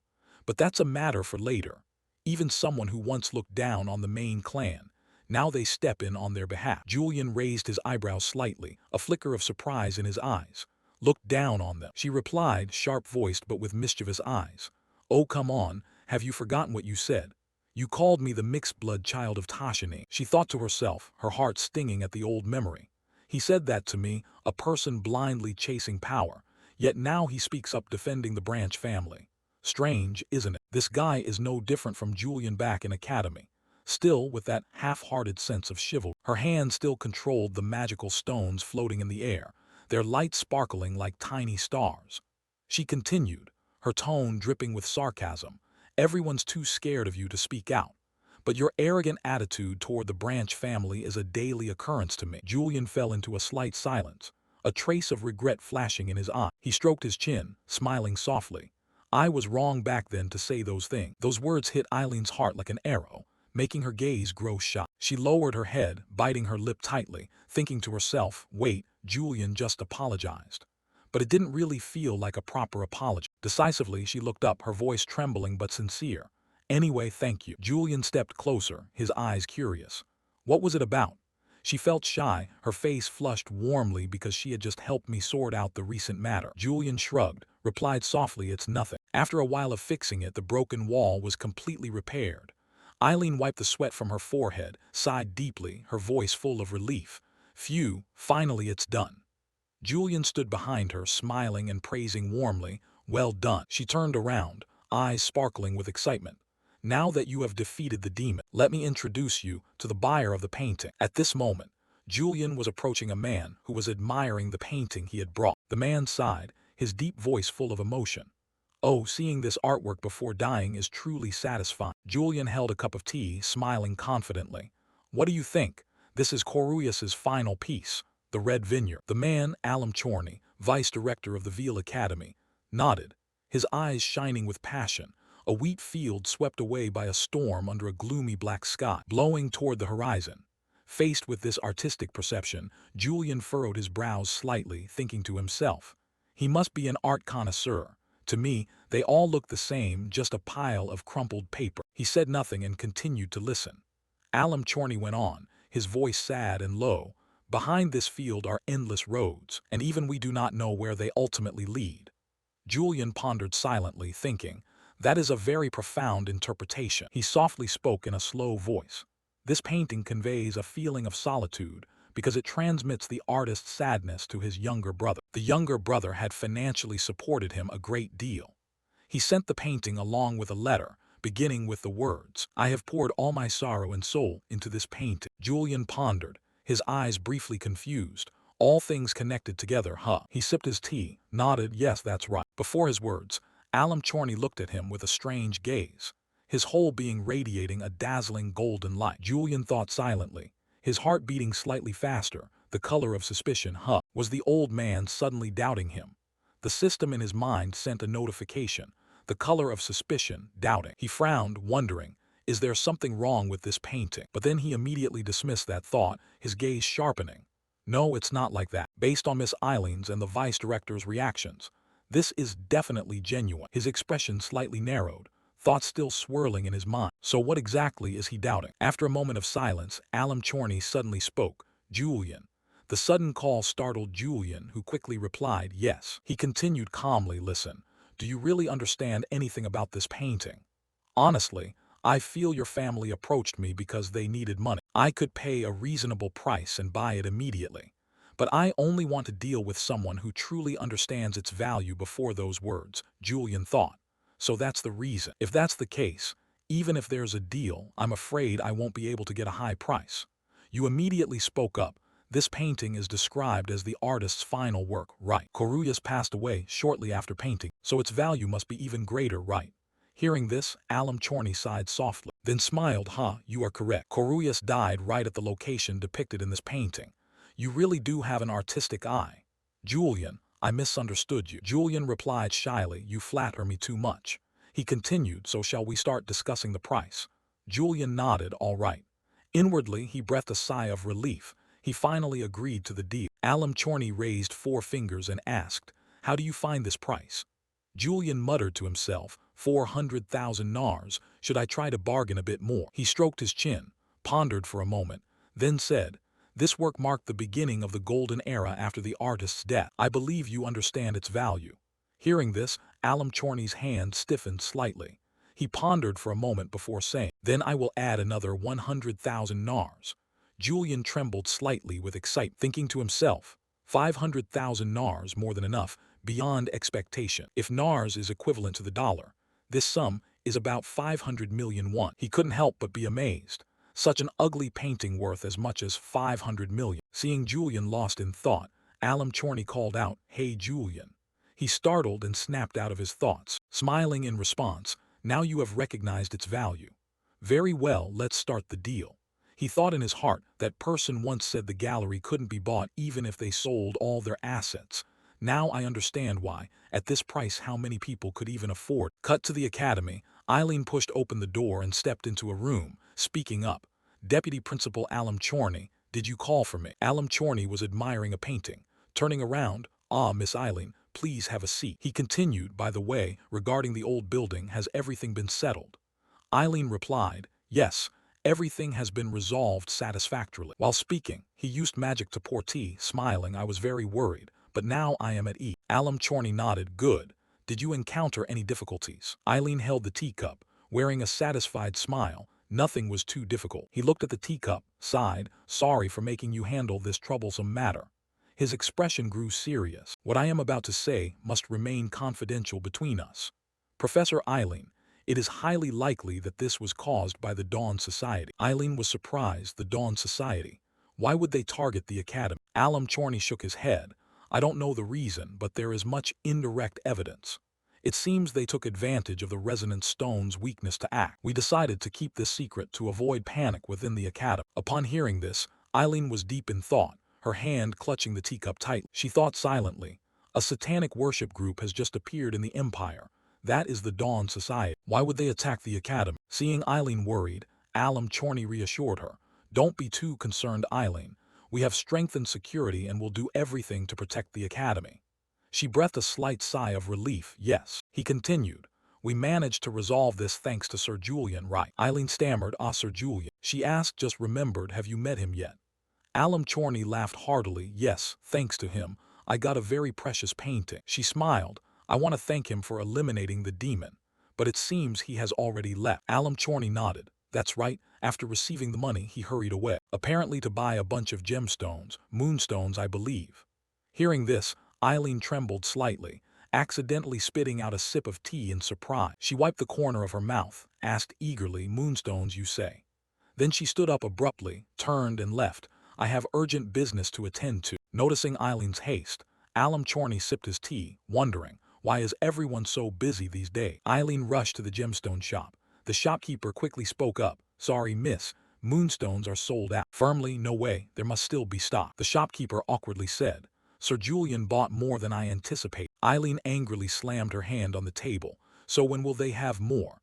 The shopkeeper stammered, "This time it will take much longer." Eileen's face darkened. She murmured, "No, I need that stone for my upcoming thesis." Her whole world seemed to collapse inside her. She cried, screamed loudly, "Julian." Scene shifts to Julian. He smiles with satisfaction. The man in front of me, a famous blacksmith nicknamed the Vague Flame, held the moonstone and asked, "Do you want me to forge a sword from this gemstone?"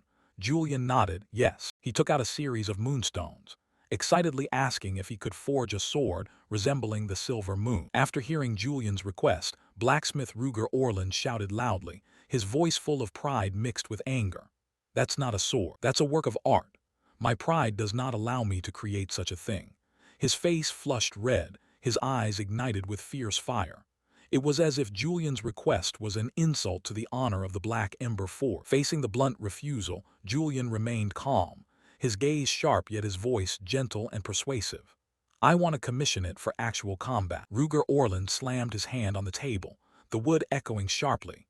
His voice resolute, "No, that is merely a luxury item." He pointed at the design before him, eyes blazing with contempt, "Bringing this design here.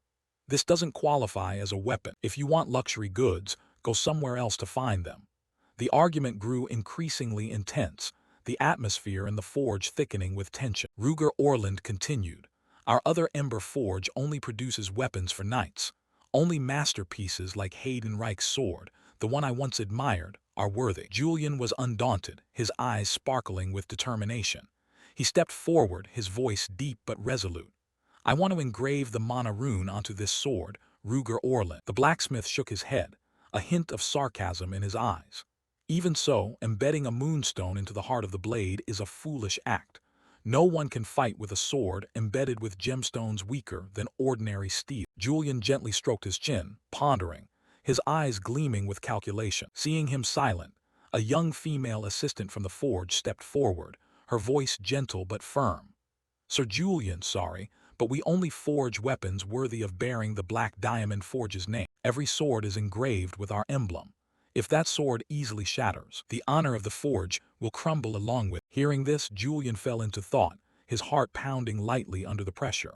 He silently said to himself, this is troublesome. I really want it forged here, because this is where Haydenreich's sword was made. After a moment of consideration, he raised his hand, his voice steel strong.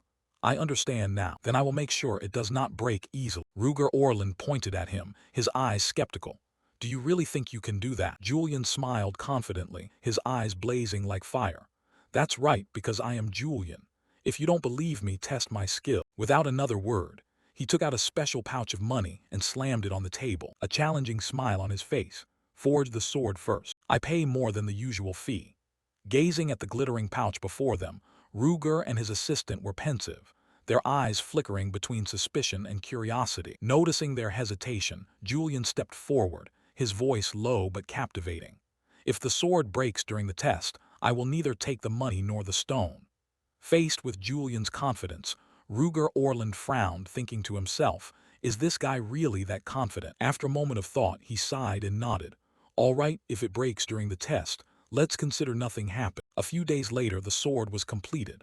Ruger brought it out, his eyes shining with a mixture of pride and doubt. Here it is. The best blacksmiths worked day and night. We failed many times before finally succeeding. He looked at Julian, inquiring, do you really intend to use it as a weapon? Julian held the sword. The light from the blade reflected on his face, making his eyes sparkle. He activated the perfect sword technique, a surge of mana gushing from the blade like a storm of energy. He nodded confidently, of course. Now let's begin the test. Scene cuts to the street. A crowd gathered on the street, the murmurs rising like crashing waves. Julian glanced around, momentarily surprised, exclaiming, so many people here. His assistant looked at him, her face faintly flushed, shyly saying, well, everyone wants to watch, but if you're uncomfortable, we can ask them to leave. Julian laughed heartily, confidence radiating in every gesture. No need. Ruger Orland brought out a set of iron armor, striking it hard, his voice full of challenge. Sir Julian, this armor was specially prepared for the trial. It's not ordinary armor. Julian looked at the shining armor before him, nodded, his eyes gleaming with excitement. Indeed, Ruger continued proudly, it is 1 centimeter thick, nearly a solid block of steel. If you're going to try, you must do it thoroughly. He looked at Julian with sharp eyes. Come on, try cutting through this. Julian tightened his grip on the sword, a confident smile spreading across his lips. Ha ha, you've prepared well indeed. He summoned his strength. Both his body and sword radiated a massive energy like a swirling mana storm. He shouted excitedly. Of course, if the target is too easy, it wouldn't be fun. The crowd erupted into cheers. Ruger nodded, murmuring with a hint of doubt in his eyes. Is this the sword from the rumors? But even with the moonlight sword activated, such a structure couldn't withstand the strike. Julian raised the sword high. Light from the blade shimmered like rays of moonlight. He marveled, his heart pounding with excitement. This feeling was entirely different from before, as if the sword had found its own path. After a moment of contemplation, he swung the sword forcefully, slashing directly at the armor. A crack rang out. The armor shattered instantly, steel fragments scattering like metallic flower petals. The crowd erupted, amazed shouts echoing. Ruger exclaimed, his face pale, impossible. The assistant covered her mouth, stammering, her eyes full of astonishment. How could he possibly? Julian smiled with satisfaction, his eyes sparkling with pride, channeling mana surging into the sword, then letting it spin endlessly. So this is the true feeling of the moonlight sword. He gripped the sword tightly, feeling the power surge through every fiber of the metal. The assistant lowered her head, her voice trembling, without needing to go all out. The armor forged by our smithy had been shattered into pieces. Julian turned to Ruger, his smile confident. So what do you want to bring out to test next? Ruger clenched his teeth, his eyes complex and speechless as if the honor of the smithy had just been challenged by the very sword they had once despised. The source of explosive power still lingered in the sky, streams of mana sparkling like shattered moonlight in the air. Suddenly, a system panel appeared before Julian's eye. The incomplete Moonlight Sword trait had evolved into the Moonlight Sword. He smiled, his heart pounding with excitement, eyes shining with satisfaction. Had a new trait been activated? Holding the sword in his hand, Julian observed, feeling every perfect detail. He thought silently, pride welling up. I poured considerable energy into this, yet there's not a single scratch. This is a perfect sword. I've finally succeeded. The blacksmith Ruger Orland approached from behind, his eyes still showing a hint of surprise. He covered his mouth and spoke softly, his voice trembling with respect, as if I had underestimated him. Julian sheathed his sword with a decisive motion, then turned back, a confident smile spreading across his lips. Sometimes actions persuade more than words, don't they? Ruger nodded, his gaze serious, his deep voice like a warning. But remember this well, if this sword breaks, my reputation shatters with it. Swing it with that in mind. The words caused Julian to startle slightly, his heart twitching with the weight of responsibility. He turned back with a smile, his eyes sparkling with determination. Understood, I will wield it worthily. At that moment, a man stepped over to the pile of shattered armor pieces. His gaze was contemplative and full of astonishment. He bent down to pick up a piece of steel, mumbling, this specially crafted armor from the Black Flame Forge was cut so cleanly. He looked up toward Ruger with curiosity and said, "This must have been done by Julian." He turned to Lin standing nearby, his sharp eyes nodding, so he had stopped by here. Lin frowned, her eyes briefly filled with surprise. Julian had been here before. The man picked up another shard, examining it carefully, his voice thoughtful. "However, I do not sense Julian's spiritual energy here. He's not bad either. A swordsman who focuses all his spiritual power on his swordsmanship. It would be amazing if we could see him cut through this armor." Hearing this, Lin sighed, her eyes distant, thinking to herself, could it be the teacher? The teacher and the coach gently shook their heads, trying to hide the growing worry in their hearts. The man turned around, his voice deep but full of meaning. "Aren't you worried about Julian?"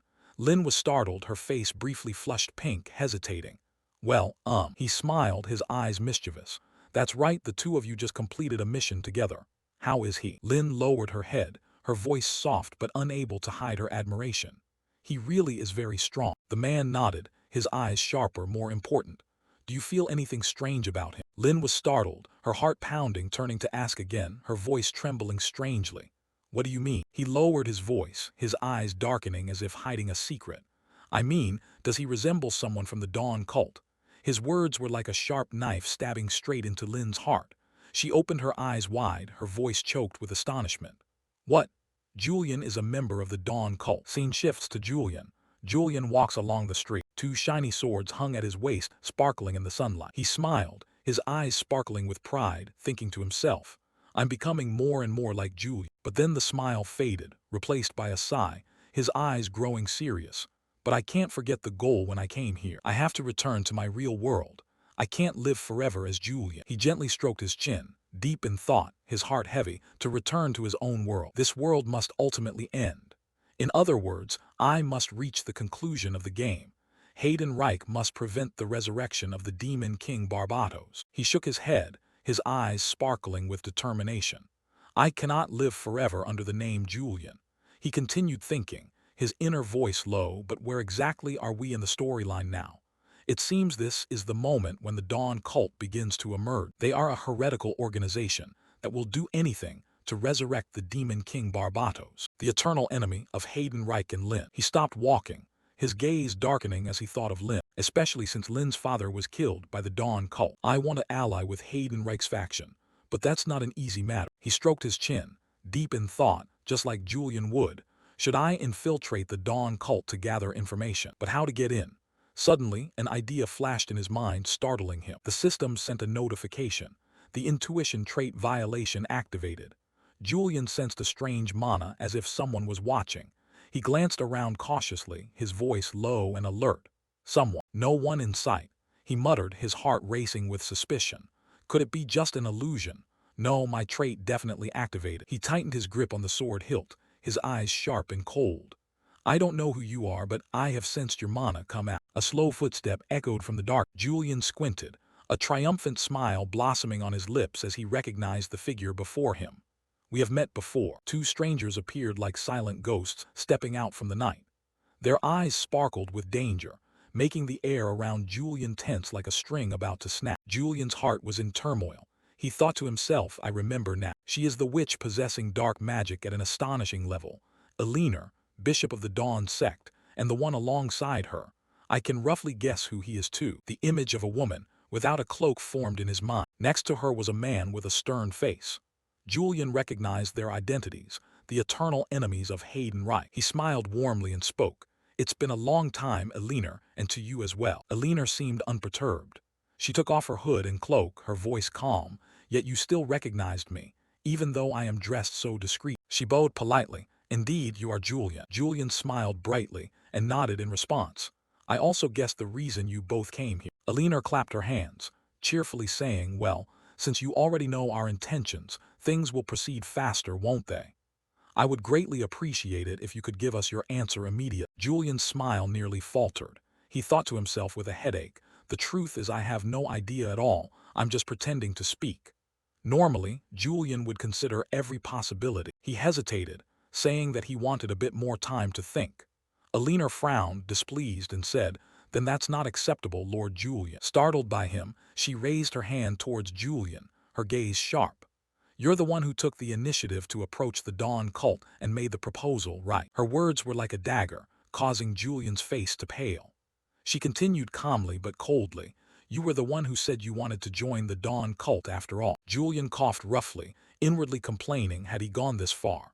Damn it, Julian muttered, cleaning up the mess you left is becoming my daily task now. He silently recalled what he knew about Eleanor, the sword that once pressed against his neck. No matter which path he took, Julian would be defeated by a foe, and he had previously been defeated by Hayden Reich. He clenched his teeth, unwilling, craving demonic power and ultimately joining the Dawn cult. Returning to the present, Julian lifted his head, his eyes blood-red, a terrifying smile spreading across his face. He painfully thought of ways to deal with the two before him, but replied calmly, there's no time limit to join, right? Around them, the architecture stood silent and deserted, the atmosphere heavy and oppressive.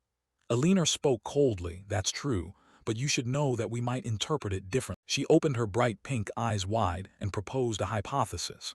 What if this is just an excuse to lure and capture us? What if you pretending to want to join is merely a trap? She pointed her finger directly at Julian, her smiling face full of veiled accusation. Julian frowned slightly, panic obvious. Damn it, they're suspicious of me, but I didn't come to investigate the Dawn cult. I truly want to join. He closed his eyes, the image of Hayden Reich appearing in his mind. If the Empire finds out about me, I'm doomed. That path will lead to the worst outcome. It felt as if Hayden Reich's stern eyes were piercing right through him. If Hayden Reich knew I joined the Dawn cult, Julian immediately imagined the worst scenario, being split in two by Hayden Reich's sword. Even if he managed to kill Hayden Reich, it would still be a disaster. Maybe I'll never leave this game world again. His mind tangled like a skein of silk, wondering how to escape this situation. Outwardly, Julian forced a smile. I didn't expect to be suspected to this extent. Eleanor crossed her arms and looked at him coldly. You know too much.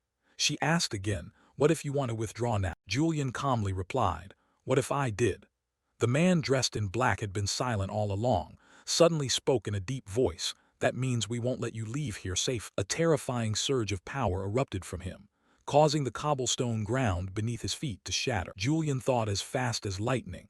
A Bishop Star, member of the Dawn cult's combat squad, superior to ordinary knights. The man clenched his fist beneath his cloak, then threw the cloak away. His eyes flashed, he roared, you better decide quickly, otherwise I, Pelkor, will crush you. He pointed at the large scar on his face. Remember this scar? The scar you left on me still hurts. Julian felt distraught, thinking silently, so it's you again, Julian. I'm getting more and more tired of the trouble you caused. He responded calmly, in a provocative tone, sorry. I don't have the habit of remembering the faces of weaker opponents. This made Pelkor furious, veins bulging on his face. He laughed madly, ha ha ha. Julian tried to keep calm, the provocative smile on his face, but inside he felt uneasy. Talking to act tough only made Julian take more hits. Suddenly, Pelkor's massive figure vanished in the blink of an eye. He appeared right behind Julian. Julian only had time to turn his head and glare at him. Pelkor's fist roared, Let's see how long you can keep calm. The system immediately notified that the innate swordsman trait was activated. In the moment, Julian drew his sword to block Pelkor's fist. His face turned pale as he thought, damn. I grabbed the wrong old iron sword instead of the moonlight sword. The moonlight sword was still hanging at his waist. He told himself his memory was crap. Now he just had to hold out as long as possible. Pelkor's fist unleashed tremendous power. Julian quickly counterattacked, but Pelkor leaned sideways to dodge the sword. The sword in Julian's hand began to crack like a spiderweb. Unable to hold out much longer, he backed away thinking this was bad, too dangerous. He had to retreat and regroup, but Pelkor realized the intention. He bared his teeth in a grin. In a flash, he lunged right in front of Julian, arm raised, poised to strike. A punch full of power knocked Julian against the wall, stones crumbling and scattering everywhere. The pain made him cry out. Leaning against the cracked wall, head bowed, Julian heard Pelkor's harsh laughter. So how does it feel to be defeated by a nobody, Julian? The sword in his hand was now nothing but the hilt. Julian sighed, unwilling to accept this. A blazing red power burst forth around his body. Julian slowly stood up, growled, I'm sick of enduring things I didn't cause. His resilience stunned even Pelkor, who stared in disbelief. Huh, you still have the strength to move. Elinor noticed something unusual and hurriedly shouted, Wait, Pelkor, something's not right. The system notified that your mood is rising to its peak. Darkness shadowed half of Julian's face. He pushed himself upright, sighed, looked up, his eyes flashing a terrifying red light, his voice low. How troublesome. The system continued. The unique ability of the awakened eyes has been activated. Julian's whole body seemed to blaze with furious flames. He quietly drew his sword from its sheath, the steel gleaming coldly, each step forward carrying an overwhelming aura. Pelkor saw the sword emitting a blazing red flame and thought to himself. His aura suddenly changed.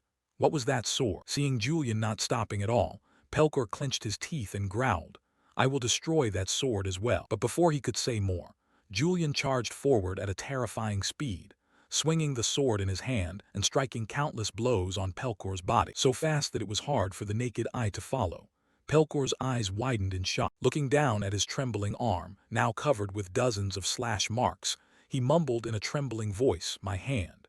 He screamed in unbearable pain, but Julian paid no attention to that pitiful scream. His eyes became mad as if caught in a rage. He continued to charge, attacking relentlessly. Pelkor, despite the pain, gritted his teeth, clenched his fist tightly and threw a punch straight at Julian's face, shouting loudly, how dare you?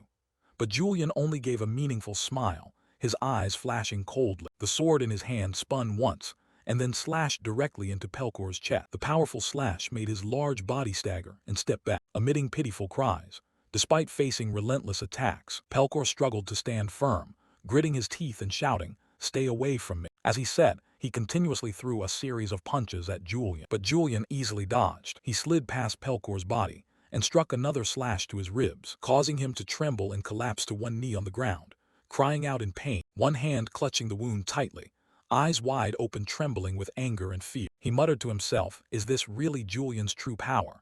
He truly is a monster. Julian remained in a heightened combat state, looking at the blood splattered on the ground in Pelkor's stunned face. He thought to himself. A strange feeling arose, the blood, the sensation of flesh and bone being torn apart, and that pure terrified face. What is this feeling? Why do I feel so excited? The system suddenly announced that eye-opening can only be used by those with fox eyes.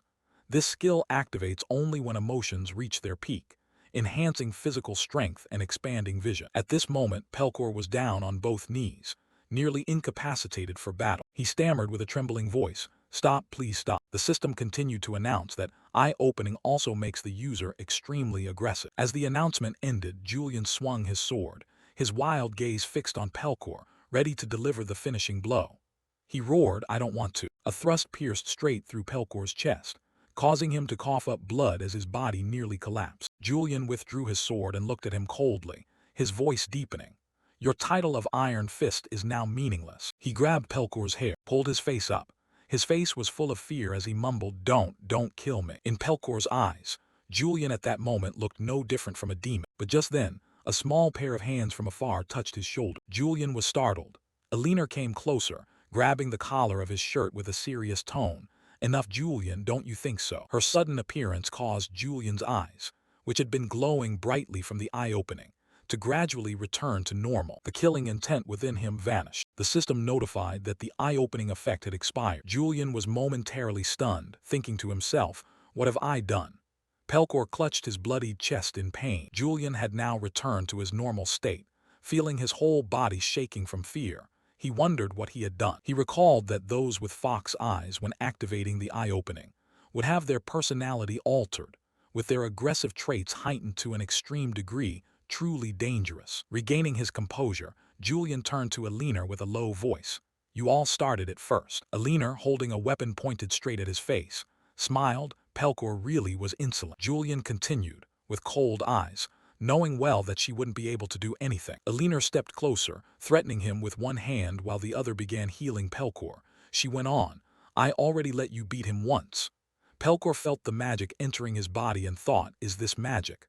I can't move." Alina whispered closely into Julian's ear, "But after witnessing this battle, I admire you even more." She smiled and made a proposal. "Why don't we cooperate?" The system notified the characteristic beauty mark is easily favored by the opposite sex. Julian pondered silently without responding immediately. Alina continued, "You won't lose anything at all." Julian turned and placed his hand on her shoulder, replying, "What you say is true, but I still want to think about it a little more." After speaking, he turned his back and walked away. Alina watched his figure as he walked away, muttering that her inherent traits still had no effect on him. She turned to Pelkor, who had now stood up despite still being in pain. "So, Pelkor, is there anything different about him?" Pelkor stammered, "He is indeed stronger." Alina nodded, her voice low. "I knew it. The amnesia story is definitely a lie. This is personal, so don't tell the other bishops about it." Pelkor nodded, "Of course." Alina watched Julian's departing figure, sighed, thinking to herself that as expected, her traits had no effect on him. Back with Julian, he returned home, his body still trembling. Looking at his hand, he thought silently about the eye-opening trait that had helped him escape that place. But he couldn't rely on such an unstable trait. He rubbed his head, cursing silently. What should he do now? If he sided with the Dawn cult, Hayden would kill him, and he would never be able to return to the original world again. But if he opposed the Dawn cult, certainly one of them would kill him. A subtle smile gradually appeared on his face. Perhaps he really had to join the Dawn cult. He would gather as much information as possible, and then prevent the resurrection of the demon god. That was the only way to return to the original world. Scene transition to Genmal Monastery. Julian walked with a calm yet determined demeanor. As he stepped in, he thought to himself, the Sun Church, the largest congregation on the continent of Rosenda, a monastery affiliated with it. Not ordinary at all. The moment he set foot inside, the people around immediately stirred. Some whispered, "Has the holy war genius come here again?" Another group trembled, their voices full of worry. He must have come to eliminate someone this time. But Julian did not bring about any gossip.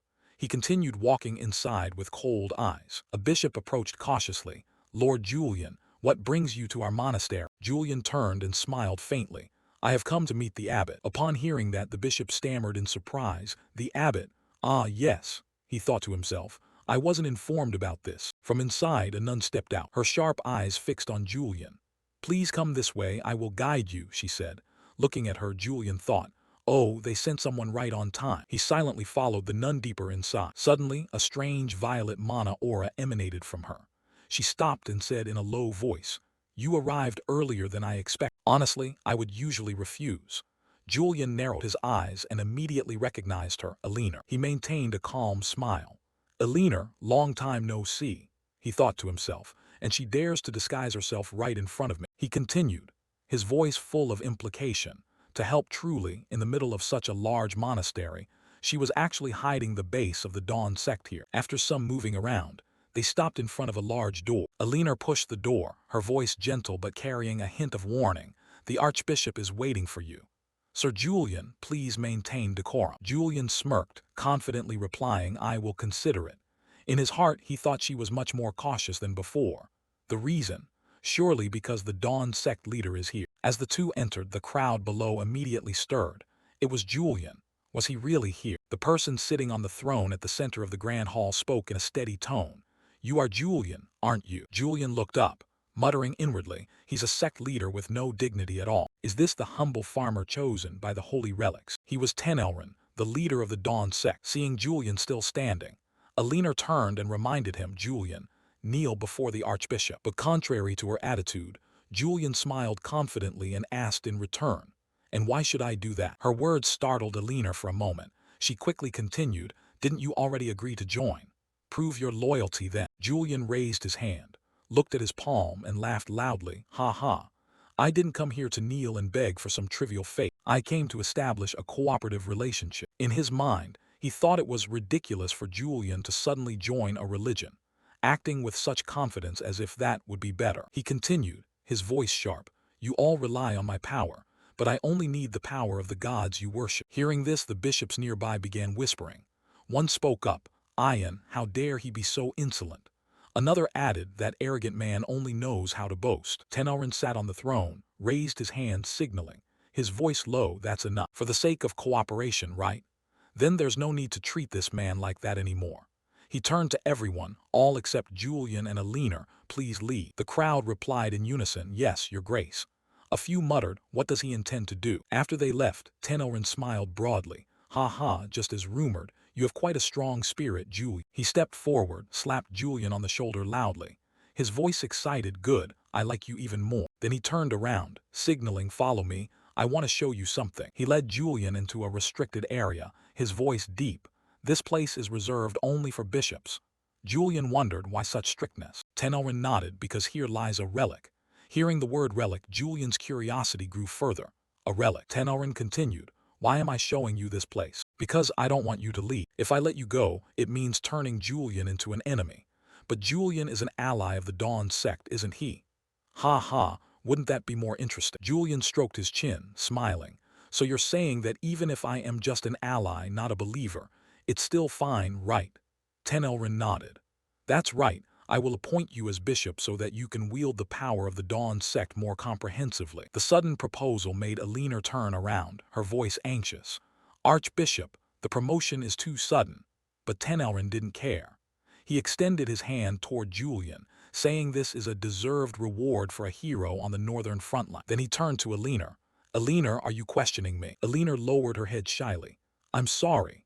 Tenorin looked back at Julian, laughing heartily. "Ha ha, so Julian, are you satisfied with this arrangement?" Julian smiled. "Thank you, Your Excellency, Archbishop." The group moved deeper inside. In the middle of the room, a bright red fountain was flowing. Alina turned to Julian with a smile. "Ha ha, well, since you have come all the way here, I'll show you something more." Tenorin approached the fountain, under Julian's astonished gaze. He spoke up, "That golden goblet, is that a holy relic?" Tenorin nodded. "Yes, it is the great treasure that has chosen me." Julian looked at the goblet, thinking to himself, "This is a sacred relic, the origin of the demon god, an object capable of materializing the will of the demon Lord Barbatos." Tenorin raised his hand hot. A stream of deep red water shot straight from the goblet into his hand, holding some black object. He turned to Julian. "It seemed like I've seen you somewhere before." Julian looked at the object in his hand and guessed it was a horn of the demon tribe. Tenorin nodded excitedly, "Precisely. Through this sacred relic, I can forge demon horns, whose source of power is truly impressive." Julian thought to himself, "This is the first time I've seen how to forge a demon horn, but I clearly understand the true nature of this sacred relic, and the impact the horn would have if I used it." Alina spoke up, pulling him out of his thoughts. Julian smiled and replied, "Ah, right, very interesting. A demon horn." He stepped forward, pointed at it, and asked, "So if I use this horn, can I harness the power of the demon god?" Tenorin nodded, "Exactly." Julian continued with determination in his voice, "Then clearly I have come to the right place. This horn will certainly become a stepping stone for my dream." Tenorin's expression became excited. He shouted, "If you say so, then take it. From now on, this horn will be yours."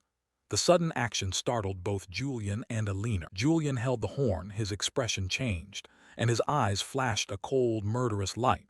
He thought to himself, "Does he intend to give me this so easily?" Tenorin continued, "A great many demons must be sacrificed to create one horn, requiring lots of materials, but the power obtained is worthy of what we invest." Then he stepped forward and placed his hand on Julian's shoulder, continuing, "I wonder how powerful it will be in your hands." As he spoke, a knowing smile played at the corner of his mouth. It might even surpass the sacred sword. He kept staring at the horn, thinking that he knew very well the power this horn could bring, and even the demon with a human form was created from it. Instead of saying it borrows demonic power, It's more accurate to say it becomes a part of the demon. He didn't even want to imagine himself turning into that kind of thing anymore. His eyes narrowed slightly. Messy thoughts. So now what should I do to be able to refuse this? Eleanor stepped forward from behind and spoke up. Your Excellency Archbishop, in my opinion, it is still too early to entrust him with this horn. Tenorin glanced at her and asked, too early, huh? She sighed and replied, yes, he has not officially joined us yet, and the horn is the root of power in this organization. If we give it away so easily, other members surely won't look on this matter favorably. He asked again, oh, is that so? Julian behind had heard the whole conversation. Then he spoke up, for now I will return it. This isn't the reason I decided to come here. Taking back the horn, Tenorin complimented. So it turns out you're more thoughtful than I expected, but it seems some more persuasion is needed for a leaner. Can I ask you for a favor? He asked curiously. What is it? He continued. But you probably already know that the main raw material for making horns can only be extracted from the hearts of demons that have at least 3 horns. It is also a vessel containing the lingering will of the demon god. Please bring them to me. Of course, that won't be easy for you. Hearing this proposal, sweat poured down his face. He asked again, going to hunt 3-horned demons without an order from the royal family. Even for me, that's too suspicious. Sensing his worry, he immediately reassured him, you don't need to worry about that. We will handle it for you. Scene shifts to a few days later, at a train station. Julian sat inside the train carriage, his eyes gazing outside. He thought to himself, what just happened? The Archbishop accepted me as a member of the sect and even appointed me as a bishop. Just after joining, I was ordered to hunt 3-horned demons. It seems they have someone disguised within the royal family already. This organization is no longer just a secret sect, but more like an entire nation. This time, it's truly troublesome. At this moment, Heron beside him interrupted his thoughts. Fortunately, there's a public transportation system connecting the cities, he said with an extremely cheerful face. Hearing that, he nodded in agreement. Yes, then thought to himself, I almost forgot this name. Then he asked, aren't you also going to Berniden? Heron was startled and replied, yes, that is the place where the festival of the sun god's ascendance takes place, and I will represent the Criffart family to attend. When you complete your mission, you must take time to enjoy this festival, he said in a very bashful tone despite trying to start a conversation. Seeing his attitude, he thought to himself, for now just nod to get it over with, halting his thoughts. He then nodded and replied, all right. If I have time, I will drop by. His cold words accompanied by a terrifying expression made Heron turn pale with fear. This made him smirk slightly, thinking to himself, obviously he is still afraid of me. Then from inside the train car, a voice announced, next station Berniden, we have arrived. As soon as the train stopped, the two of them moved forward to say their goodbyes. Heron spoke up, then I'll go ahead now. He nodded in response, all right Heron. Just as he started to walk away, he turned back and added, I'm just saying this in case. Don't pick a fight with Marquis Orenil. With this advice from him, he smiled faintly and then turned to leave. Seeing no response, Heron continued, he used to be very close to the Highlands family that you wiped out, so he won't like you at all. Julian's expression darkened and he said coldly, I know. Then he thought to himself, thanks to Heron. It seems I have one more thing to worry about now, but since I only came here to eliminate demons, I probably won't encounter him. As soon as I arrived at the meeting point, a cold voice spoke while looking at me, asking to please postpone the mission. This made Julian very curious, and he asked back, why is that? The person continued, right now we are restricting access to Purun Forest, only allowing members of the Sun Church to prepare for the Ascension Festival. Then he reminded, the 3-horned demon is in that forest. The Ascension Festival will be disrupted. This made the other person very curious, asking back, but it still hasn't appeared yet, right? Then he threatened, do you intend to disobey the royal command? This made him pause for a moment before replying, that's why I asked you to postpone your mission. The Ascension Festival is the pride of this city. We cannot allow it to be destroyed by a demon that hasn't done anything yet. If the festival is cancelled because of an elimination mission, can you take responsibility? He kept talking straight without listening to reason. What if the demon appears during the festival, he thought to himself. The other person said, the festival will be held in a week, so why not wait until after that? No matter how cold you are, I thought you would enjoy the festival. These words made him narrow his eyes slightly and look straight at. Then from outside the door, a clear voice rang out, Dad. This voice caught Julian's attention. He quietly turned his head to look back, which caused the other person to startle briefly. Seeing his daughter step forward, he immediately called out to Terina. Then the little girl moved toward Julian and asked curiously, "Dad, who is this person? He's so handsome." Looking at the little girl below, he thought to himself, surely she is Mr. Orenil's daughter. As soon as he saw his daughter getting close to Julian, Orenil shouted loudly, "Stay away from him, come here quickly." These words made the little girl very scared, and she ran quickly to his side. Seeing this, he thought to himself, "Do you really think I would lay a hand on a child?" Then he seemed to realize something. He immediately used his power and discovered that both father and son were emitting an aura of fear. Along with that, at this moment, Orenil's whole body was trembling intensely. Then he smiled, looking at the father and son, and said, "Well then, we will continue this conversation another day." After speaking, he turned and left, leaving the two father and son bewildered in the room. Just after stepping outside, he gently brushed his hand over his face, sighed deeply. Then from a distance 2 people approached. The young man with black hair asked, "Is that Julian? How did it go?" He looked towards them, sighed, then replied, "He is very determined. I cannot postpone this mission any longer." This made the blue-haired guy beside him very curious. "Is that so?" The black-haired guy continued. "Should we summon the Shut Eyes members from the forest?" He immediately shook his head to refuse. "No, just leave them there. The festival will no longer go as planned." This caused the 2 of them to startle slightly and shout, "So that means this place, Berniden, is where most players encounter a 3-horned demon for the first time." A 3-horned demon is not only powerful. He imagined the image of a very terrifying 3-horned demon in his mind. He gently stroked his chin and then said, "The festival could turn into a complete season of chaos. The more horns there are, the stronger the demon is, and the more special abilities it possesses. A demon with 3 or more horns is named based on its abilities. One of them is Hamelin. Hamelin is a corrosive demon that turns the place it roots into its own fortress.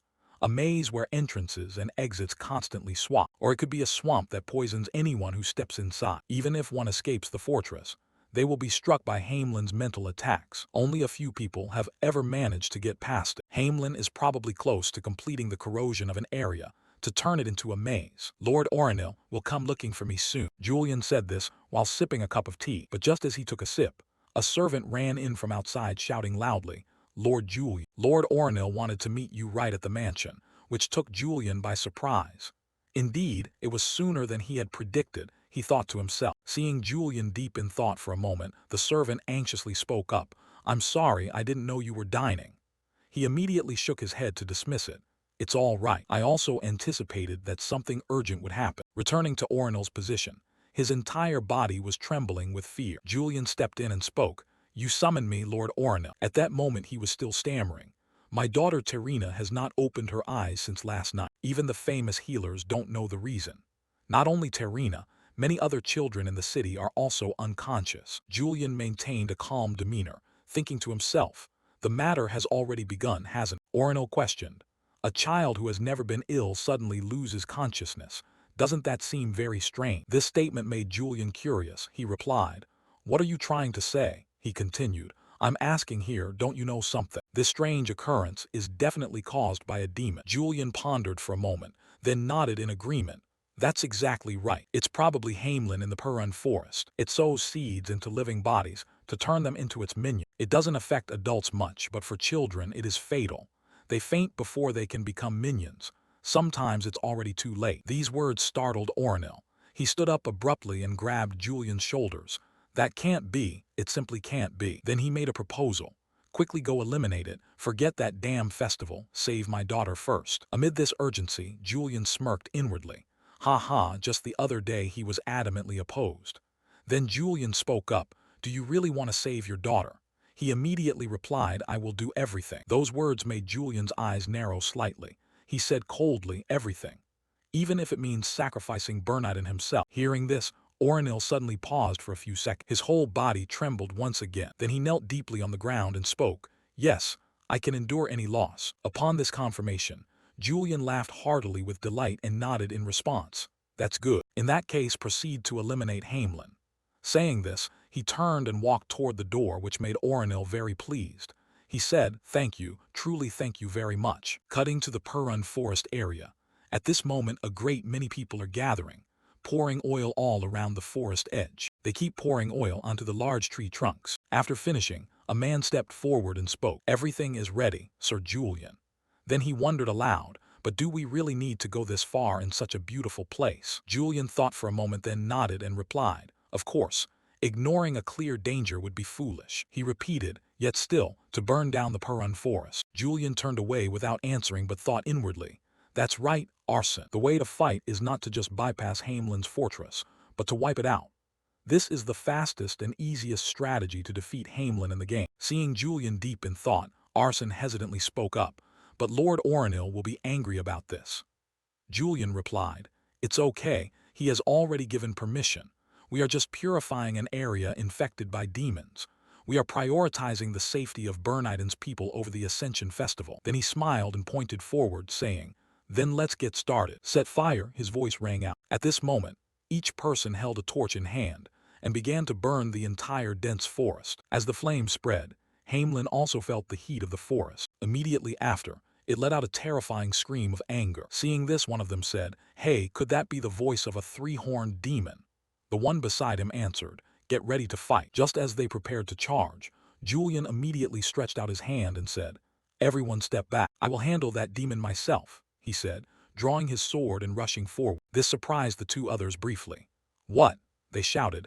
Do you mean you want to face a three-horned demon alone? Julian smiled and said, yes. Then he reminded them, the rest would only get in my way. His hand tightened around the sword as he started moving deeper into the burning forest. Each step carried with it overflowing confidence. Looking at the scene ahead, he quietly covered his mouth with his hand, smiled and spoke. It was a truly fascinating and terrifying sight. In front of him now stood the Hamelin monster, glaring at him with immense anger. Immediately after, it swung its arm and delivered a powerful strike directly where he was standing, causing the ground to shatter.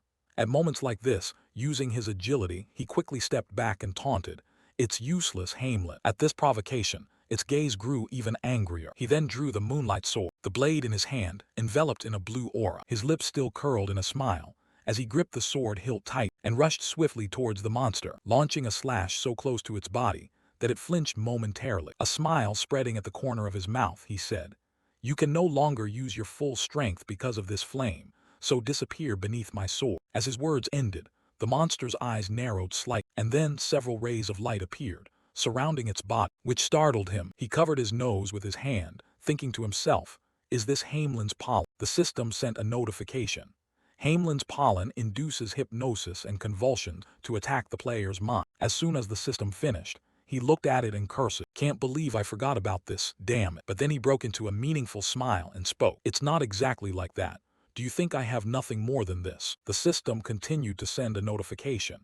You have resisted the attack on Hamelin's mind. Seeing that the opponent could withstand this attack, the monster was startled for a moment, his entire body now enveloped in a thick aura. The system sent a notification.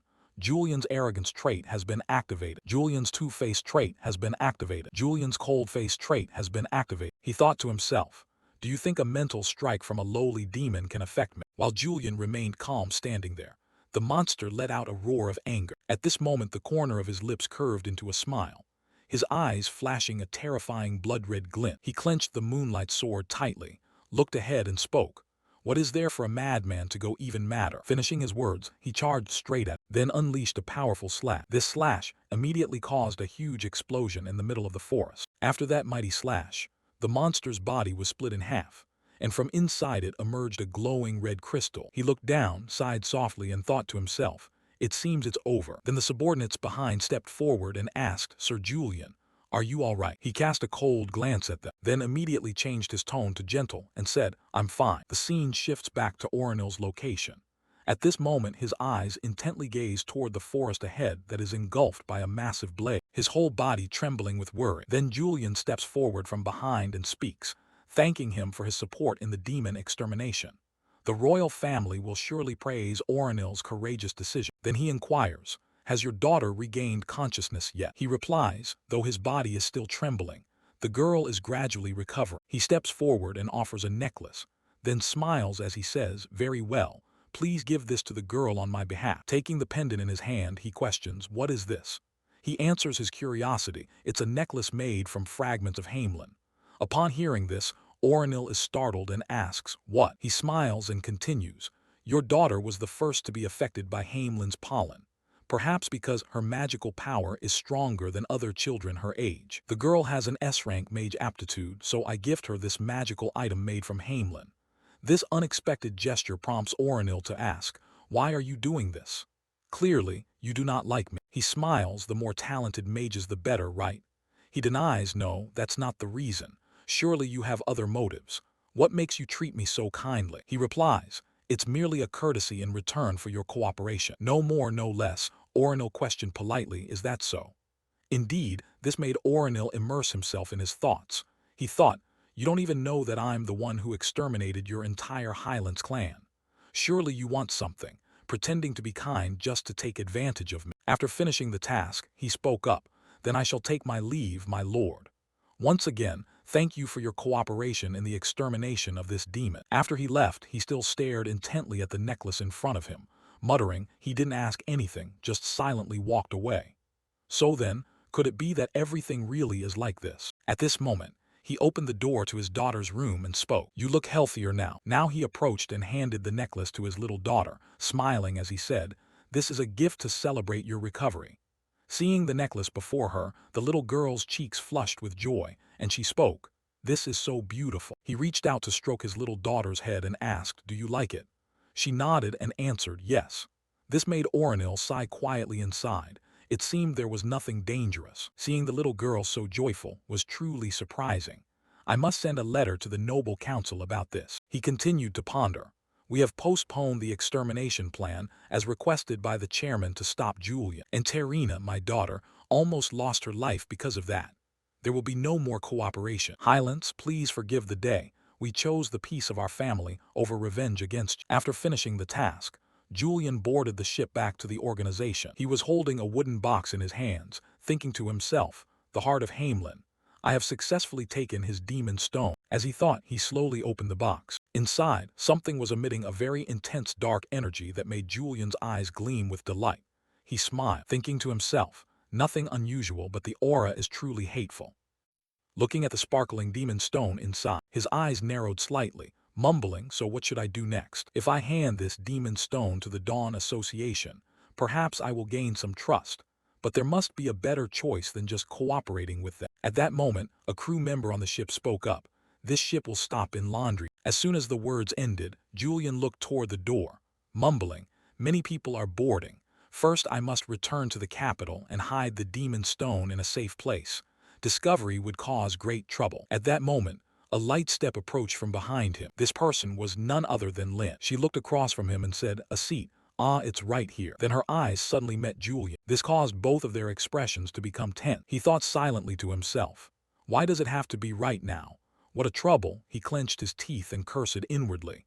And to make matters worse, it was someone from Hayden's faction.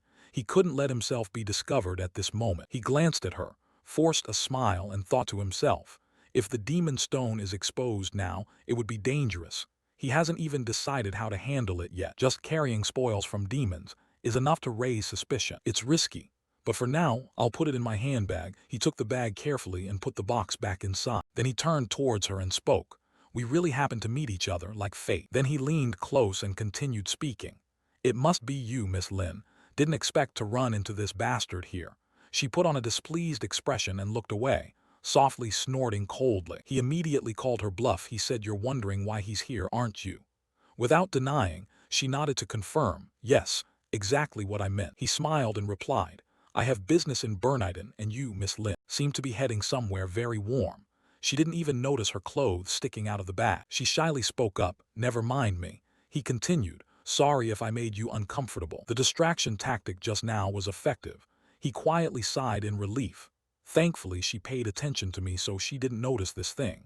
If an upright knight saw an item related to the Demon King, who knows what would happen next? But then the girl immediately called out Julian's name, which startled him, thinking to himself, has she realized already? She looked at him with suspicious eyes and said, the more I think about it, the stranger it seems. He questioned her, what do you mean? She glanced at him with doubtful eyes. Isn't this a bit too coincidental? Hey, aren't you following me? Hearing this, Julian sighed with relief inside, then responded warmly, unfortunately, this trip wasn't arranged by me. It was organized by the royal secretaries. If that's the case, Aren't you the one watching me? This unexpected counterattack made Lin startle and stammer. What did you just say? He snorted coldly and continued, there's no need to react so excessively. These words made the girl shyly turn her face away.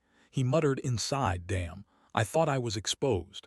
I must quickly hide it somewhere safe. If I had known it would be like this, I wouldn't have taken out the ruby. Suddenly, Lin gave him a cold look and asked, that jewel box seems important to you, doesn't it? This remark made Julian flinch in surprise. She continued, you keep fondling it endlessly. He didn't respond immediately but thought quietly to himself. Has she realized already? After finishing his thought, he stammered out, this is just an ordinary jewel box. These awkward words made the girl look at him suspiciously. Then she spoke up, living in such degradation, isn't it? I've also heard that your sword requires a gem stone. Seeing that she hadn't recognized it yet, he sighed with quiet joy inside. Then he turned back and smiled, saying, ha ha, isn't more jewels always better? As he spoke, he carefully put the box into his suitcase, but suddenly the train stopped abruptly, causing him to lurch forward. He silently cursed in his heart. Why must there be an emergency stop right now? The train speaker announced, we apologize to all passengers. Due to heavy rain, the train must make an emergency stop. As the announcement ended, the box of jewels slipped from his hand, falling straight to the ground. Looking at the gem stone rolling outside, he grieved inwardly. This time it's over for me. Immediately, she bent down and picked up the gem stone in her hand, then gave him a cold look. He quickly spoke, please return it to me. Thinking to himself, she definitely knows it's a gem stone, so what will become of me? She stared at the jewel and continued, it lacks any vitality. What a pity that someone so enamored with precious stones like you doesn't even know how to cherish them. As she spoke, she placed the jewel back into the box, then handed it back to him. Here. Receiving the box, he let out a quiet sigh of relief, thinking to himself, could it be that the Hayden faction still doesn't know about the gem stone? Put the box back into the suitcase. At this point, his whole body was still trembling with fear. He muttered to himself, as if he had just lost 10 years of his life. Indeed, moments like these are when an expressionless face truly proves useful. At the end of the journey, he approached her and said, this train is more comfortable than a horse carriage, but sitting too long is still a bit tiring. Suddenly saying these rambling words was not without reason. The rain that had been like a drizzle just now suddenly stopped completely, causing his heart to keep pounding. His mouth kept rambling on and on. The girl also responded casually, yeah, this companion is really troublesome. It's like being in hell. He stepped forward, slightly tilted his head and smiled really. I'm just quite happy to have someone to talk to, he continued thinking. I don't even know what the hell I'm saying anymore. Then a servant came over from a distance, respectfully bowed, and said, Miss, you have arrived. The carriage is ready to take you straight to the academy dormitory. She nodded in reply, thank you. He then turned to leave, thinking to himself, I have to make a quick getaway. Then he waved goodbye. Well then, I'll take my leave first. Miss Lin. Just as he was about to leave, the girl called after him. Ah, please wait a moment, Sir Julian. His voice gradually became tense. What is it? Speak quickly, he continued thinking. Could it be that she already knows about the jewel? After a moment of contemplation, she spoke up. I want to thank you for what you did in the slum area. This is not a thank you from me, but gratitude from a swordsman. Another terrifying close call comes to him. He sighs softly and then speaks. Is that so? But we are students. Followers of Hayden Reich. She shakes her head repeatedly denying, no sir, you have been expelled. Then he turns and leaves speaking. She remains cold as always. Watching his back as he leaves, she turns to the servant and says, let's go now. The servant nods in response. Yes, miss. Scene shifts to the next day at Shut Eyes.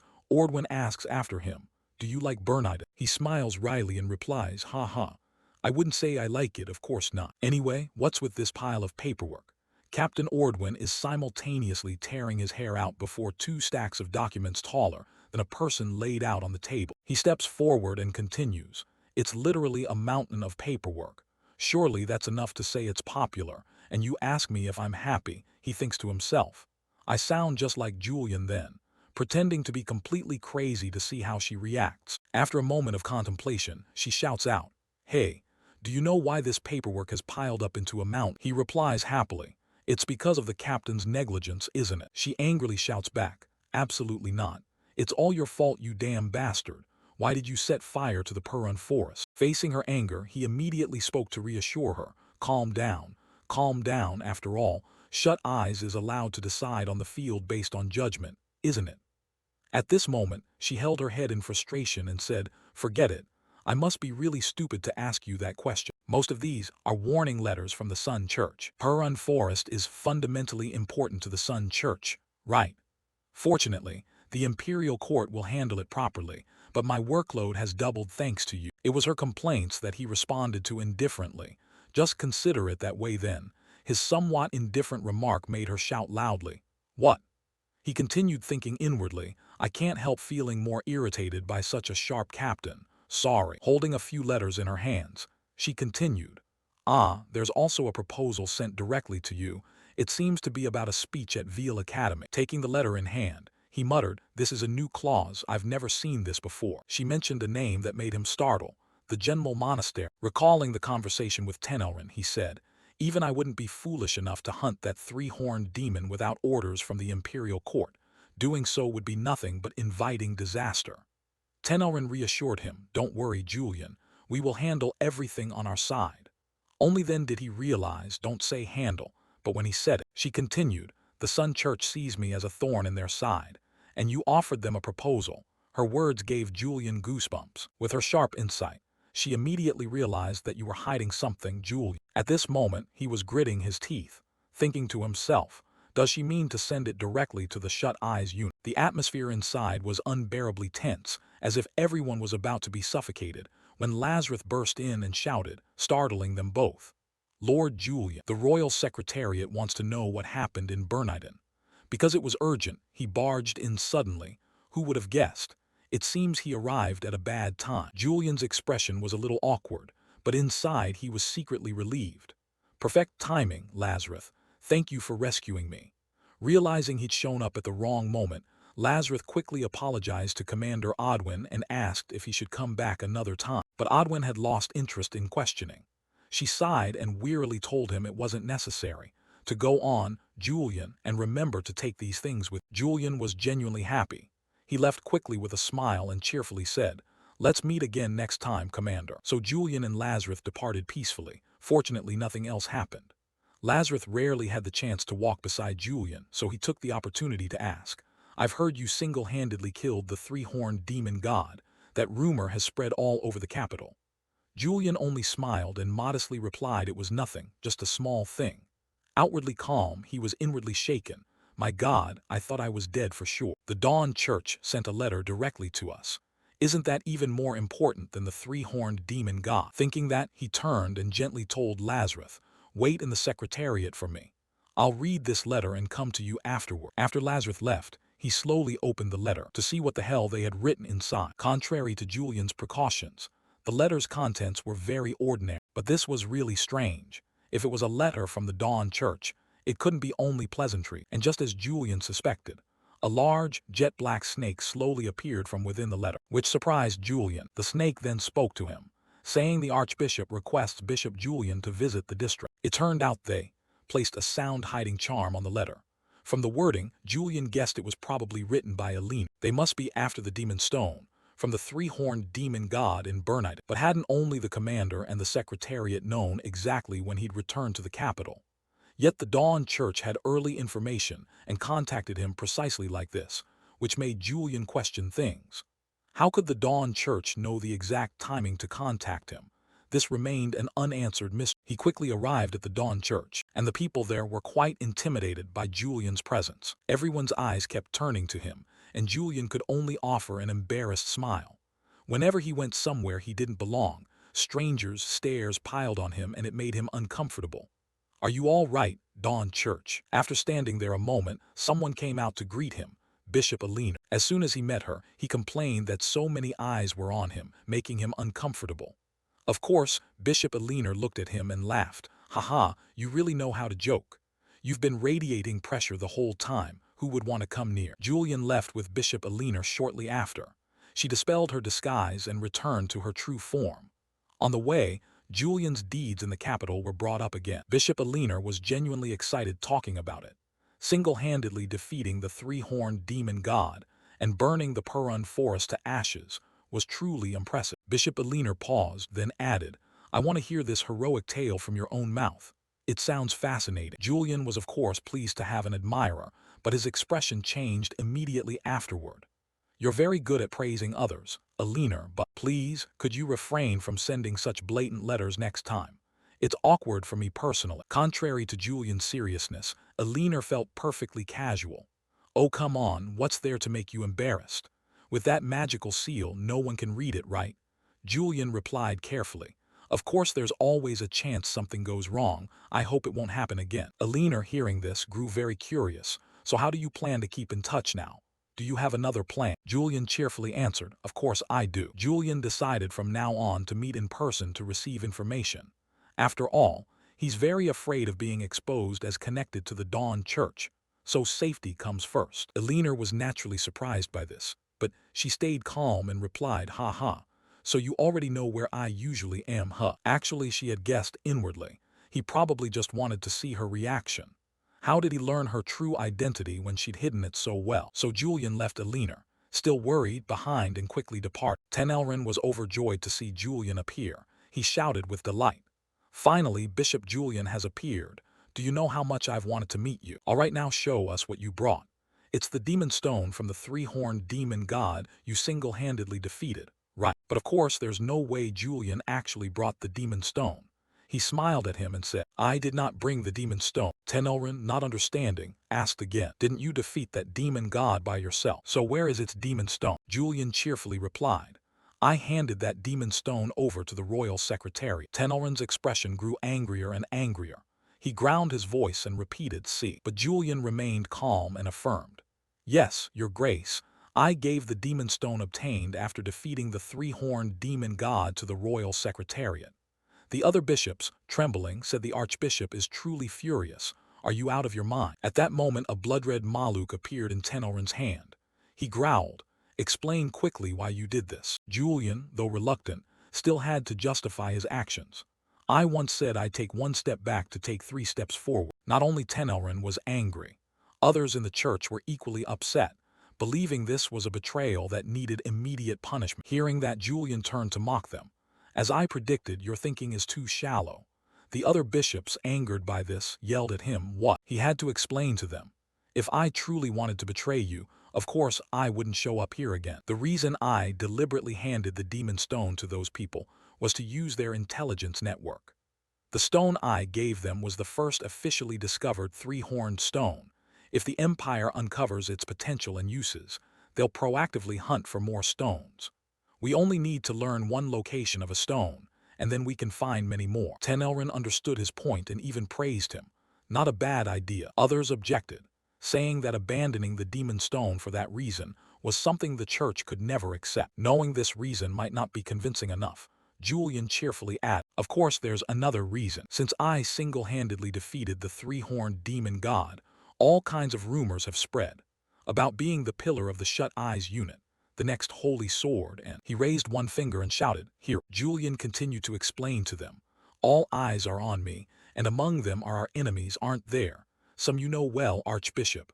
Don't you want to know who is plotting against us? Those in the Dawn Church recoiled at this. He's just babbling nonsense. Archbishop, drag him out quickly. Seeing them ready to attack, he prepared to respond, placing his hand on his sword and calling out loud, planning to face me. Interesting. Then come at me. At that moment, a blue power began to swirl around his blade. Tenelrin, standing nearby and seeing conflict about to erupt, shouted, wait, who has intervened in this matter? At that moment, a fearless bishop lunged forward to strike Julian, but Julian blocked the blow. Julian then shoved him aside and counterattacked. Rushing forward, he drove his blade into the man's belt. The bishop took the hit and spat blood on the spot. After defeating the bishop, Julian stood proudly there and smiled. He looked down at the body, lying on the ground. After finishing the bishop, he calmly told them, if you want to know, I'll tell you. It was my former master, the holy swordsman Hayden Wright. That name should sound very familiar, right? Rage exploded violently. The archbishop hissed through clenched teeth, surrounded by a red aura like scorching flames. It seemed Urian's words had truly hit this man's limit. Meanwhile, Urian kept his signature fox-eyed smile. He was secretly pleased that his plan to manipulate the relationship between the Dawn Order and the Holy Swords was going even smoother than expected. The one who did this to my face. The archbishop roared with hatred. His clenched fist trembled, revealing that the scar on his face was an unforgettable pain. Seeing that bitter expression, Urian merely watched calmly from behind. He thought to himself that the mask wasn't just for show, it truly concealed a resentful secret. With a sarcastic tone, Urian continued to sow doubt. He played the innocent man worried about being investigated, making the other side trust his lies even more. The bait took. The masked man was shocked by the truth Urian revealed. He believed his cold-blooded former master would never trust anyone, not even an old disciple. A handshake was made, marking a new alliance founded on deception. Power and hatred officially bound these two together. Urian, now I understand why you joined the Dawn Order, the Archbishop said, fully convinced, thinking he'd found a like-minded ally. But behind the narrowed eyes and courteous smile lay utter contempt. Urian secretly mocked how completely the other had misunderstood his true purpose. Scene change. The steady tapping of fingers on a wooden desk echoed in the quiet study. Back to his usual calm, Urian told himself that at least he'd quelled the immediate trouble. But the long game still held many challenges ahead. He knew he had to play both sides, the Dawn Order and the Empire, perfectly to bring this game to an end. But first, there was a small task to handle. Urian sensed a shadowy presence, always lurking around him. It seemed someone was watching his every move, without realizing they'd been exposed. At first he intended to ignore it, but the watcher kept leaving more and more sloppy traces, like a rookie spy trying too hard. A cold smile appeared in the darkness. Urian had guessed the identity of the one secretly following him. And it was. The door burst open, cutting through Urian's thoughts. A figure appeared, bringing an atmosphere completely at odds with the tension from before. It was Lazrat, the apprentice with an ever-cheerful face. He dashed in to report a new directive from the Secretariat, entirely unaware he was about to step into a verbal trap. Urian kept up a polite, fake demeanor and told Lazrat to set the scroll on the table. Inside, he watched the boy's smallest movements. As Lazrat's hand set the directive down, Urian readied himself for the interrogation. He wanted to see how long that innocent mask would hold, trying to slip away early.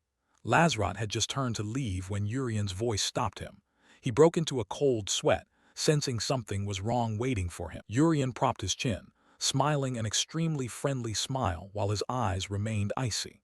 He casually noted that Lazrat looked busier than the average apprentice these days. Lazrat forced a smile and explained that serving the shut eyes was always busy, and he was grateful to be trusted with more tasks.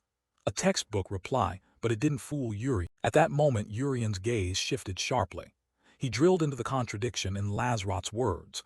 Just an apprentice, yet assigned unusually secret and important mission. Urian began his psychological attack.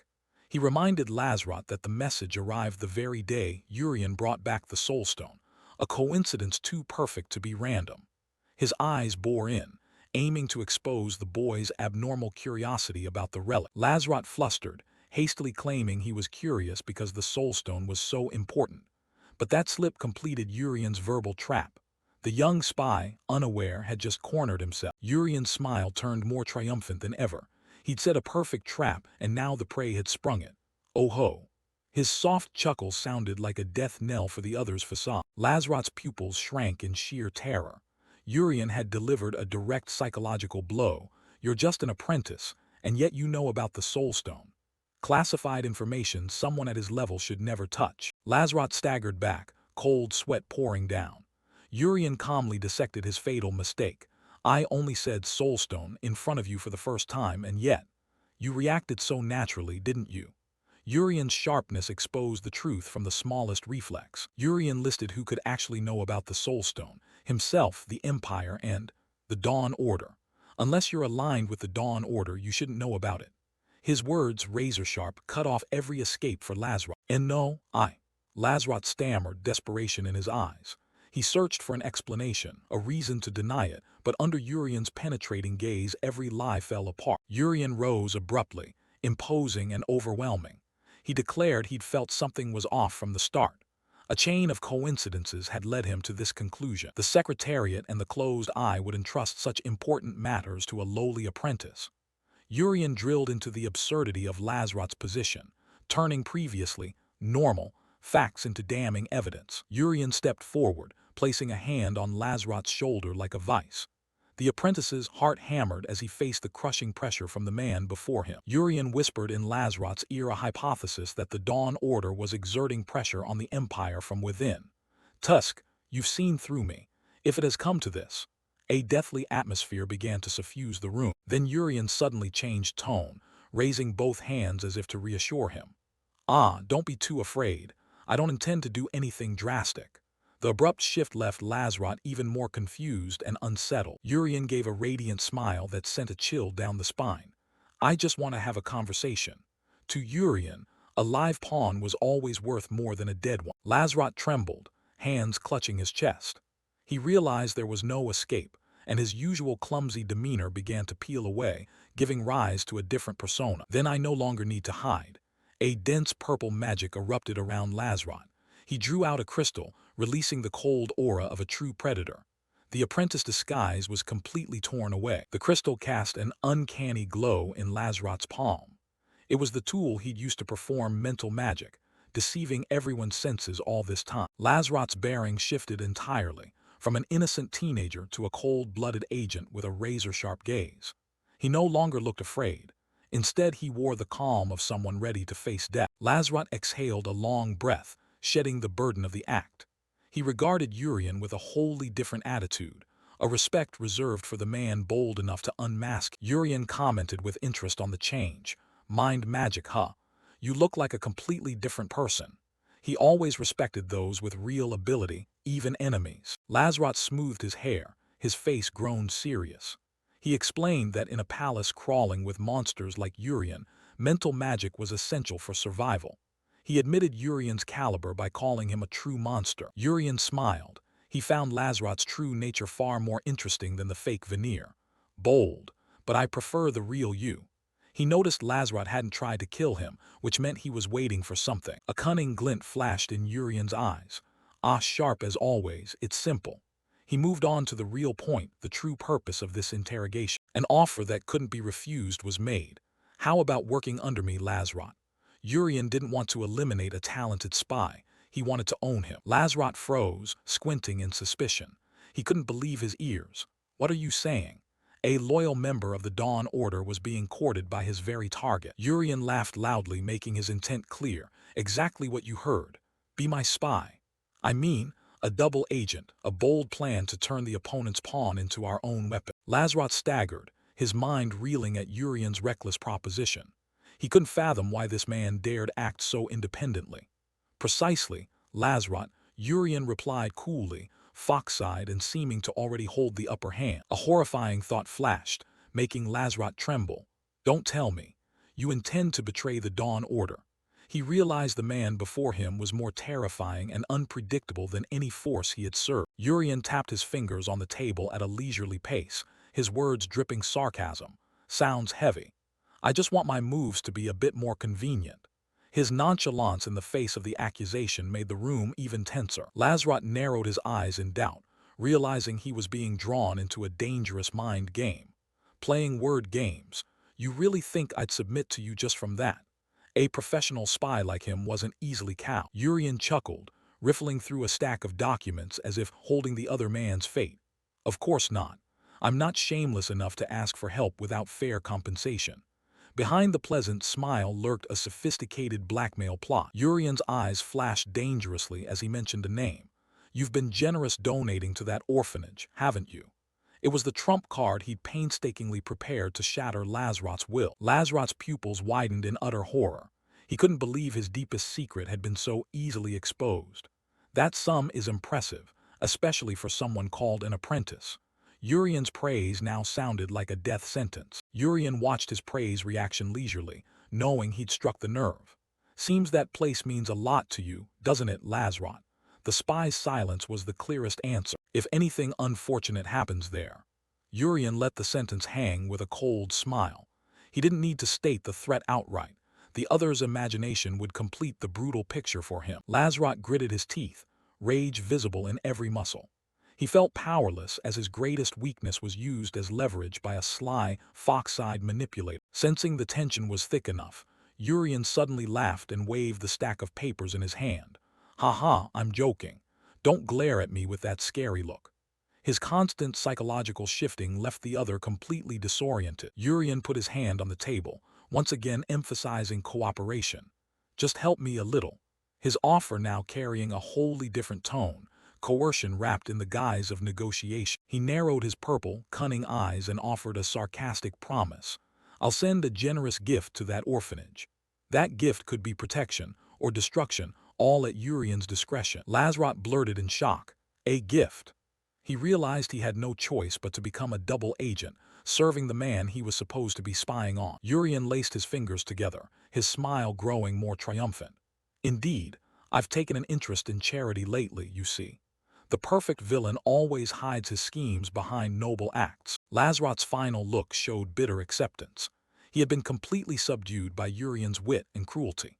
The Dawn Order's game now had an invaluable double agent under the command of the Foxside heir. A few days after those tense events, the story continued at an old manor where dark plots quietly unfolded. Inside, Bishop Aidan, eyes sharp as a blade, interrogated his subordinate. He pressed to know whether Lazarot had retrieved what he'd been ordered to get. Lazarot respectfully presented a scroll tube, confirming his presence before Bishop Aidan with absolute obedience. He reported that this was the next route for Swordmaster Heidenreich, exactly as Bishop Aidan requested. He also mentioned a petition from the Noble Council, but Bishop Aidan paid no mind to those nobles. To him, the only thing of value was Heiden's whereabouts, and he ordered it reported immediately to the Archbishop. Lazarot bowed and obeyed, though the sweat on his brow and his anxious eyes betrayed the turmoil within. This irregularity didn't escape Bishop Aidan's old fox eyes. He noticed Lazarot's troubled expression and began to doubt the youth's loyalty. Inside, Lazarot was being torn apart. Should he tell the truth or keep hiding the secret about his sister Chernia? Even if the Dawn Order protected him, her future lay in someone else's hand. The memory of his meeting with Urian resurfaced. The heir had promised to write a recommendation so Chernia and the other orphans could enter the prestigious Bayer Academy, a life-changing opportunity like no other. Faced with the difficult choice, Lazarot clenched his fist and bowed his head in silence. Urian's kindness had become an invisible shackle around his mind. In the end, he chose to lie. He forced a smile and said nothing had happened, trying to dispel Bishop Aidan's suspicion. Meanwhile, elsewhere, Urian's footsteps echoed evenly on the stone. The heir walked with an easy, composed manner. The maids greeted his return with reverence. Urian was no longer the hated noble. He had become someone people respected and feared. Urian smiled gently, saying he had just been lost in thought as the maid stepped forward to settle his cloak.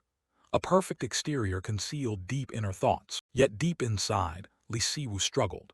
He realized the scariest thing wasn't manipulating others, but that he no longer felt guilt about doing it. He recalled the moment he realized Lazarot was a spy. Urian's instinct had immediately found the youth's weak point to exploit without hesitation. Urian told himself that if Lazarot had been a bit calmer then, he might have seen through the truth behind his promises. He had been so worried about the orphans that he didn't notice the piece of paper Urian held had nothing to do with the orphanage. A perfectly executed psychological move. Urian fell into thought, realizing the old Lisiwu would never have developed such judgment and ruthlessness. His humanity was fatting with each scheme. Just then, Angelica, the housekeeper, approached to report there was an urgent message from the main family for him today. Urian felt a mix of surprise and irritation. The main branch didn't like him, so why would they suddenly reach out now? It turned out to be an invitation to the wedding of Lady Renia Cryofart, Urian's sister. An official invite from the Cryofart house itself. Urian's first reaction was to decline.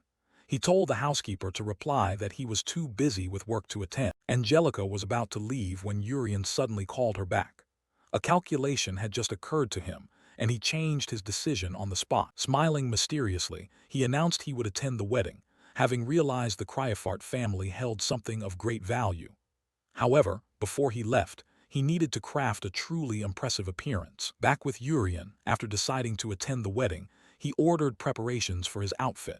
But Angelica's answer made him pause. Angelica reminded him of the pink suit that the old Urian treasured. Seeing the housekeeper's sincere face, Siwu almost fainted at his predecessor's horrific taste. He tried hinting at something more formal and refined, but Angelica insisted it had been his favorite formal outfit. Inside, Siwu screamed, "Urian, you bastard, why did you leave me this mess?" Unable to endure wearing that disaster of an outfit, Urian decided he had to find a new set worthy of his status. He scanned the luxurious designs on display. Lavish ceremonial garments shone under the bright lights, but picking the right one among so many options proved far from easy. Finally, he stopped at BQE Boutique, the empire's most upscale fashion house. The staff quickly stepped forward with warm welcomes, though they couldn't hide their confusion at Urian's visit. Urian strolled in casually, eyes sweeping over the expensive clothes. He thought to himself that with his terrible taste, he'd definitely need strong support from the staff here. He offered a friendly smile, but on the face of a true villain that smile looked more like a threat. He wondered whether to ask them politely for help. "Can someone here help me pick an outfit?" Urian asked with his signature smile.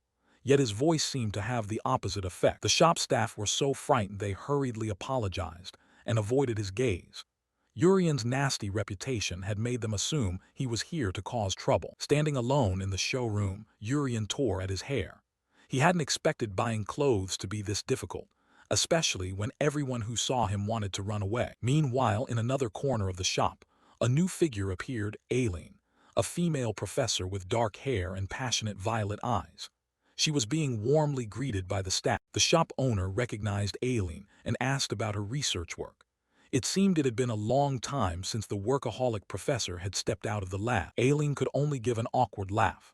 She explained that it's the nature of professors to be buried in endless theory and experiments. Suddenly, Aileen grew dramatic. She complained that someone had bought up all the moonstones, nearly ruining her cherished thesis. In her heart, she cursed the culprit with bitter anger. Fortunately, the Empire had recently requested a new study on a substance called Hansuk. It was the lifeline that would allow her research career to continue. Aileen was fired up, declaring she could now write a thesis even better than before. She silently thanked whoever had discovered Hansuk, unaware that the person stood very near her. When asked the purpose of her shopping today, Aileen revealed she needed a formal outfit to attend an upcoming wedding ceremony. It was the wedding of Renia Cryofart, the third daughter of the prestigious Cryofart family. The shopkeeper couldn't help but be impressed at the name of such an influential house. Seeing that, the owner offered to show Aileen some of the most formal evening gowns. Aileen nodded, happy to be guided by an expert. Breathing a sigh of relief, Aileen felt wonderful to finally have a day away from dry research to indulge herself a bit. She eagerly wandered the shop, impressed by the variety and splendor of the garments on display. BQE Boutique truly lived up to its reputation as a top atelier, but the joy was short-lived. Aileen's violet eyes widened in shock when she spotted a familiar figure standing in the main hall. "Why, Urian?" Aileen froze when she saw the man examining a deep red coat. She couldn't believe her bad luck to run into that notorious noble in such a fancy shop. Sensing someone watching him, Urian turned his head slightly. In an instant, Aileen slipped behind a folding screen, heart pounding as she shrank back, hoping the sly noble wouldn't notice her. Urian suddenly paused, his eyes narrowing with suspicion. He felt a presence watching him from the shadows, then wondered if he was just being overly sensitive. But it wasn't imagination. Aileen was hiding behind the screen, heart racing. She berated herself for acting on instinct and running away like a guilty criminal. Peeking at Urian through a gap, Aileen thought about his family background. Though from a cadet branch of the Cryofarts, his presence here clearly meant he was preparing attire for the upcoming wedding. She wondered whether he truly considered himself part of that family. What surprised Aileen most, however, was Urian's taste. He used to wear tight outfits that looked like walking sausages, yet today he was browsing things that seemed normal. Aileen's eyes bulged when she saw Urian pick up a particular outfit. Panic showed on her face. Wait, is he actually going to choose that? As for Urian, he inspected the deep red coat with self-satisfaction. With zero fashion knowledge, he told himself the outfit looked suitably formal and would surely make him stand out. Witnessing this, Aileen bit her finger as sweat poured down her face. She realized that if Urian wore that to the wedding, he'd ruin the ceremony's solemn atmosphere with his fashion disaster. Aileen wrestled with herself. She considered leaving it, but other customers were beginning to notice her presence. Finally, with the dignity of a lady, she decided she couldn't stand by and watch a fashion calamity unfold. She stepped out from hiding and called in a serious tone, "Sir Urian." He turned, a bit surprised to see an acquaintance in this situation. Aileen approached directly and pointed at the deep red outfit in his hand with a skeptical look. She bluntly asked if he was really planning to buy that, leaving Urian momentarily dumbfounded. Urian immediately recovered his confidence and sneered that a professor who buries herself in research like her couldn't understand fashion. His familiar taunt angered Aileen, who thought his obnoxious personality truly hadn't changed over the years. Aileen launched into her lecture, suggesting Urian had grown so used to flashy clothes that he failed to grasp the design's true meaning. She pressed him on whether he knew what the outfit represented. Urian began to feel flustered and replied, confused, "Huh."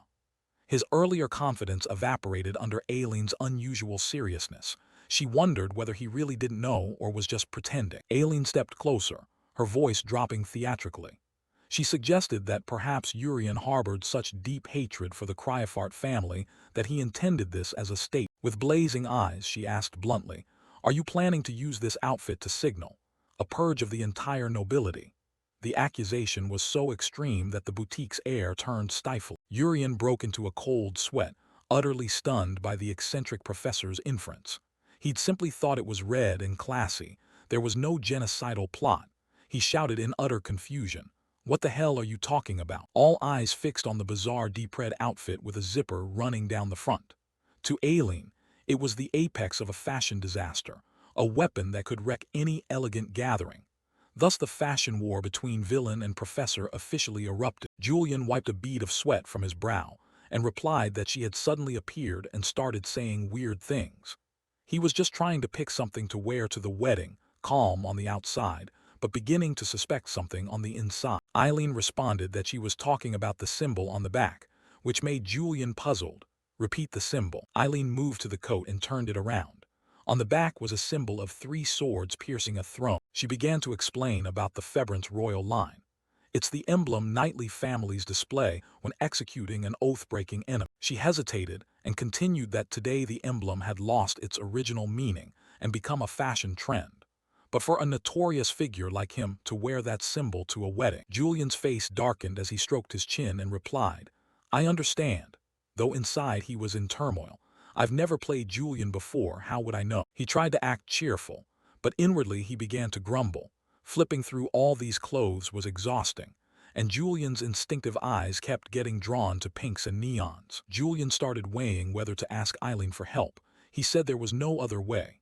Aileen breathed a sigh of relief, glad he finally got the point. He put on a sly face and, smiling, lifted the atrocious neon vest, saying, "I'll buy the outfit I fancy." Eileen's eyes rolled back in shock at the sight of that outfit and asked, "That one?" Seeing her reaction, Julian smirked inwardly, knowing Aileen, if he kept choosing ridiculous clothes, she wouldn't be able to ignore. Julian forced a fake, calm smile and replied, "Exactly, and the pants must match perfectly." Aileen, unable to stomach his taste, asked again, "You really intend to wear that to the wedding?" Her hand trembled with anger as she clenched it. "I can't just stand by any longer." She pointed at him and shouted, "In the name of House Donashan, I will find the perfect outfit for you." Julian chuckled inwardly, exactly as planned, but outwardly remained composed and said, "Thank you, truly the house of all artists." Then the two went to choose garments. Julian smugly thought how easy it was to read the other's mind, while Aileen, hair disheveled, judged, "Who knew your fashion sense was this bad? You wear academy uniforms all day long." In the end, Aileen finished by selecting Julian's outfit, and the wedding day arrived. A trembling guard took the invitation Julian handed over. He stammered when he saw Julian's appearance. The invitation was confirmed. He offered a confident smile, straightened his sleeve, and stepped inside, thinking to himself that he passed safely wearing the outfit Aileen chose. "But I feel a bit uneasy. Perhaps it's Julian's emotions surfacing. The truth is, I didn't want to come either, but there's a reason I must." He pictured a medal and an orange stone, the Hansuk that the Criffart family kept. Julian recalled from when he played the game that there were several ways to get Hansuk besides hunting demons. One involved talking to the Criffart patriarch to receive it. He stepped forward to open the large doors. Thinking of Julian's father made his throat tight. The grand doors opened, and Julian stepped in. The musicians playing stopped. The guests also turned pale as they looked at him. Julian frowned slightly and gave a faint smile. Was it really necessary to stop the music? He folded his arms across his chest, his expression a mix of amusement and helplessness. Footsteps echoed steadily as he slowly walked to the center of the hall and spoke in a low voice. "So you actually came, your eyes are still the same as before." He gave a small smile, the corner of his mouth lifting. "It's no wonder. It would be strange if they were truly happy to see me." Before he finished, a voice rang out joyfully, "Julian." A figure dashed forward, a white dress shimmering under the lights. The girl threw herself at him, making Julian startle and lean back. "You came. I'm so glad you're here." Her ruby-red eyes glittered, and her smile seemed to light up the whole hall. She was Renia Criffar. Julian was surprised but tried to stay composed, pausing slightly when she grabbed his hand. Her voice rang out cheerfully. "It's been so long, hard to run into you these days." She smiled and gave his hand a gentle tug, her shoulders trembling with excitement. Julian could only force a smile. He thought briefly that since taking over this body, this was the first time someone had treated Julian so genuinely. He exhaled softly and smiled faintly. "Ah, you've been well," she answered with a radiant look, not noticing his awkwardness. Internally, Julian reflected that though she belonged to a cadet branch of the family, their bond still seemed truly sibling-like. The atmosphere in the main hall warmed with laughter. Renia laughed as she took Aileen's hand, her face bright like a child who's been given a gift. "Ah, Aileen, sorry. I'm just overly excited." Aileen smiled gently and replied, "It's all right, Miss Renia." Julian stepped closer, glancing over and thinking to himself, as I thought, Aileen's here too. Renia turned and beamed. "Oh right, you two know each other, don't you?" Aileen answered, "Yes, we were senior and junior at the academy." Julian raised an eyebrow, surprised inwardly. "Senior and junior? I had no idea about that." Renia looked at him mischievously and said with a smile, "Anyway, you look good today, Julian. Not like before, like a clown. Did you pick this outfit yourself?" Aileen glanced over, speechless. Did she really say that with a smile? Julian shivered slightly, feeling as if someone was staring at him from behind. He glanced over and saw Aileen. Her face flushed red as she gave him a scolding glare. "Come on, tell me, who picked that outfit for you?" He smiled mildly and replied nonchalantly, "Of course I picked it myself. After all, it's my sister's wedding today." The remark left Aileen frozen, her eyes wide. What?" Renia laughed brightly. "Haha, that's so Julian." "Hey Aileen, what's wrong? Your face is so red." Aileen forced a smile. "Oh, it's nothing." Renia linked both their hands and smiled radiantly in front of the hall. "Anyway, thank you both for coming to celebrate with me. Today is my wedding." Julian nodded lightly and smiled. "The atmosphere is nice, surprisingly pleasant." No sooner had he finished than a cold voice rang out from afar, cutting through the laughter in the hall. "Sister Renia." The atmosphere suddenly went silent. Julian narrowed his eyes toward the voice, and Renia flinched as she turned around. Renia gave a small smile. "Oh my, Joshua." He stepped forward, his cold eyes sweeping across everyone. Renia reached out warmly and took his hand. "You must be busy with your studies. Thank you for coming to celebrate with me." But Joshua remained silent, his gaze fixed on the hand she held. A moment later, a sharp clap sounded as he gripped her wrist tightly, making Renia start. "What do you think you're doing?" His voice so cold it froze the air in the hall. Renia widened her eyes in surprise. "What's the matter with you, Joshua?" Before she could say more, he barked. "What makes you think you can be chatting with two cadet branch people at an important event like this?" The hall immediately grew heavy. Everyone around turned to look. Renia pulled her hand back, her tone a bit sharp though she tried to stay calm. "I was just happy to see her again. It's been so long since you've seen your brother Julian. Why not say hello?" Joshua sneered contemptuously, his face twisting with disdain. "Ha, who would bother to call that thing a brother?" The entire hall fell deadly silent, only heavy breaths audible.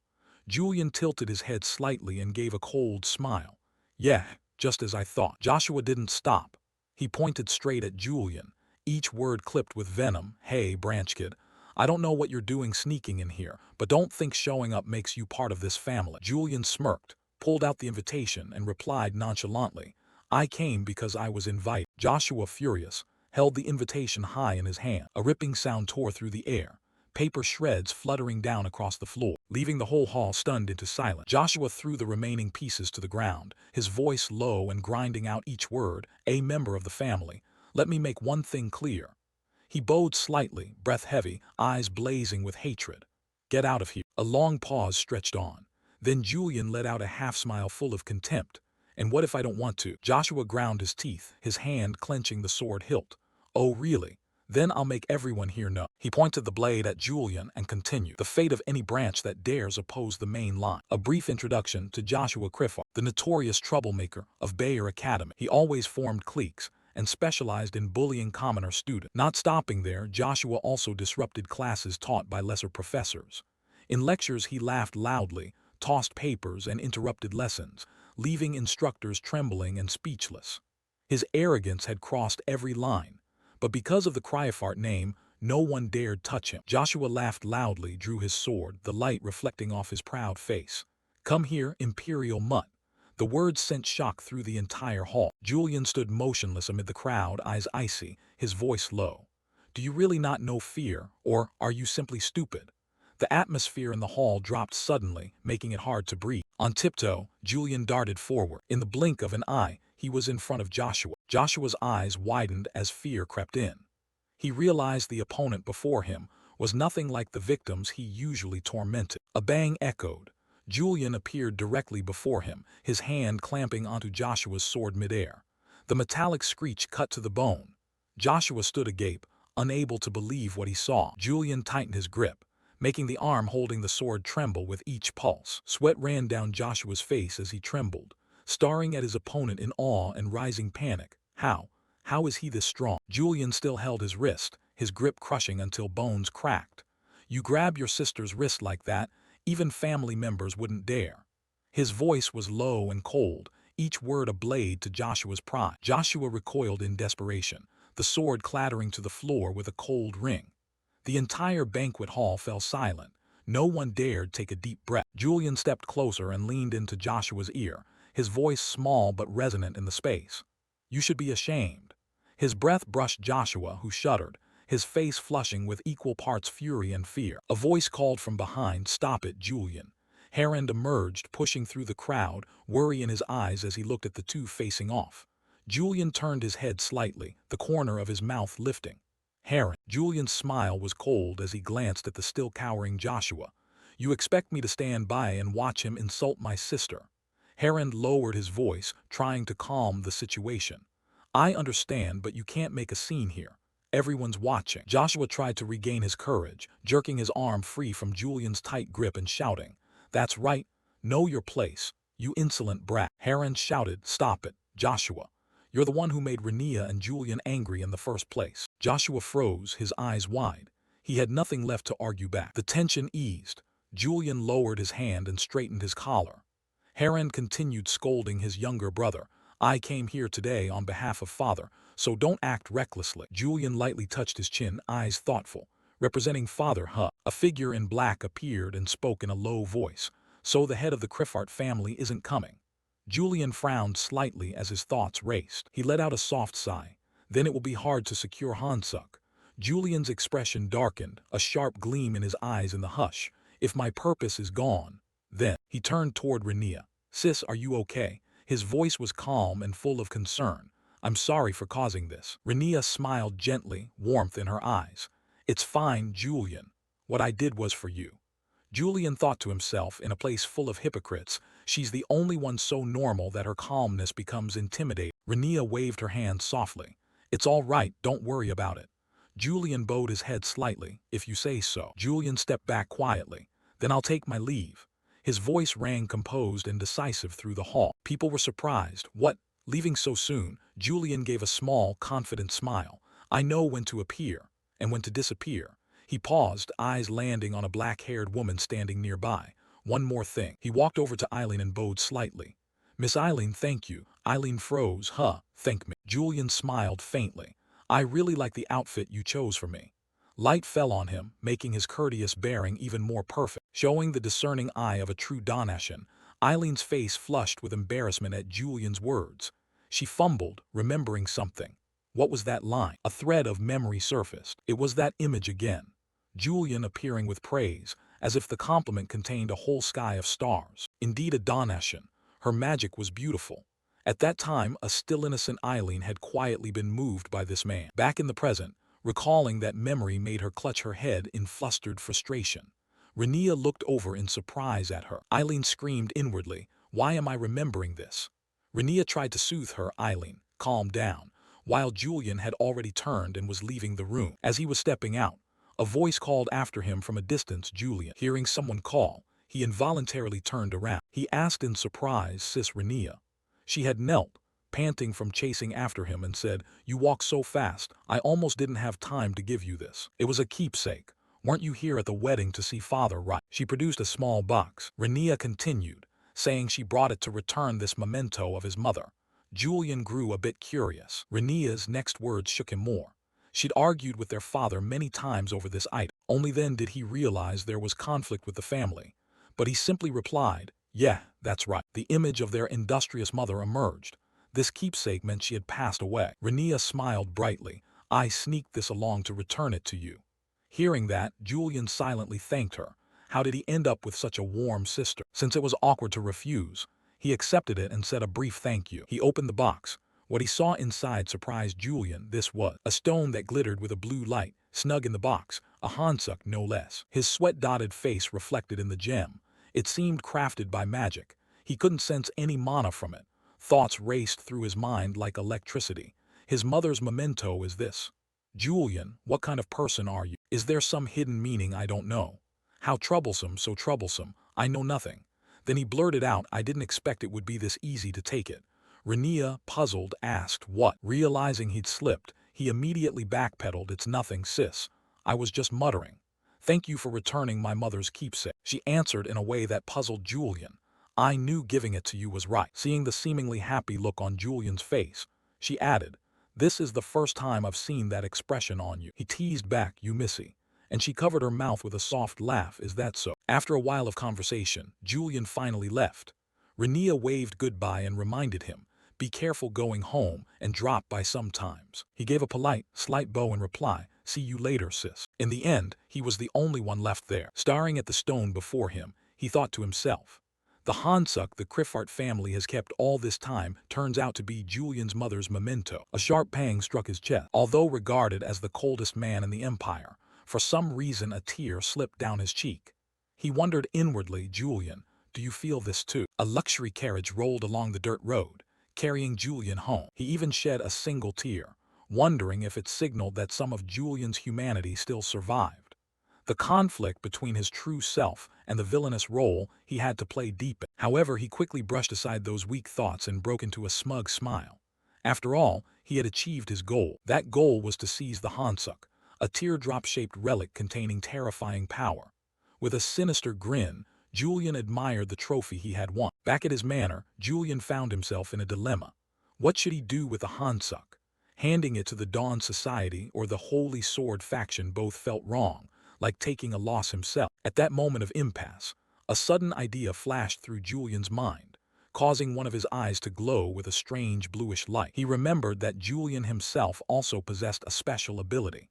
A virtual system notification appeared before him, ready to reveal a shocking secret. There it was, a unique trait called Vessel of the Demon King.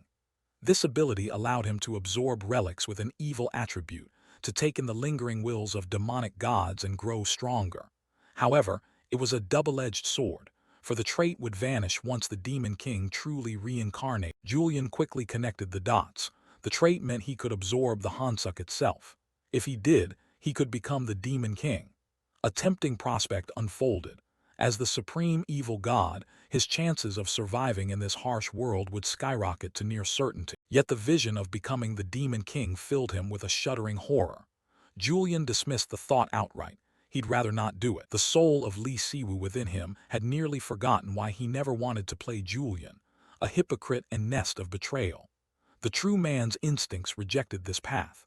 He had already struggled with an identity crisis due to another mysterious power called the Open Eye. Today's tears made him feel he had lost more humanity than Julian ever did.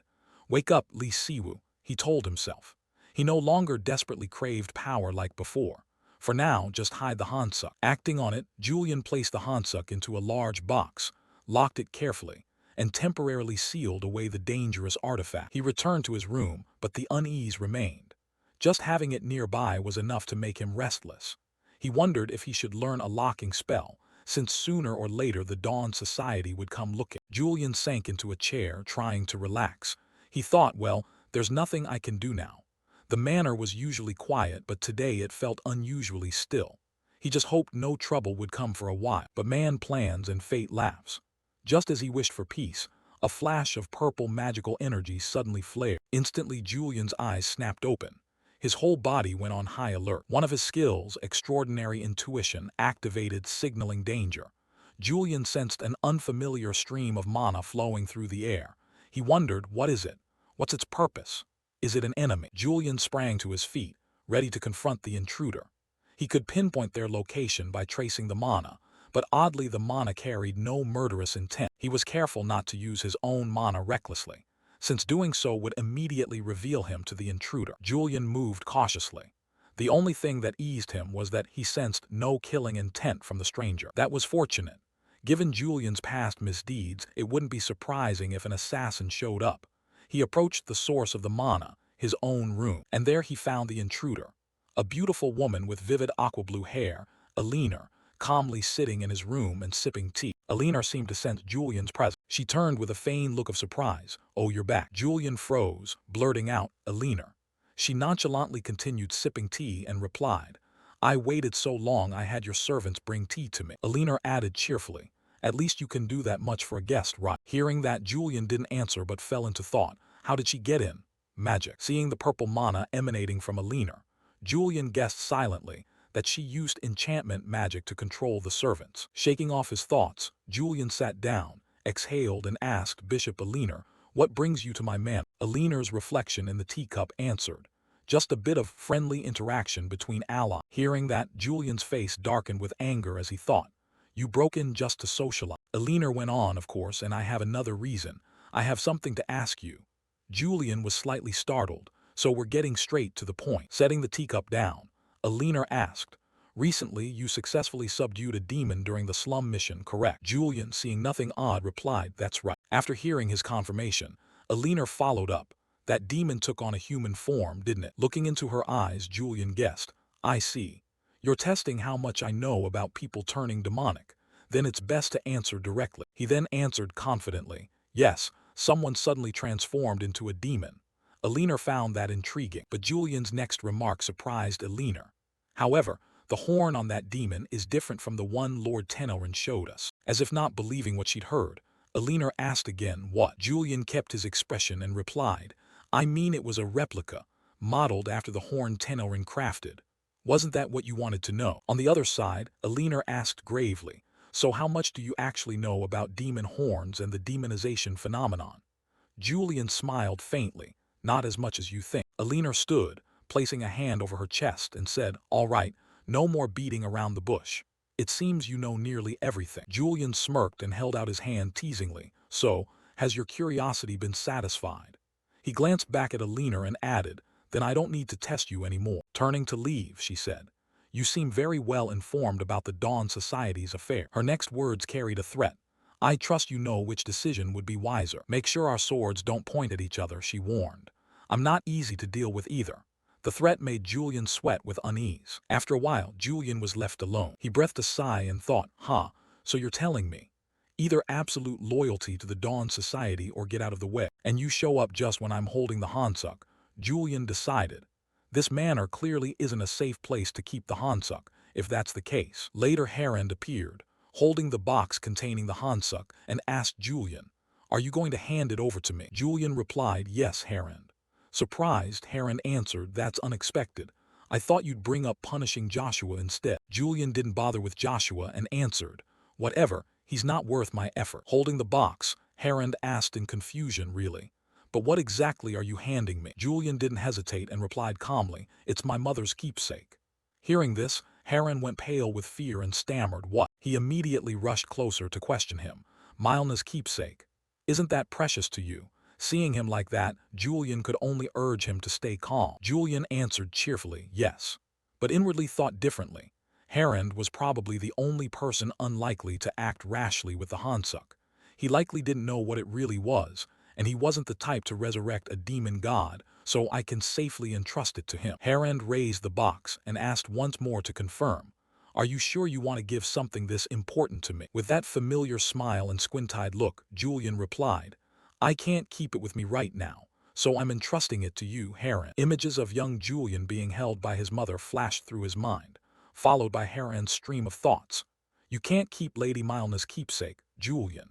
Even notorious Julian turns meek as a lamb before Lady Mylna.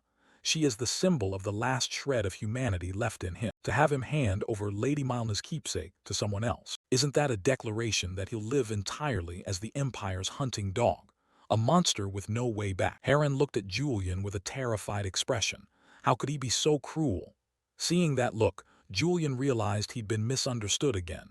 Handing the Hansuk to him should be fine, right? Scene switches to Joshua, sitting on the bed with an angry expression, clenching his teeth, the anger clear on his face. Close-up of Joshua's wrist, showing bruises. He is using a white cloth to press against the wound. A maid with short black hair enters the room, announcing she's here to change the cloth. Joshua looks up at her with a displeased gaze. Immediately, Joshua unleashes his fury on the maid. He yells loudly, startling her into fear. Joshua seethes with rage.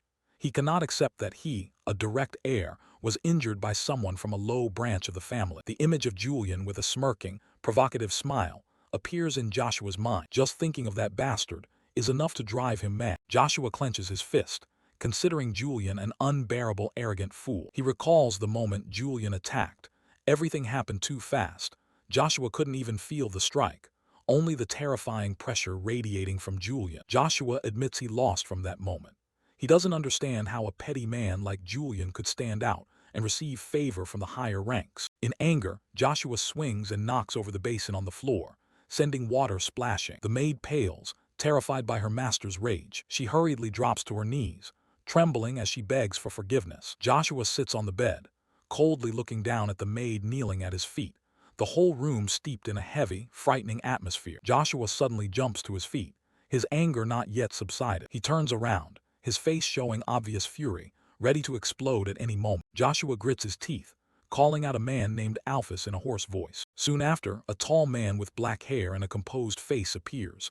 He is Alphys Mayand, Joshua's bodyguard and former deputy captain of the Azure Lion Squad. Joshua waves his hand, dismissing the frightened maid. She hurriedly obeys, considering herself lucky to have escaped harm. With only the two of them left, Joshua calls Alphys over and points to his bruised wrist. Alphys calmly replies that he sees the wound, but that only makes Joshua angrier. He roars, questioning where Alphys was when it happened. When Alphys tries to explain he was following the Lord's orders, Joshua cuts him off, yelling that that's not what he wants to hear. Joshua emphasizes that Alphys's duty is to protect the Krypart direct line.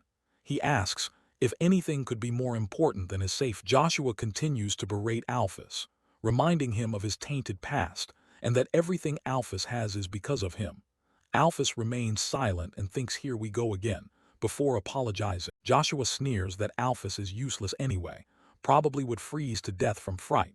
He shows his annoyance plainly. Joshua angrily grabs the wet cloth from inside the bucket with force. Then he throws the cloth straight into Alphys's face.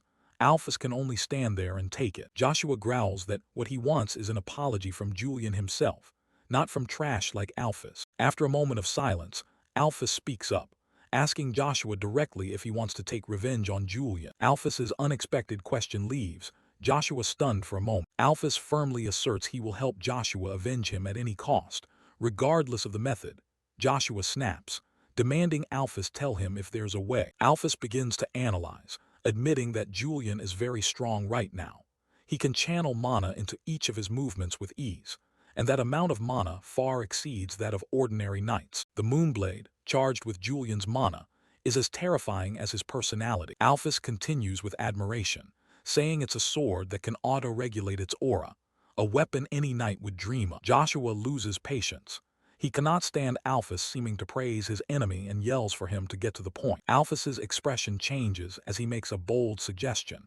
What if we create an environment where he cannot use his aura? This proposal leaves Joshua stunned. Without letting Joshua fully react, Alphys pulls something from his coat. Alphys reveals it is a faulty resonant stone. Joshua is dumbfounded, not understanding why Alphys would possess such an item. Alphys explains that a normal resonant stone would suppress the demonic energy inside a demon to prevent it from accessing that energy. But this defective stone operates differently. It emits a strange purple energy. As the stone draws near, Joshua feels an invisible pressure weighing down on him, forcing him to buckle. Alphys explains that this faulty stone, instead of suppressing demonic energy, suppresses the mana within a person. Just erect a barrier from it and use it on Julian. Joshua immediately realizes the problem. He shouts at Alphys that if they use this, he himself would also be unable to use his aura inside the barrier. Alphys replies calmly that Joshua will not need his aura. He reveals he has something else, surprising Joshua even as he sits stunned on the floor. What Alphys reveals is a demon horn, radiating dark energy. Joshua is astonished to recognize it as a horn. Scene shifts elsewhere. Julian is leisurely tending an orchid pot under the sunlight. Julian smiles in contentment, thinking to himself that the recent peaceful life caring for orchids has made living in Julian's body not so bad. The peace is quickly broken. Razlot, Julian's assistant, rushes over in a panic to report that some members of the Dawn Society are planning an ambush.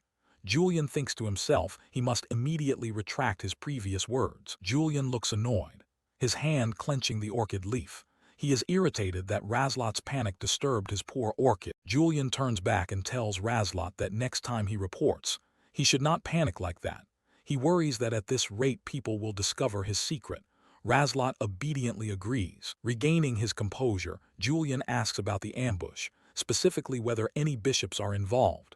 When Razlot answers no, Julian scoffs, finding their plan ridiculous. Razlot remains worried and suggests preparing some countermeasures, but Julian casually replies that since they have not acted yet, they should wait and see. Razlot cannot believe his ears. He is bewildered, not understanding how Julian can ignore a potential ambush like that. Julian notices the suspicion on Razlot's face. He thinks perhaps this doubt comes from the broken orchid branch, and then he mumbles same bed, different dreams. Julian decides to reassure Razlot. He asks if Razlot knows a little trick, leaving the assistant puzzled and confused. Holding the orchid pot, Julian explains a life hack for orchid lovers. The leaf of a healthy orchid won't wrinkle easily unless there's a problem with its roots. To illustrate, Julian pulls the orchid from the pot, exposing its roots. He grins smugly and says that as he suspected, the roots are rotting, but luckily only the outer roots are affected. Julian further explains that the orchid has devised an excellent strategy itself. Those outer roots act as bait, preventing the rot from spreading to the whole plant. The insinuation of bait makes Razlot shiver as he tries to guess what Julian means. Julian drops the orchid topic and asks if Razlot has any other news. Razlot reports that the Secretariat is requesting personnel for the upcoming Victory Commemoration mission, a task he must also participate in as the Academy's swordsmanship instructor. Julian calculates that if it's the victory celebration, Saint Sword Haydn will surely attend. He doesn't want to meet him, because that sharp-eyed Saint Sword once questioned him about Hansa. Razlot asks if Julian will accept the victory assignment. Julian refuses, saying this time he wants something simpler and will take a task related to the Academy. Razlot is stunned. Julian, a man obsessed with success, refuses a prestigious mission. He suddenly realizes Julian is using himself as bait to lure the Dawn Society. Razlot's thoughts race. At the victory celebration, the Academy guards will be sent to the palace. If Julian stays at the Academy, the Dawn Society's spies will see it as the perfect opportunity to strike. And Julian, who already knows of the ambush, can easily sweep them away. Razlot finally understands everything. The strange story about bait earlier was a hint at this plan. Julian is turning himself into bait, making the enemy ambush part of his own stage. Razlot shudders to conclude that a bloodstorm is about to sweep the Academy. Meanwhile, Julian still smiles serenely, unaware that he has become a true strategist. At Veil Academy, an elderly professor smiled awkwardly, sweat pouring down his face, contrasting the professor's worry. Julian, a prominent figure from Shut Eyes, appeared extremely self-satisfied with a mysterious smile. The professor hurried over to greet Julian. He hadn't expected Julian to come in person. He added that because the victory celebration was approaching, he assumed Julian would be too busy to attend. Realizing he might have said something inappropriate, the professor quickly corrected himself, feigning delight at Julian's presence. Meanwhile, Julian quietly enjoyed the man's fear. The professor believed the students were also eagerly awaiting Julian's special lecture. Hearing special lecture, Julian looked surprised and asked again. The professor stammered that it was a lecture for students about to take their practical exam. Don't tell me you weren't aware of this. Julian squinted, sweating slightly as he considered the matter. Julian laughed, reassuring the professor that he was only asking because he was looking forward to it.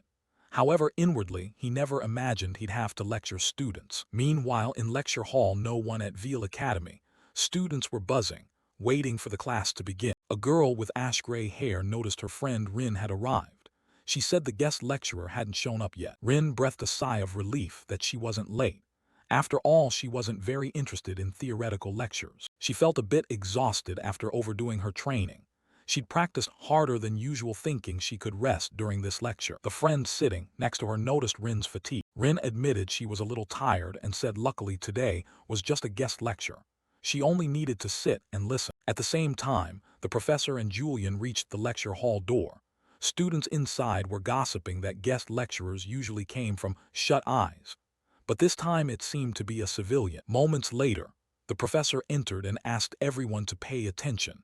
He announced the guest lecturer had arrived and requested everyone to welcome him. Julian's appearance caused an uproar in the hall. Students were surprised and whispered among themselves. A stunned student exclaimed, recognizing Julian as being from Shut Eyes. Rin was also surprised by this information. She looked flustered, seemingly not understanding what was happening. Rin looked up at the podium where Julian stood with the professor, and she was completely stunned. Julian stepped up and introduced himself as Julian Criffart, from Shut Eyes, pleased to be the guest lecturer today. Rin was utterly shocked to recognize the person on the podium. She couldn't believe her eyes, wondering why that man was here. Amid the continuous murmurs, Julian told everyone not to be overly tense. He placed his hand on the table, announcing he was there to give a short lecture in his capacity as an examiner for the upcoming practical exam. With a sly smile, Julian declared that what he was about to teach today was nothing special. Julian's answer left the students bewildered. He looked at them and said, "It seems you are confused." Julian continued, posing a question to the class. "Why do you practice swordsmanship?" Seeing the hall fall silent, Julian smiled and said it was just a question to break the silence. Then he suddenly pointed at a student. "So, let me ask Miss Rin that question." Startled to be called, Rin flinched. Her friend beside her was equally surprised. Rin was about to ask why he singled her out to ask such a question, but she quickly covered her mouth with her hand, realizing she had almost responded disrespectfully. Rin quickly regained her composure. She told herself that, since Julian was the lecturer, she should show respect.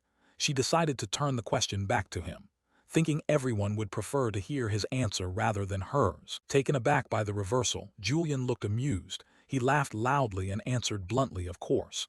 To gain fame and status." Julian's answer left Rin and her friend stunned. Rin's friend thought he should have said something nobler, like for the royal family. Without letting them recover, Julian asked Rin the same question again. This time, Rin replied calmly that it was to train mind and body to achieve one's goals.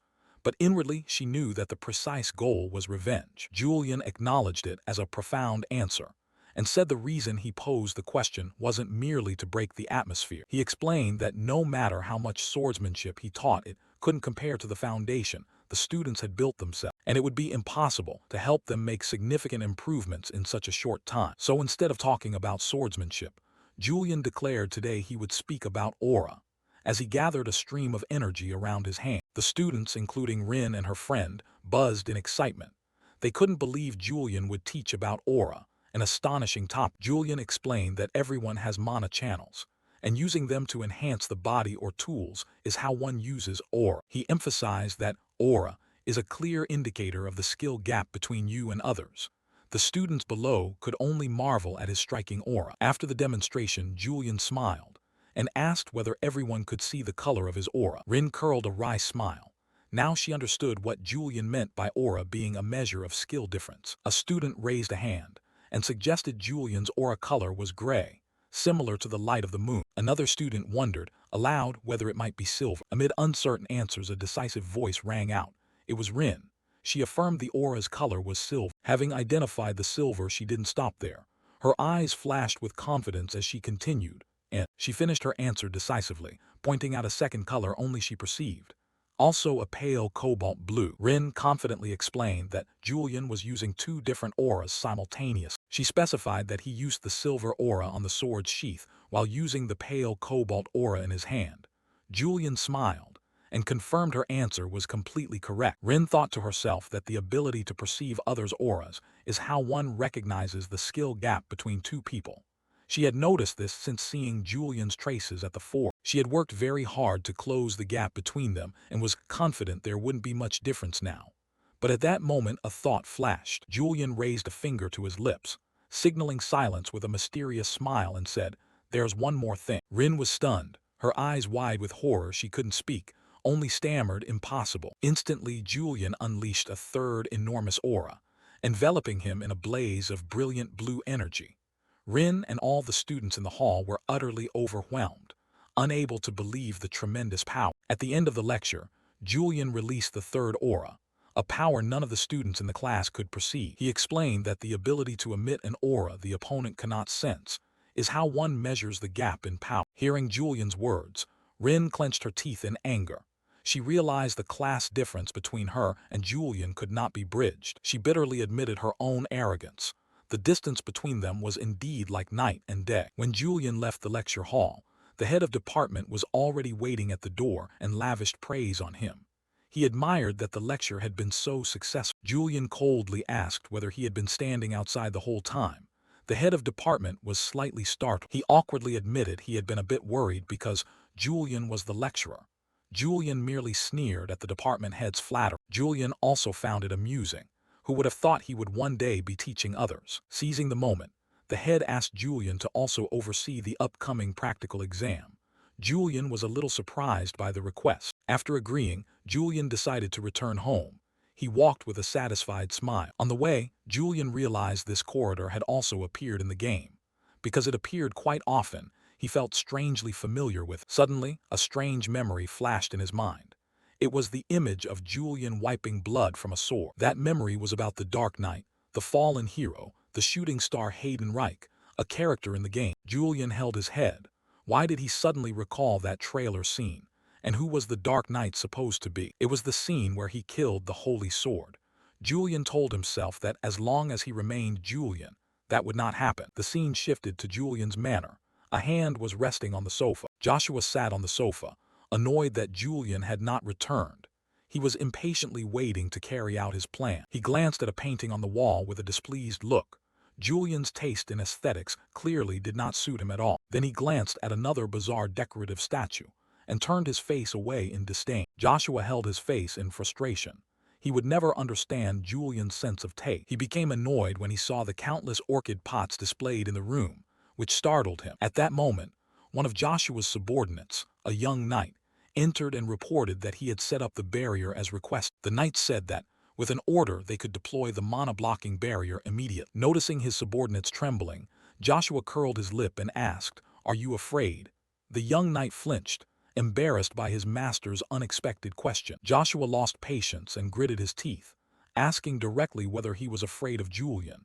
His eyes filled with anger and contempt at the cowardice. Joshua showed contempt.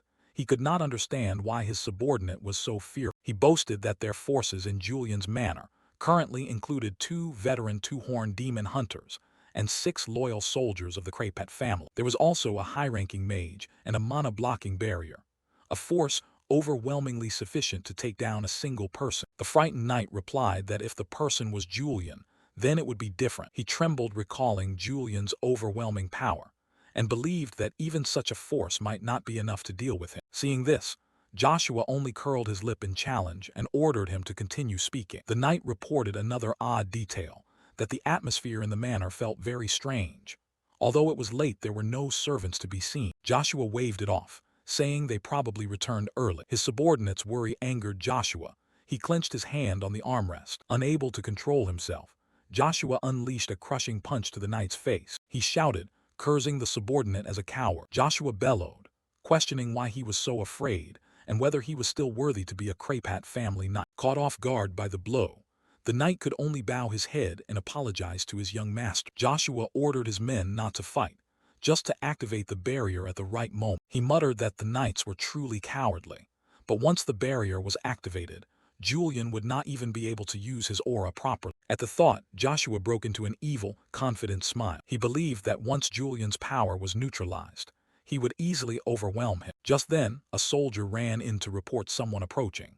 Joshua triumphantly thought Julian had finally arrived and ordered everyone to take their position. At the same time, outside Julian's manor, a mysterious group was also moving under the cover of night. They were hiding in the bushes, preparing for a raid. One of them suggested that Julian was probably getting ready for bed by now. The leader, William Highlands, a member of the Dawn Order, gritted his teeth and said he wanted to storm in and eliminate Julian immediately. The others agreed, loudly criticizing Julian's disregard for rules, and that his appointment as bishop in the first place was absurd. Those gathered under the night were all members of the Dawn Order, and all shared an implacable hatred toward Julian. And tonight, under William Highland's lead, they would carry out their own version of justice, making Julian pay with his life. William Highlands bitterly declared that, as a member of the Highlands family ruined by Julian, he had come to enact justice. Another member noticed William's hand shaking and teased that he looked nervous. William hurriedly cleared his throat to steady himself, telling himself he had nearly lost his composure. He drew his wand and ordered everyone to follow him. As he advanced into the manhwa, William began to cast a spell that formed a silence barrier. The spell Enduring Silence was activated, creating a membrane that enveloped the group to conceal their presence. The others murmured in admiration. William was confident the barrier would block most sound and presence, keeping Julian from waking, and he ordered everyone to proceed. They were confident the plan would succeed. Prior investigation showed all the servants had left before sunset, meaning Julian was completely alone in the manhwa. However, as the group sneaked in, William's wand suddenly flickered. He abruptly stopped. A teammate anxiously asked what was wrong, Sir William. William sensed something amiss. He stammered that the mana flow here was very strange, as if someone had intentionally blocked it. Meanwhile, on Joshua's side, the knight reported in a panic that Julian was not alone. There were many other signs in the manor besides them. Joshua fell silent. The knight added that they were not servants but skilled warriors. Joshua began to realize his plan might have been detected. Joshua ground his teeth in anger, wondering if someone had leaked the information. Back with William, his members were also panicking. William realized in horror, could Julian have foreseen the ambush and even set up a prearranged barrier? Both Joshua and William simultaneously realized a horrifying truth. Julian had not only anticipated the attack, but had also laid a deadly trap for both groups. The pink-haired subordinate trembled as he asked his young master Joshua about the next move. Joshua scowled, gritted his teeth in anger, and said the coward should be fired as soon as they returned. Joshua turned his back and wore a smug smile. He did not care even if it was a trap. With a face full of resolve and a hint of madness, Joshua declared that today would be the day he finished Julian off. Joshua said that thanks to the barrier, Julian had been weakened. Their plan was that while he killed Julian, the others would deal with the subordinates. Then he gestured and ordered that the plan continue as before, and that he would be the one to end Julian's disgrace. One of Joshua's subordinates reported that the target was in the corridor, outside the reception room. Joshua smiled complacently, drew his weapon, and decided to strike preemptively before the opponent could act. Stepping into the corridor, Joshua's group collided with William's group. Joshua looked at William with contempt, considering them nothing but nameless vermin. William angrily shouted back at Joshua's taunt. Immediately, William unleashed a powerful bolt of lightning magic. He growled, asking if the opponent had no shame. A subordinate reported to Joshua that based on the magic used in the barrier, the opponent must be a rank 3 mage or higher. However, Joshua remained dismissive, thinking that after all he was just a mage trapped in a barrier. Joshua ordered his men to rush forward and take them down. William nimbly dodged the attack and countered with a sharp sword strike. Joshua was surprised to see his subordinate easily defeated. He looked around and wondered where Julian was. Suddenly, a scream of pain rang out. It seemed someone had been hit, causing Joshua to turn and exclaim in surprise, "What is this?" The body of a henchman was struck by a bolt of lightning that flew past in front of Joshua. He looked forward in horror, not understanding what was happening. A figure charred black from a lightning strike collapsed to the ground. Witnessing this, Joshua and his men were astonished. Joshua wondered why, even with the barrier activated, the mage still had such power. He angrily cursed the coward behind him and vowed to fire him. Meanwhile, William was also suffering the effects of the barrier. He clutched his chest and weakly asked his opponent how he felt. William coughed up a mouthful of blood. He muttered that he couldn't move properly because of the barrier's effect. Joshua gritted his teeth. He did not expect that the bastard could still struggle even while nearly collapsing from the barrier's effects. Joshua began to consider whether he should use his trump card right now. But then he brushed the thought aside, shaking his head and telling himself he couldn't waste his trump card meant for Julian on such a weakling. He decided to patiently wait for an opening. At that moment, William staggered, seemingly at his limit from the barrier's effects. Joshua realized his chance had come. Joshua broke into a triumphant smile. He shouted that this was the opening he had been looking for, and then grabbed the orchid vase behind him. Taking advantage of William's weakness, Joshua threw the vase at him. Taken by surprise, William was astonished at the object being hurled toward him. Instantly, Joshua lunged forward and closed in on William. Cornered, William tried to use his lightning magic once more. However, Joshua was one step faster. He knocked William's staff away, stopping the attack. Having successfully overwhelmed his opponent, Joshua burst into a mad laugh. Joshua plunged a knife into William's shoulder. William let out a cry of pain, blood beginning to flow from the wound. Joshua pressed the sharp blade to William's throat, completely controlling him. Joshua mocked his opponent, saying that even a rank 3 mage could not move inside this barrier. With his eyes glowing purple with rage, Joshua growled, calling William nameless trash and asking how he dared block his way. He pressed the blade harder against William's neck, demanding how much Julian had paid him. Accused without cause, William could only blankly ask what. Joshua continued to sneer, saying the price of 5,000 or 10,000 nar for his life was pitiful. Not giving him a chance to explain, Joshua delivered a crushing kick to William's face, making him scream in pain. William desperately raised his hands, trying to stop Joshua. He shouted in panic, insisting that he was not hired by Julian. Pinned to the ground by Joshua, William still tried to explain that he was telling the truth, that he had also come today to ambush Julian. This sudden confession seemed to make Joshua pause for a moment. He asked real. However, Joshua quickly returned to his cruelty. He said that whether it was true or not didn't matter. For daring to block him, William must die. Realizing Joshua's murderous intent, William's face filled with horror. He stammered pleas for mercy. Joshua raised his sword high, preparing to finish off his opponent. As Joshua was about to act, a mocking tusk sounded from behind. A pair of fine shoes slowly stepped into view, signaling the arrival of an uninvited figure. The one who appeared was none other than Julian. He calmly remarked that quite a few uninvited guests had come tonight. Joshua turned and was stunned by Julian's presence. Joshua could not believe his eyes, wondering when Julian had arrived and how he had sensed no presence at all. Julian, with a half-smile and composed, was recognized by the mage on the ground who cried out in terror, "Julian." Joshua stepped back, thinking to himself that Julian truly was a monster. However, instead of paying attention to those terrified, Julian noticed the broken orchid pot on the ground. He picked up a shard, regretfully saying it had been broken, an action that evoked the Lee Siwoo persona within Julian. Then Julian turned to Joshua's men and coldly said that they had barged in and caused a disturbance. Trying to reassure himself, Joshua shouted to his comrades not to be afraid, because inside the barrier they could still fight purely with swordsmanship. Julian bent down again and scooped a handful of soil from the broken pot. He looked at the soil in his hand and said regretfully that he rather liked that pot. Julian's odd behavior left Joshua completely bewildered and silent. He wondered if the strong aura he felt was real. At that moment, a massive blue magical aura burst from Julian's body, enveloping the entire corridor. He affirmed that the barrier was certainly active, implying that this power was still not his full strength. Julian gave a sinister smile, declaring that it seemed he needed to finish the lesson on etiquette he had skipped before. Joshua could only horrifiedly wonder how the aura could be so vast. Back earlier, when Julian was on his way back to his mansion, but as he got closer, he sensed an unusual atmosphere enveloping the mansion. Julian realized not only had the external atmosphere changed, but the mana here was also unstable. He smiled, because what he had been waiting for had finally arrived. Julian was certain someone had come to ambush him as warned earlier.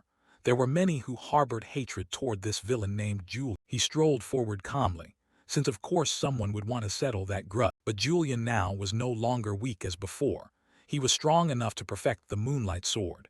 He wondered whether he should step out to confront them. Inside the mansion, a potted plant had been smashed to pieces. When Julian entered, a chaotic scene unfolded before him. Someone lay collapsed in a pool of blood. Julian was somewhat surprised. Had they fought among themselves without him intervening? Julian suddenly realized something. His statue had also been broken.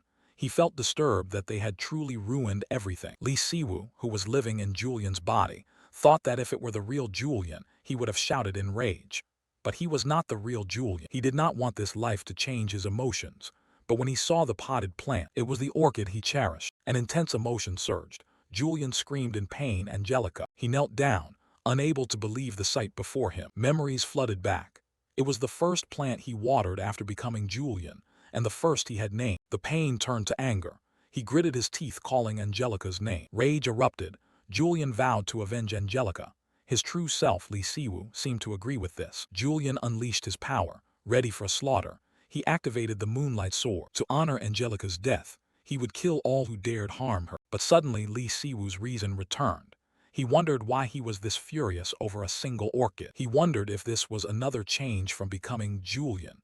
Until now, he had only played Julian, trying not to let the character affect him. Trying to calm himself, Julian told himself not to be swept away by emotion. It was just a small orchid.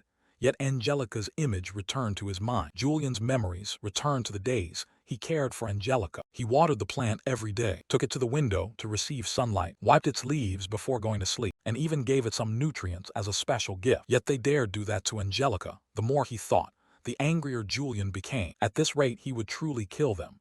The scene shifted to reality. Now Julian stood facing Joshua and William. Julian tried to regain composure. He decided to change the subject. He said he hadn't hired anyone. Julian asked the two assassins what they would do now.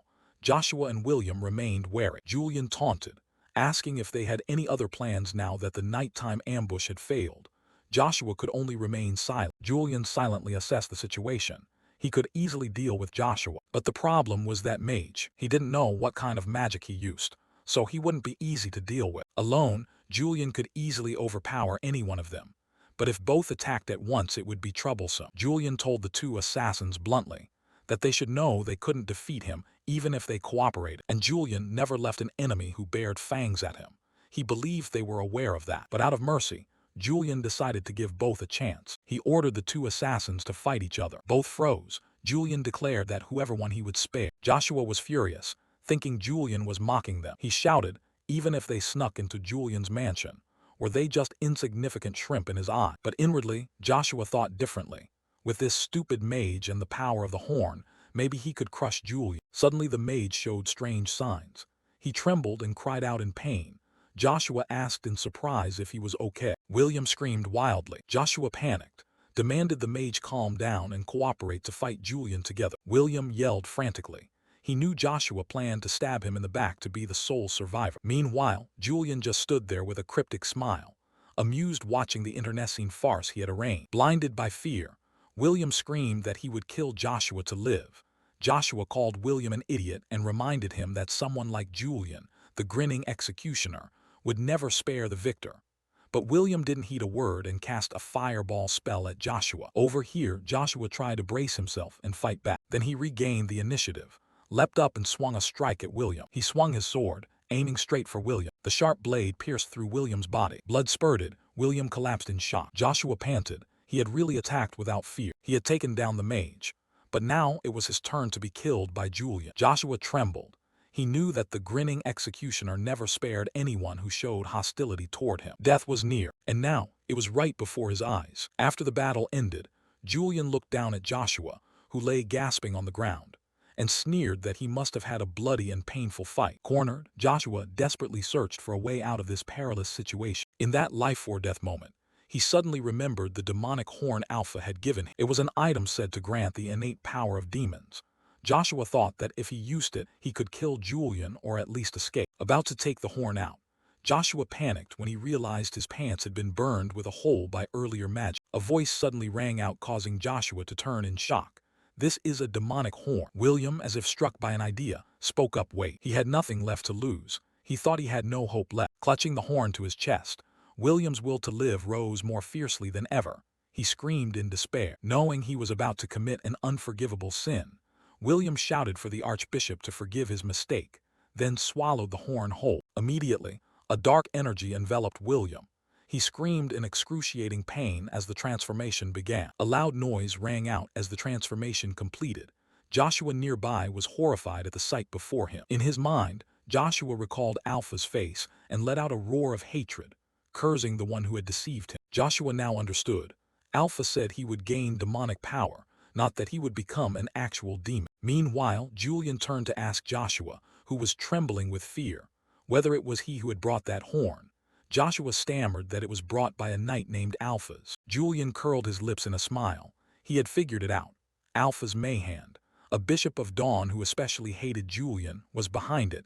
He didn't know what Alpha's relationship with Joshua was, but there was certainly a plot unfolding. The demon William had become growled, but Julian noted that fortunately the horns seemed to be a fake. Julian calmly observed that the demon's form closely resembled the demon he had dealt with in the slums. He linked this to the demonic anomaly Illinois had asked about, and noticed its power was weaker than horns forged from sacred relics. Undervalued, the demon William let out an enraged roar, displaying its strength. Witnessing the horrific scene, Joshua screamed in terror. He hurriedly turned to Julian, the only one who could save him now. Joshua desperately begged Julian to kill that demon, admitting he was wrong. In response to the plea, Julian merely crossed his arms and smiled meaningfully.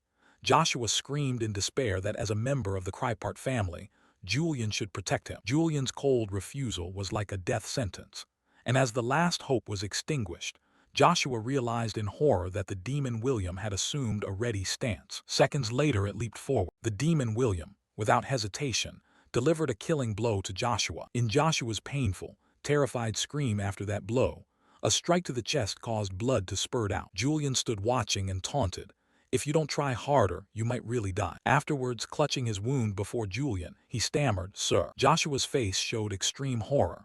He begged in tears, calling Julian big brother, and begging for his life. Julian only thought to himself what a quick turncoat. At that moment the demon suddenly growled, making Joshua flinch, but the demon paid him no attention and walked straight past him. Julian stood calmly.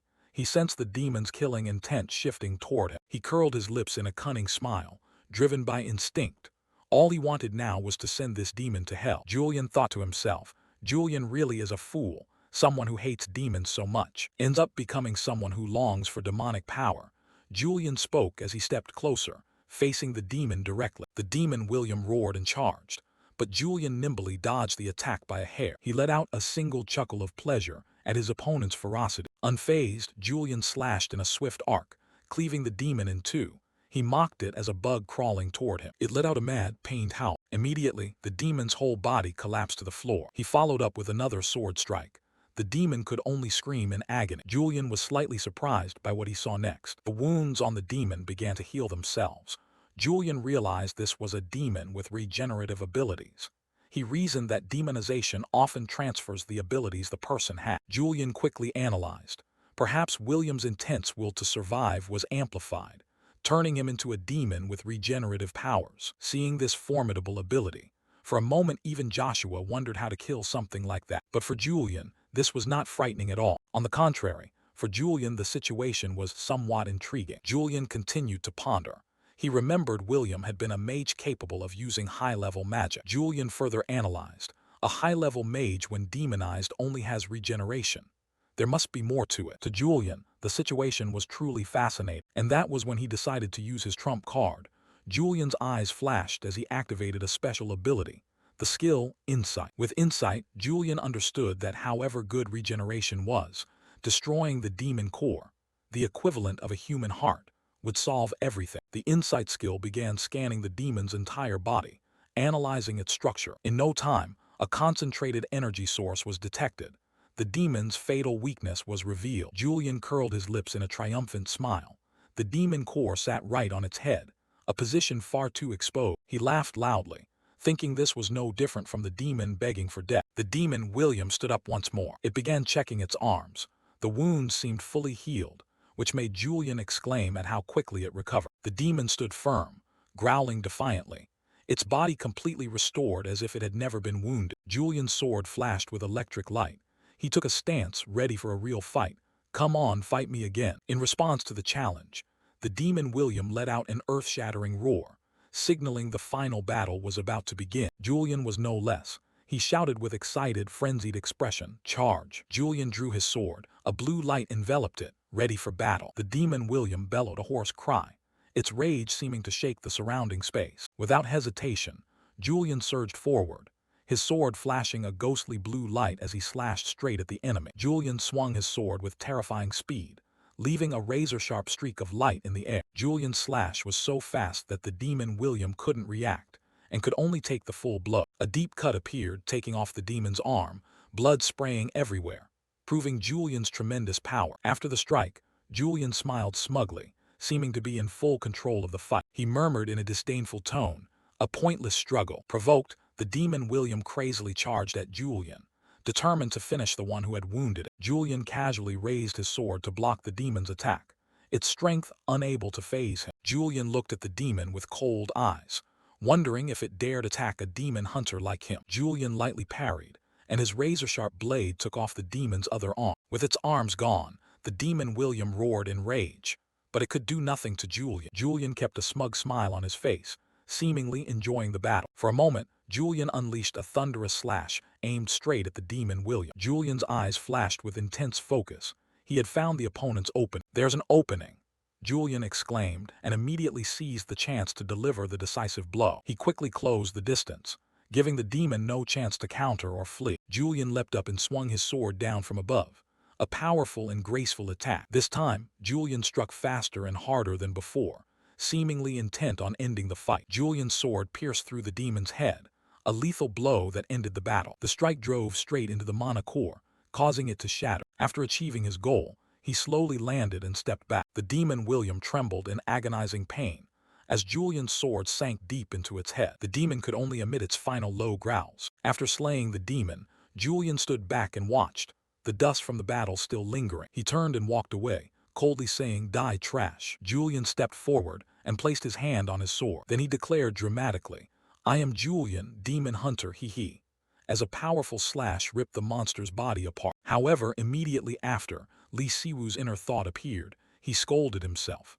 "I told myself I wouldn't say lines like that anymore." At that moment, Joshua was trembling in fear. Joshua stammered, "I am possible," unable to believe what had just happened. Julian turned back, his cold gaze fixed on Joshua. Seeing Joshua kneeling on the ground, Julian merely asked. Julian leaned down, wearing a sinister smile and thinking, "He's scared already." He continued, "Considering you ambushed me in the middle of the night, a severe punishment would be entirely justified." But Julian had another plan. He knew that one day Joshua would hold great power within the Kripart family. Therefore, Julian thought it would be very clever to chain Joshua early to make him easier to control later. Julian grabbed Joshua by the collar and said, "Now then." He helped Joshua up and said suggestively, "Well done, you finally survived." Joshua was still panicked, stammering in reply, "Why yeah, is that so?" The scene shifts to Julian's lavish office. He sits pensively at his desk holding the purple crystal and thinks, "An artificial horn, huh?" Julian continues thinking, "I didn't expect to see another replica from the slums right here in the capital." Julian recalls that in the original story, the Dawn Council's influence spread to the capital, and these replicas caused all kinds of trouble. Julian realizes a worrying fact. This is happening too quickly. According to the original, this wouldn't occur until Lin Ronbell graduated from the academy. Julian remembers that Lin was the one nursing a desire to avenge those who created these replicas. And then he remembers the one who stopped the development of those artificial horns was the Black Knight. The Black Knight, a mysterious figure operating in the capital, always hiding his true identity behind a black mask. In the original, the Black Knight secretly suppressed the Dawn Council with overwhelming power, his image submerged in a sea of flame. His true identity is the Sword Saint Hayden Reich, the protagonist of the original story, living a double life. Julian reasons that if the Black Knight had appeared, those artificial horns could not have surfaced so quickly. At least there would have been rumors spreading. So why is the capital so quiet? Julian wonders. Could it be that Bishop Pintle has not appeared yet? Julian recalls that the Black Knight only became famous after stopping Bishop Pintle and reclaiming a soul stone. From his position, Julian always regarded the Black Knight as a covert ally in preventing the Demon King's revival and dismantling the Dawn Council. Yet that ally has taken no action. Julian dismisses the negative thought. No, impossible. Sword Saint Hayden Reich would never ignore a threat to the people. This belief of his goes beyond the story. It comes from his personal trust in Hayden Reich, because he is the protagonist, a true hero. Julian returns to reality. He looks at the fragment of artificial horn on the desk and thinks, "Anyway, what matters now is." With a determined expression, Julian concludes, "It seems a demonstration is needed." He decides to take action himself to control the situation. After the break-in, Julian's mansion lay in chaos. The maids and butler stood stunned at the scene. A maid cried in horror. What on earth happened here? The sight was horrifying. Shards and blood scattered across the floor. An eerie silence enveloped the mansion, leaving only the servants' fear. The servants began to whisper among themselves. They recalled that when they first arrived, the mansion was already a mess, and the blood stains were terrifyingly abundant. Amid that scene, Julian appeared with a calm expression. A servant asked in surprise whether he had really slept through last night in such a chaotic mansion. The astonished servants whispered to one another, unable to believe Julian had single-handedly dealt with more than 10 intruders.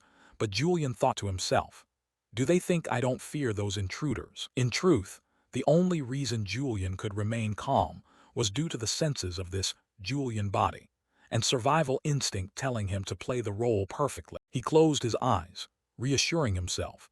The reason he could act as if nothing had happened amid this chaos was because he was performing a part. Julian turned and walked away, leaving the trembling servants behind. He knew that soon the rumor about this would spread quickly across the capital. He clenched his hand.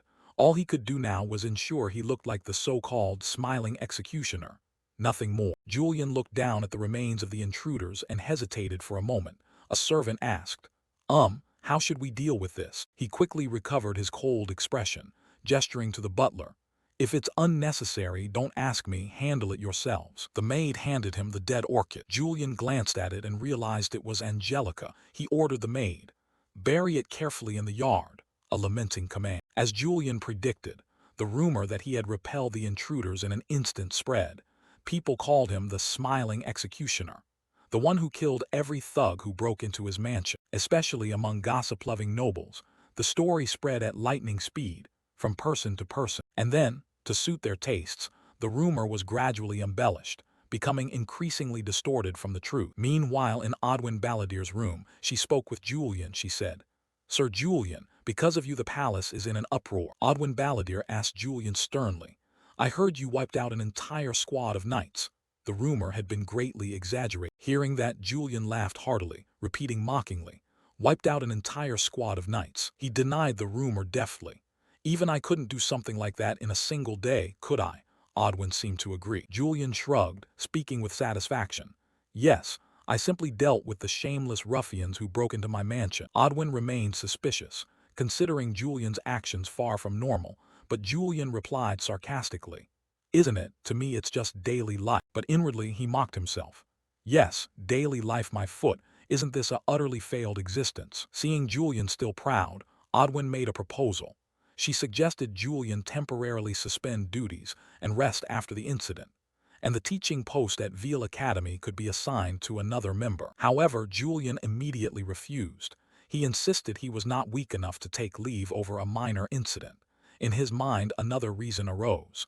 If it were the real Julian, he would never take time off for such a trivial matter. Julian thought to himself that if the academy duties were given to someone else, he might be called to participate in the victory anniversary. In any case, he did not want to face the holy sword. Seeing Julian had decided, Odwin reluctantly accepted. She said, "Well, it's your body, you know it best. Then I will contact the academy." Julian smiled in thanks and bowed. "Thank you, I will take my leave." He placed his hand on the doorknob, ending the conversation and preparing for his next plan. After leaving, Julian pondered the remaining matters. So it's just dealing with the issue of the replicas.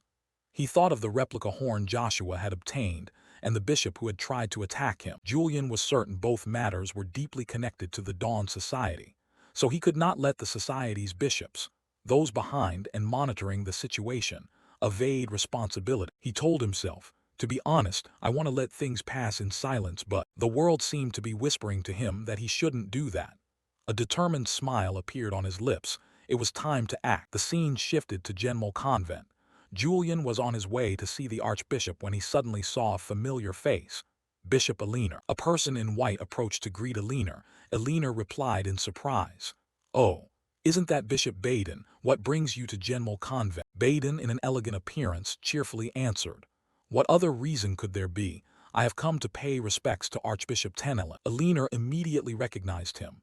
It was Baden Donatian, a direct descendant of the Donatian house, one of the empire's 4 great houses specializing in magic, and touted as the next clan leader. Moreover, Baden pursued an extreme pureblood ideology to fulfill his family's long-standing desire for the Philosopher's Stone, or elixir of immortality. He believed absolute power was supreme. Aliner remarked, "Well, what can be done? I believe I was the one who had the prior appointment with the archbishop," Baden politely said. "Ha ha, then there's no choice. I will wait outside the audience chamber. Meanwhile, Eleanor thought inwardly. I came to Genmol Convent to report to the Archbishop about the replica horns circulating in the slums in the capital, and yet I run into bait. She walked on, calculating. Those replicas are inferior to the horn the Archbishop made himself. They are low-grade and full of impurities, yet they remain items that can be used for enchantment. Eleanor continued analyzing. But you can't create such replicas without an original to base them on. Of course, this is the work of the Dawn Society bishops. And Baden is one of the prime suspects. She considered the link. The horn the Archbishop made, in essence, is similar to Baden's elixir of immortality, if Baden truly created the replicas. Then, to complete the true elixir of immortality, he is experimenting on ordinary people, regardless of the Dawn Society's intentions. Images of demons formed in Eleanor's mind. Eleanor stood outside the Archbishop's chamber. She shook her head. That's what I want to believe. But I cannot be certain without evidence. She paused, thinking, what worries me is even if I report this, would Tenelin truly grieve the replica horn incident and punish those responsible? A malicious image of Archbishop Tenelin arose in her head. Eleanor even imagined the worst-case scenario. What if he ordered the production of replicas to eliminate the holy sword Hayden Reich whom he hates, to hasten the Empire's collapse? Moreover, once Eleanor's audience ended, it would be Baden's turn to see him. She worried. I don't know what Tenelin will say to him after hearing my report.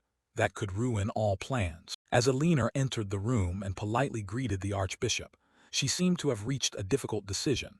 Perhaps I have no choice but to postpone the replica horn issue. Inside, Archbishop Tenelin, wearing a mask, welcomed Bishop Eleanor. Yes, Bishop Eleanor, are you well? Eleanor bowed her head respectfully and replied, yes, by your grace. But at that moment the audience chamber door suddenly burst open. Julian stood there blocking the light, causing Eleanor to turn around in astonishment. Both Eleanor and the Archbishop were stunned by the unexpected appearance. Eleanor stammered, J. Julian. A guard rushed forward trying to stop him. Bishop Julian, there is another bishop already in the audience chamber. Julian said nothing. He pressed his sword to the guard's throat with a cold stare, making him so frightened he could only utter, He. Archbishop Tenelin, though obscured by his mask, remained composed and asked, Bishop Julian, what is the meaning of this? Julian smiled smugly, completely ignoring the panicked guard. He had succeeded in creating the chaos he wanted. He casually let a small dark object fall from his hand. The object fell to the floor right in front of Archbishop Tenelin. The Archbishop looked down and asked, what is that? Julian stared straight at Tenelin with a knife-sharp gaze and spoke, Your Excellency the Archbishop. With a strained smile, Julian delivered the decisive blow. Are you aware that low-quality replicas of the horn, which could only have been made by your own hand, are circulating in the capital? Eleanor stood frozen behind them. She only let out a sound of shock. Julian stood there triumphant, a half-smile showing he had full control of the situation and had put Tenelin on the defensive. Eleanor, still bewildered, stammered, thinking, that is what I was about to say. Julian thought to himself, he had gone too far. Even if he were an ordinary member of the church, drawing a weapon in the sanctum was a direct challenge to the Archbishop's authority. But it was already done. Julian could not ignore the situation. The Archbishop spoke, a poor replica of the horn. This is the first time I've heard of it. Just then Baden rushed in, shouting, Archbishop, what's going on with this disturbance? Seeing Julian, Baden cut in to ask Bishop Julian. Baden angrily demanded, what is the meaning of this, and what about the replica of the horn? Baden spoke threateningly to Julian in a dangerous tone. As a bishop, restrain actions and words that cause chaos in the congregation. He continued to question Julian. I know the Archbishop favors you, but bursting into the sanctum and drawing a sword is the behavior of a thug, isn't it? Looking at the man, Julian silently judged that despite the creeping signs of corruption, Bishop Baden still kept his composure, truly the head of a household. But then Julian only slightly curled his lips into a smile. Julian's smile made Bishop Baden uneasy. He asked, do you find something amusing? Julian replied nonchalantly, how ridiculous. Julian pointed directly at Baden, saying that it was he, Bishop Baden, who had pretended innocence while sowing unrest in the Dawn Society with replicas of the horn. Julian's accusation startled Bishop Baden, sweat beginning to flow. Baden hurriedly denied it. What are you saying? I know nothing. He and his two subordinates looked extremely flustered. Julian continued, taunting that which noble wouldn't know about the Baden family's long-held ambitions. Bishop Baden clicked his tongue, no longer pretending. Julian went on, saying desire was a strong motive, a force that invigorated the organization called the Dawn Society. However, Julian raised his hand in warning. If that greed exposes our grand plan. Bishop Baden continued to play dumb. He asked, Bishop Julian, I don't understand.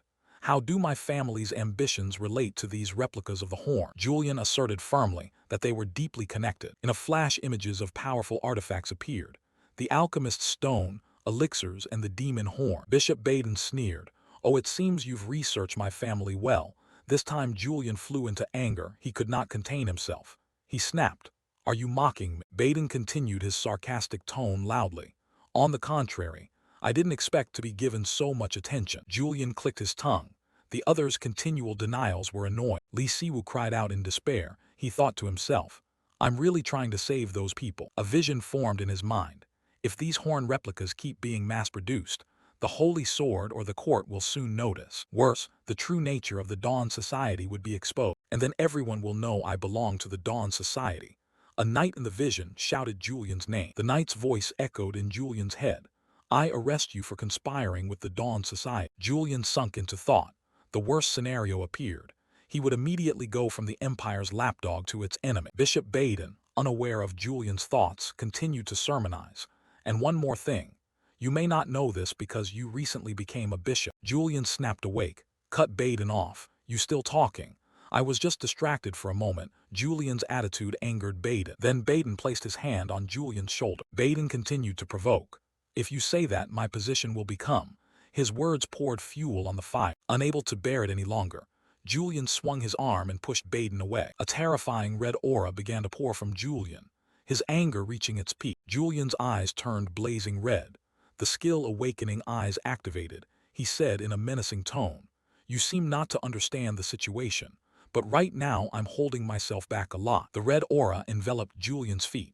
A tremendous pressure radiated throughout the room. The other members of the Dawn Society, those in purple cloaks, recoiled in terror at Julian's power. Julian's pressure was so strong it sent Bishop Baden and his followers flying. Alina recalled that horrific past.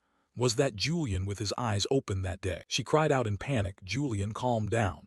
This is the sanctum. Julian turned his head and tried to control the surging power, veins bulging at his temples. The momentum gradually dissipated. Julian thought to himself, oh dear, I've lost control of my emotions and opened my eyes again. Tenelin smiled, his face full of admiration. Indeed, impressive, overwhelming all the bishops and clerics here with nothing but the pressure of your aura. Archbishop Tenelin sat on the throne, looking at Julian with a covetous gaze, worthy of being the Sword Saint's disciple.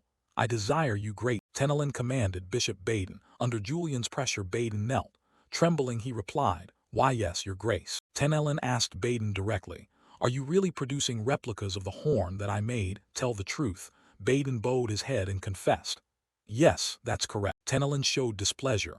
That is not good, acting on your own without informing me. However, Tenelin immediately changed his tone, but I'm not particularly bothered.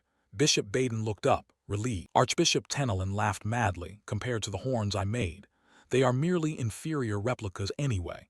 If even such replicas can stand against the court, that's a good thing. Julian still tried to question, but your grace, he experimented on commoners to improve the replicas. Are you really okay with that? Archbishop Tenelin smirked. What's the problem? Citizens who obey the Empire's laws are complicit in the Empire's ideology. Tenelin continued his argument. If using them helps strengthen the Dawn Society, what's the issue? These words stunned Alina. She realized. In the end, I was wrong. She was completely disillusioned. Sophistry, contradiction, utterly selfish. This is not the Dawn Society I believed in. Julian, still trying to control his anger, voiced his concern. I'm afraid the operation will be exposed because of these experiments. The more artificial demons appear, the more attention we attract. Bishop Baden, emboldened by the Archbishop's indulgence, mocked Julian. Coming from the Empire's dog, that sounds credible. Baden continued to taunt. The laughing executioner cares about the death of a commoner, really? I thought you'd regard them as no more than orchids. How surprising. At the word orchid, Julian's hand began to tremble. Alina noticed and thought, Are you shaking, Julian? Even the great Julian is affected by provocation. Or is it guilt? Julian gritted his teeth. An image of a potted orchid appearing in his mind. Damn, mentioning orchids makes me think of Angelica. Archbishop Tenelin waved his hand and ordered enough. This disturbance ends here. Tenelin leaned back in his chair, saying, "I'm tired, everyone leave now." At his command, Bishop Baden bowed his head in obedience and left with Julian. Yes. As they walked, Baden ground his teeth, cursing Julian silently. Julian, that damned bastard. Sitting in the carriage, Baden reassured himself.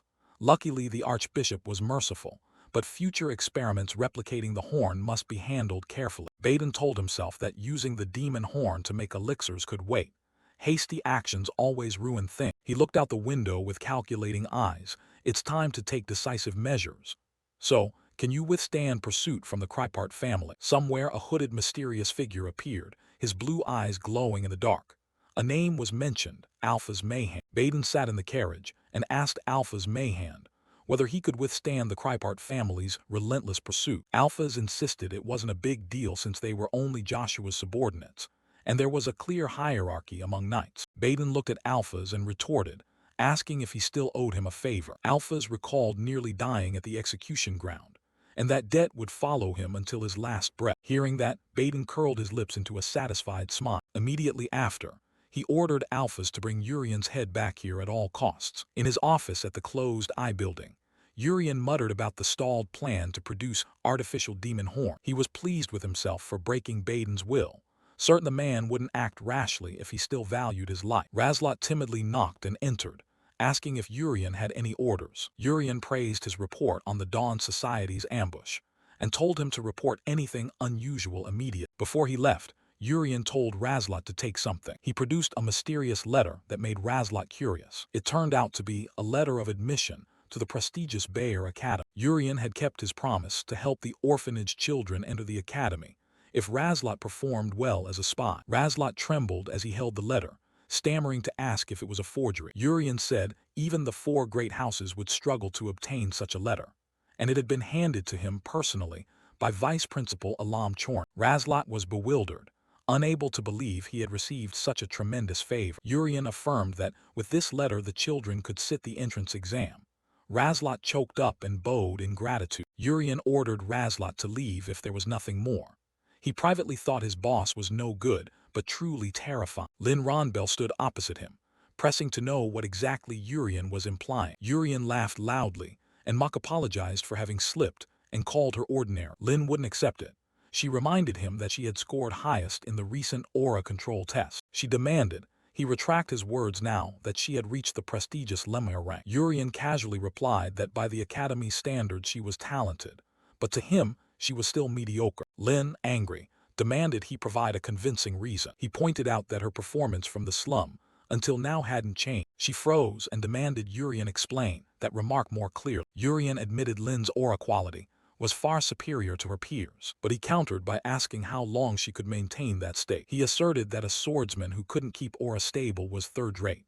No matter how high the quality, it was useless in prolonged combat. Urian raised his hand brimming with aura as an example, asking what she could do with such an unstable power. He exposed her weakness, clumsy aura allocation and lack of consistency. Urian recalled how she hesitated before the demon in the slums, making Lin begin to tremble as the painful memory was touched. He smiled coldly, concluding that this was precisely why she would always remain ordinary. Lin glared at Urian as the dark memory began to surface in her mind. It was the memory of Lin Ronbel at 16. At that small age, she had to witness a horrifying scene right in her own home. She heard the strangers mention the name Durain with contempt. Someone standing in the doorway looked at her and asked if she thought she had meddled too deeply in this matter. Lin was so terrified that sweat poured down her face, which had gone deathly pale. Before her, her father was bound and kneeling at the soldier's feet. She desperately called for her father, choking on sobs in the cold, dark night. The killer with the scar on his neck looked down with contempt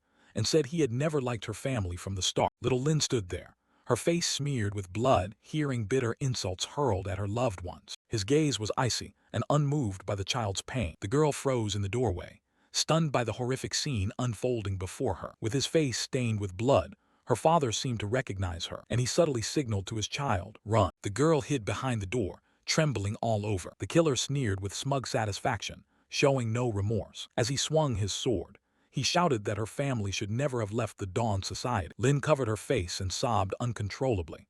The anguish was too great for a 16-year-old child. Her legs gave out amid the room filled with the breath of death. A heart-rending scream echoed through the mansion, marking the breaking of a family. A scene of mourning engulfed the aftermath of the massacre.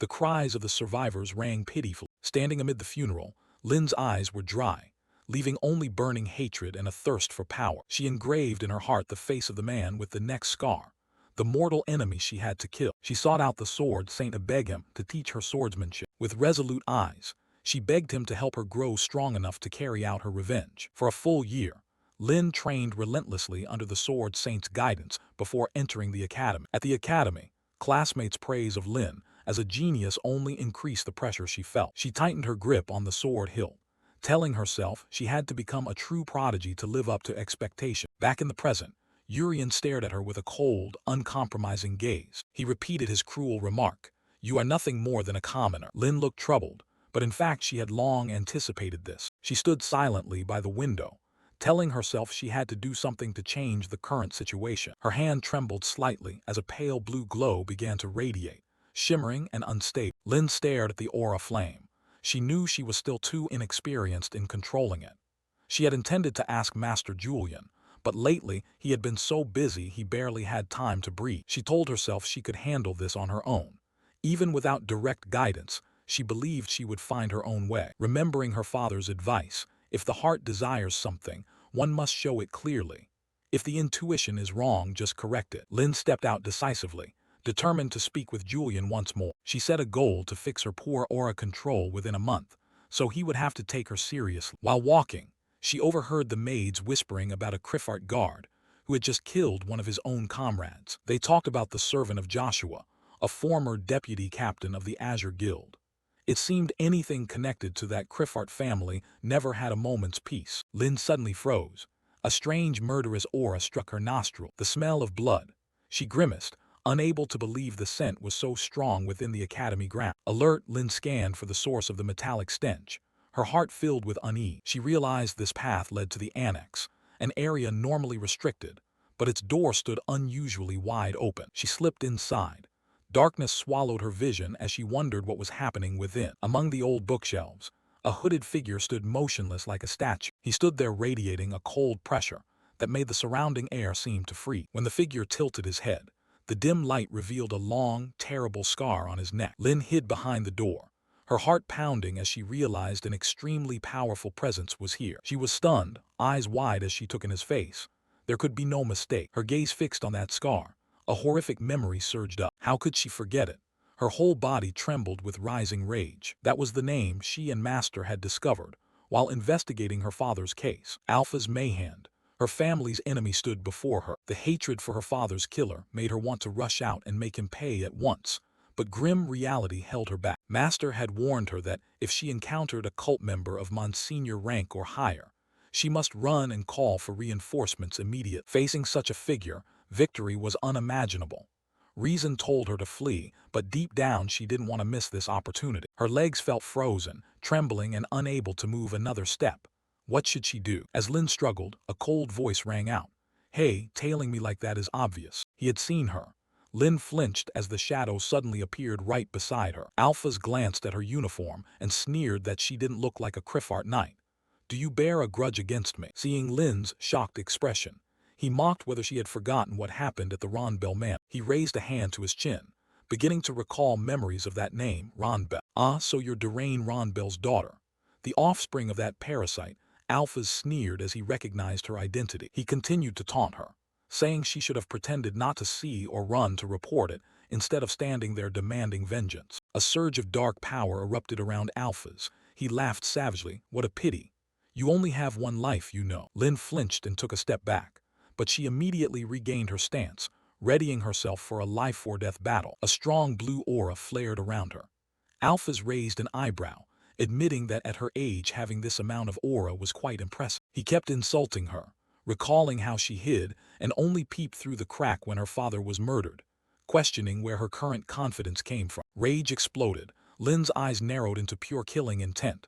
Die. She lunged forward like a streak of blue lightning, unleashing an attack full of fury toward her enemy. But Alphas kept a contemptuous smile, seeing her as nothing more than a child in his eye. Lin charged like a moth to flame, but Alphas merely sidestepped and evaded that poorly executed strike. He didn't forget to taunt her, saying she was letting emotion completely override reason in combat. Lin clicked her tongue in frustration. Her impatience was costing her precision. While trying to recover, her feet suddenly slipped on the floor. Lin staggered, her balance gone at the most critical moment. She panicked as she realized she had exposed a deadly opening to her foe. Alphas seized the chance and drove a powerful knee into her gut. Lin tried to twist away, but it was too late to perform any defensive move. A tremendous force slammed into her, hurling her backwards into the wall with a violent impact. The crash echoed harshly through the building's silent space. Lin collapsed, her head spinning from the swift and vicious blow. Alphas watched her form and then suddenly paused, sensing that something was amiss. He raised his hand to inspect it. Faint streaks of glow still clung to his skin. A flash of astonishment lit his eyes. Apparently his sight had not misread her action. He gave a small, admiring smile. In that brief moment you still managed to aim at my hand. Truly impressive. Still to Alpha's, her skill was far from reaching his level. He strode forward ominously. He forced her to kneel in a weakened posture, his voice cold. Let me teach you how to obey, shall I? Lin was utterly desperate, bitterness swelling as she faced death before avenging her father. She silently begged for someone to come rescue her now. Julian exhaled, his face full of thought. Walking down the corridor, he reflected on what he just told the students and found it wasn't wrong at all, though the word crime had slipped out of his mouth earlier. As for Lin, her swordsmanship had clearly improved in her stance and breath, but the key issue was that her aura still had many problems. She possessed more mana channels than an ordinary person, but if she continued to control her aura in the conventional way, the mana inside would soon be exhausted. Lin's master should have helped her handle this, but he was probably busy, so she had to fumble through it herself.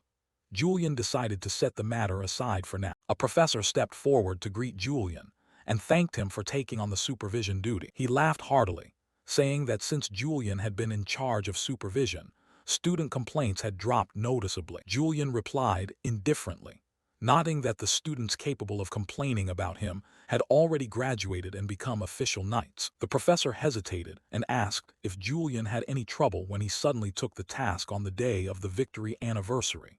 It seemed some in the royal family were beginning to watch his action. Julian smiled and asked back.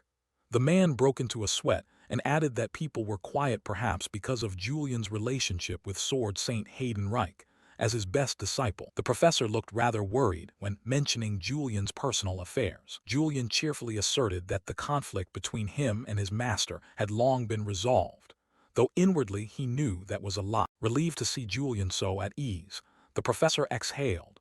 Julian, however, knew that meeting the Sword Saint again would be an enormous risk. Suddenly, the man remembered something and asked Julian about Lin Ronbell, the only one who had objected to his evaluation results. He handed over a petition, saying that although Lin had received the highest score, she still demanded Julian correct the assessment in her record. Julian reached for the paper, which surprised the professor a little. Julian took the sheet and calmly explained that since it was his duty, he wanted to handle it personally. He flashed a charming smile and said he'd go find Lin to talk to her, aiming to make the exam results as flawless as possible. After the professor left, Julian stared at the petition. He wasn't much concerned, but if this caused a stir, the royal family would scrutinize him more closely. To avoid searching the vast academy, Julian decided to locate where Lin might be. He activated his mana detection skill. An energy map appeared in his mind. He discovered a strange mana stream near the academy's annex. Arriving there, Julian saw another source of mana present. He had to admit it was impressive. Alpha stood there, mocking Lin. He was surprised that at her age she could control an aura far beyond a normal knight's, yet he criticized her for having poor physical strength. Lin was now smeared with blood. She gritted her teeth as she heard the stranger's insults. She fell to her knees, indignant that even this man called her ordinary, the same words Julian had used earlier. Alphas delivered a powerful kick that sent Lin flying. He approached the girl sprawled on the ground and told her to stay there. He'd give her relief soon. The enemy stood before her and Lin could do nothing. Everything began to fade before Lin's eyes. She wondered if this was her end. Suddenly, a voice asked Lin if that was the extent of her ability. In her desperation, she thought she had mistaken it for Julian's voice. Julian sneered that this was a pathetic end.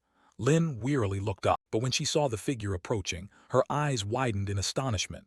It wasn't a mirage, this was real. Julian strode in arrogantly and asked if Lin intended to embarrass him as a fellow disciple, by letting herself be beaten like this. He glanced at Alphas and sneered, asking what this outsider was doing lingering at the academy. He didn't look like he belonged here at all. Alphas removed his hat and greeted Julian. He asked if this was their first face-to-face meeting since the incident at the monastery. He was Alpha's Mayhem. Alpha smiled provocatively, saying he'd longed to see Julian's face again for a very long time. Julian gave a cold smile, recognizing him now. Alphas, the man who once escorted his brother, now bore a rather handsome scar across his face. Alphas nonchalantly spoke of the scar, claiming it came from a fight with a level 4 mage who'd been pursuing him. In the end, he cut the man's corpse up and fed it to dogs. Julian replied sarcastically that this was why dangerous things like that horn shouldn't be given to anyone. Alpha scoffed that Julian's tongue was still as sharp as ever, then dared him to draw his sword and fight. Julian thought to himself that Joshua had said he received a horn from that man. So Alpha's was an agent of Bishop Baden, and he really wanted him dead. Julian stepped forward, his expression growing cold. He felt lucky they had met here, too early for the students to witness the impending tragedy. Julian's true nature, his thirst for killing, began to surface. He told himself to stay calm because someone here was hurt. Alphas watched Julian and thought to himself that this guy was becoming more sensitive because of that girl. He noticed the girl's sword style was very similar to Julian's and wondered if she had also trained under the Sword Saint. Julian casually confirmed that Lin was indeed his fellow disciple, though it was a bit surprising. Alpha sneered with hidden meaning at Julian's answer. In a flash, Alphas grabbed Lin and hurled her toward Julian. The sudden attack left Julian with no time to react. Julian cursed under his breath at the unexpected situation. He knew that if a protagonist like Lin died, the world would be turned upside down. Alphas pressed the assault relentlessly. Julian understood that if Lin died, his meta-knowledge of the game's plot would also be ruined. Although his instincts urged him to abandon Lin to free his hands to fight, Julian couldn't do it. He moved quickly to protect her. Julian caught Lin and supported her as she collapsed utterly exhausted. Seeing that, Alphas laughed with delight. He remarked that Julian Criffart had changed too much from before, no longer the cold man he used to know. Julian looked down at the girl in his arms, his eyes darkening with tension. Alphas taunted that if it were the old Julian, instead of protecting her, he would have plunged a blade through her to kill the man. Julian placed his hand on the sword hilt and coldly retorted that it's always easy to talk. He calculated that if Lin died, the Sword Saint would certainly not stand idly by, but would raise the entire Dawn Society. And if then his connection to the organization were exposed, his career would be ruined. Just imagining that scenario made Julian break out in a cold sweat from the pressure. He set Lin aside and declared that the joke was over. Mana power blazed around Julian.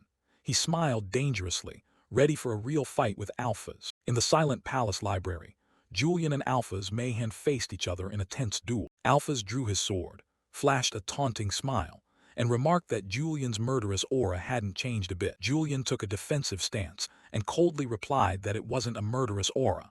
He was merely annoyed. A heavy footstep struck the floor, signaling the true start of the battle. Alphas lunged like an arrow, sneering that Julian's fame had faded considerably compared to the past. Julian smirked slightly, admitting his opponent was fast, but still well within his control. With a precise parry, Julian stopped Alphas' attack without exerting any effort. The skill elite swordsman activated instantly the moment the two blades clashed in sparks. Alphas pressed the assault with a flurry of razor-sharp strikes, but Julian stood firm like a rock. Julian casually judged that Alphas was better than many swordsmen he'd met, yet still not enough to trouble him. With agile footwork, Julian easily evaded and slipped through his opponent's blows. In Julian's eyes, every arc of Alphas' sword stroke appeared as clear and programmed trajectory. Alphas panted, beginning to feel fearful as every wholehearted attack was effortlessly neutralized. Julian smiled arrogantly, saying Alphas was too conceited to think he could end the duel quickly. Julian started his counterattack. The pressure from his blade made the surrounding air seem viscous. The two figures weaved through the library, producing blinding streaks of light from metal clashes. Julian remained calm, quietly watching for an opening in his opponent's defense. He noticed Alphas' extremely quick reactions and wondered whether his opponent was deliberately exposing a weakness to trap him. Alphas' eyes showed clear tension when faced with a ruthlessly cold Julian. He swung his sword in desperation, an unease rising as if he were the one falling into a trap. Julian smiled faintly, as if every development in the duel lay within his calculation. A golden opportunity appeared. Julian knew one thrust to the gut could finish Alpha's immediate, but his hand froze at the thought that if he stabbed, he would officially become a killer. Hesitation showed clearly on Julian's face. He recalled that those he'd slain before were demons, not people. He realized his deadly mistake. Alpha's, however detestable, was still a flesh-and-blood human. Seizing the moment of Julian's distraction, Alpha's roared in fury and launched a direct sword attack. Julian flinched in shock, but that momentary hesitation cost him the initiative. A cold blade tore through Julian's shoulder, leaving a deep wound. He recoiled in pain, inwardly blaming his habit of inner monologue from gaming for costing him in real life. Blood spurted everywhere. Julian staggered as the pain began to shred his mind. Dizziness from blood loss hit him. Julian strained to keep his trembling legs steady. Alpha seized the chance, pouncing like a savage beast and cursing Julian a fool for his negligence. A powerful sweep sent Julian crashing onto the cold floor. Julian coughed up blood, but instead of fearing for his life, he regretted that his favorite coat had been ruined. He blamed his own naivety. That needless hesitation had left him hanging by a thread. Alpha stood there sneering, delighted that he had easily defeated the man he hated. Julian bitterly realized that Lee Sihu's soul was unconsciously suppressing this body's fighting instinct. He clenched his fist, understanding that to survive in this brutal world, he could no longer keep his hands clean. Alphas continued to humiliate Julian by bringing up the memory at Banfast Bridge, reveling in the reversed situation. Those words didn't stir any memories. Julian only found the man before him unbearably annoying. To face the dangers ahead, Julian decided to cast off leniency and play the perfect villain. Alphas looked down from above with contempt, ordering Julian to crawl between his legs if he wanted to live. Smugly, Alphas declared that if Julian submitted and crawled through his legs, he would pardon the Banfast Bridge incident and spare his life. Julian coldly replied that he no longer had any memory of that bridge. He calmly admitted he had lost his memory, a secret he had never told anyone. Alphas assumed Julian had gone mad with fear of death, while Julian understood that revealing this secret was to steal his own resolve. Alphas began to feel puzzled, not understanding why Julian chose this moment to confess that story. At that moment, the special skill Eye Awakening activated, driving Julian's emotions to their peak. Julian's eyes flared deadly red, emitting a chilling killing intent that seemed to freeze the air. Alpha staggered, realizing the atmosphere around Julian had completely changed. There was none of the earlier hesitation. Julian shot forward at wind-tearing speed, becoming a black and red streak that ripped the library's darkness. A razor-sharp blade rose, accompanied by the spray of blood in midair. Alphas could only cry out in astonishment at Julian's terrifying speed, but any attempt to dodge was already too late. Cold sweat streamed down Alphas's face as he realized death stood right before him. Alphas's sword flew from his hand, and a severed portion of his arm spun weightlessly through the library. He stood stunned for a moment, staring at the space where his arm had been taken. A harrowing scream tore the air as the excruciating pain from the cut began to torment Alpha. Alphas's eyes widened in shock, unable to believe the situation had reversed so brutally. Julian curled his lips in a cruel smile. He realized that killing a human wasn't as hard as he had thought. Amid the blood-heavy air, wearing the smile of a true villain, Julian casually declared that it had been easier than he'd expected. Julian surged forward like a cyclone, utterly overwhelming his opponent. Slicing strikes surrounded him, allowing the enemy no space to breathe. Alphas could only gape helplessly at this horrifying speed. His sword was knocked free, clattering onto the floor. He panicked, groping for a weapon, but it was already too late. Julian added a fatal stroke, ripping the air apart. Blood sprayed as the blade sank deep into Alphas's flesh. A powerful kick sent him sprawling, utterly spent of resistance. Julian looked down coldly, mocking the fool who had dared to expose his back. Alphas tried to crawl away in terror, muttering that even demons weren't this cruel. He gulped for each remaining breath, his face distorted with terror. Julian casually stepped on the defeated man, posture full of arrogance. He reminded him that if anyone wanted to dance with a sword in front of him, they should ask permission first. And of course, he had no intention of granting that right to a man about to die. The gleaming blade was slowly drawn from its sheath. Julian drove it straight into a deadly pressure point on his chest. He explained matter-of-factly the location of the Mon Kayat, a vital meridian that controls life. A lethal smile appeared as Julian declared that his death was only a matter of time. Alphas coughed up blood.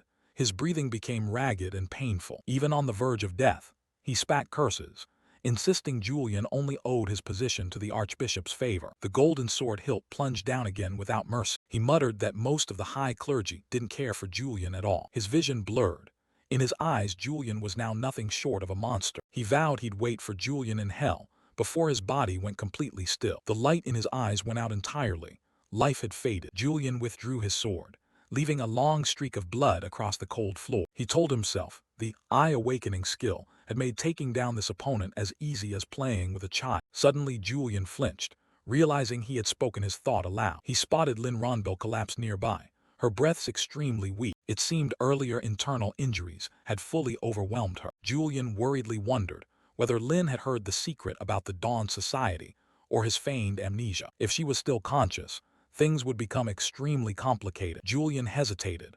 Though he didn't want Lynn to die, the current risk was too great. Darkness covered his face as he stepped closer to the unconscious girl. A cold thought arose.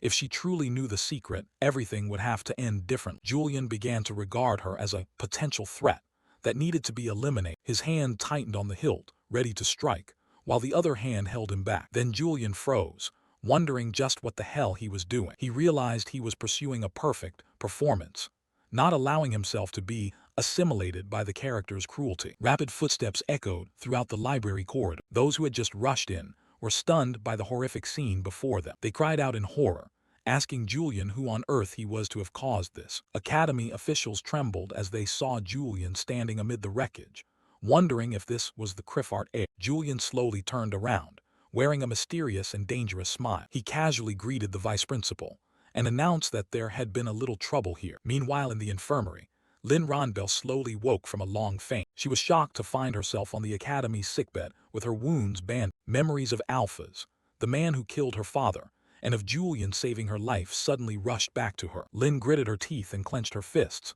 ashamed of her own weakness. She tormented herself that all her efforts for revenge were meaningless, since she hadn't accomplished anything. Just then, Julian appeared by the bed and coldly asked if she was fully conscious. Lynn forced herself up and thanked Julian for saving her life when she was hanging by a thread. Julian looked at her with calm composure, a faint smile on his lips. He bluntly declared that he did not consider it a debt, only a bit of compassion for an inferior classmate. Lynn bowed her head in admission, for she understood better than anyone the harsh reality she faced. To her surprise, Julian produced the complaint she had written and asked her to reconsider it seriously. He mocked her as brazen for filing the complaint without admitting she completely lacked mastery of her glory. Lynn was stunned, trying to protest, but her words caught in her throat at Julian's sharpness. Before she could answer, Julian coldly tore the complaint to pieces right in front of her. Lynn realized she had been overly proud of the title genius and had acted to satisfy cheap vanity. She covered her face in remorse,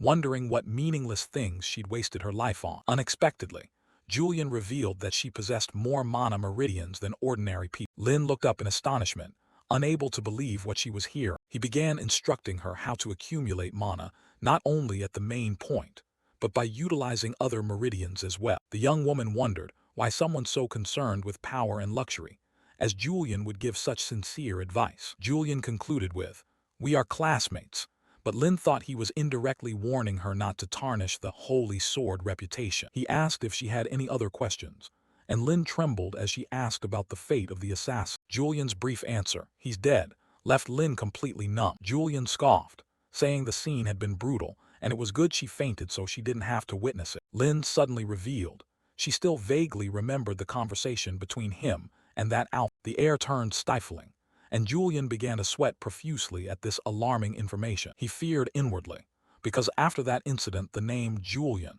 he was impersonating would be dead if the secret leaked. Lynn recalled his words about losing everything, and thought Julian might have also lost loved ones to the Dawn Society. Julian tried to salvage the situation by asking if she believed it could all be a misunderstanding. Lynn stared him in the eyes and called him a liar, leaving Julian momentarily speechless. Before leaving, Julian demanded she absolutely tell no one about this. Alone in her room, Lynn pondered Julian's harsh yet suggestive words about concern. Her gaze hardened more than ever. Lynn vowed to redouble her efforts to achieve her revenge. Julian stepped out of the room, his silhouette revealing a contemplative air after the tense conversation. He inwardly cursed when he learned Lynn still remembered the dialogue with Alphas. This time, he might truly be finished. Razlot closed the report on Bishop Hayden with a look of deep reverence. He couldn't help but be stunned to see Julian calmly trimming a few orchid pots as if nothing had happened. For an event of that magnitude, Razlot had assumed a normal person would show at least some reaction, not sit there motionless like this. Julian kept his eyes on the leaves, silently judging that there was nothing noteworthy going on right now. Razlot stood behind him observing, thinking Julian should have delivered the finishing blow as soon as the alphas were eliminated. Julian suddenly mentioned that Bishop Pintle of the Dawn Order had decided to raid a caravan, suspected of transporting soul stone. Julian pondered the name Pintle and the stones, while Razlot asked permission to withdraw. As he turned to leave, Julian suddenly remembered something important. He asked whether the letter of introduction would be of any use. Razlot replied it would and thanked him. Julian nodded in confirmation and allowed him to go, while Razlot inwardly realized it was Julian's subtle way of reminding him to be a loyal spy. Alone, Julian sank onto the sofa, his face full of thought. He spread his arms, wondering why everything was unnervingly quiet. There should have been someone coming to settle the score with him by now. Julian thought maybe Rin hadn't noticed anything unusual, because she wasn't fully conscious then. Baden's side was also strangely silent, even though he had previously sent the alphas to take his life. Julian pictured Hayden Reich in the guise of the Black Knight being the one to end Bishop Baden, so he didn't need to get involved. That was the secret identity Hayden Reich used whenever he didn't want to reveal himself as the Holy Sword. All he needed to do was stop Baden from doing anything foolish before the Black Knight's name spread throughout the capital. Thinking of the reduced workload, Julian couldn't help but smile wickedly. But immediately after, he put his hands to his head and sighed wearily. This suffocating feeling was surely due to the memories from the trailer of the future he had seen. In that vision, the original Julian had killed Hayden in an extremely brutal way.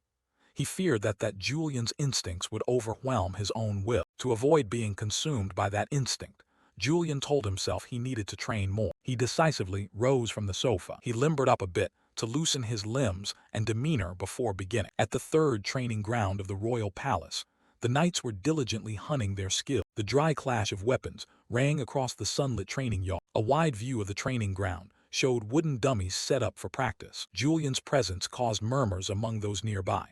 They couldn't believe someone like him would bother to train here. Julian strode in casually, telling everyone to focus on their own practice instead of staring at it. Standing before the weapons rack, he thought that although the crescent stone sword was good, relying on a single weapon wasn't wise. Rubbing his chin, Julian considered that this might be the right time to try out a completely new kind of weapon. His hand reached out, searching for something different among the pile of arms. Everyone was astonished when he chose a spear, since everyone knew Julian's forte had always been swordsmanship. A figure suddenly approached from behind Julian. It was an apprentice knight with orange hair.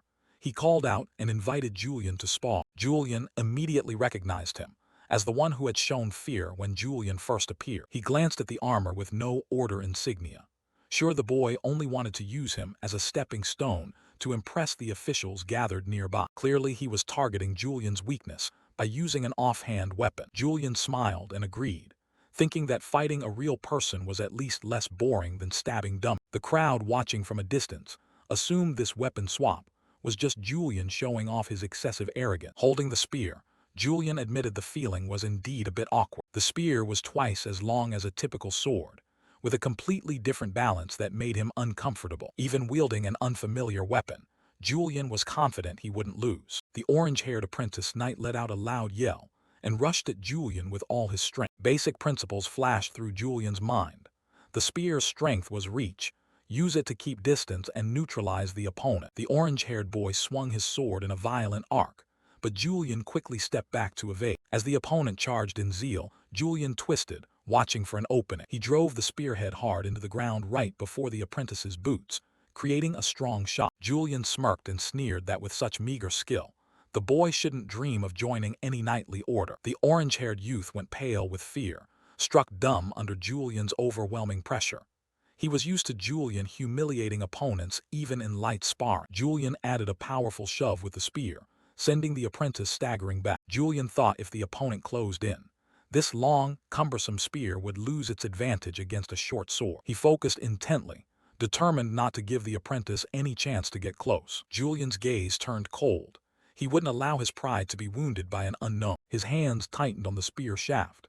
He decided to apply more force to finish the match. The clashing of weapons rang out with a sharp king as Julian halted his opponent's strike. The orange-haired boy panicked, realizing Julian's strength was unstoppable. He was completely overwhelmed. Julian's spear sliced through the air with blistering speed. Grinning with excitement, Julian seemed to be carried away by the fight. The orange-haired youth let out a terrified scream. A grazing blow tore open the apprentice's black tunic across the chest, and fresh blood began to seep out. The apprentice froze, clutching the wound on his chest, unable to believe what had just happened. Julian coldly snarled, asking whether the boy really thought he had the right to challenge him with such meager skill. Julian's eyes now looked like a predator hunting, leaving the apprentice only able to whimper in fear. Terrified, the boy turned tail and fled, babbling apologies for foolishly challenging the wrong person. Those around began to whisper excitedly, convinced Julian was an unstoppable monster.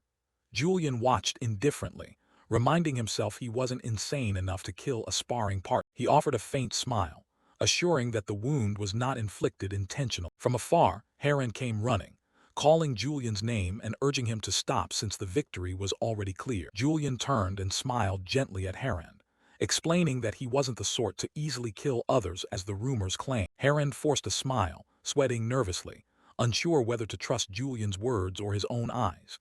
Julian, meanwhile, sighed softly, realizing a single training session had left him exhausted. Julian ran into Heron in the palace.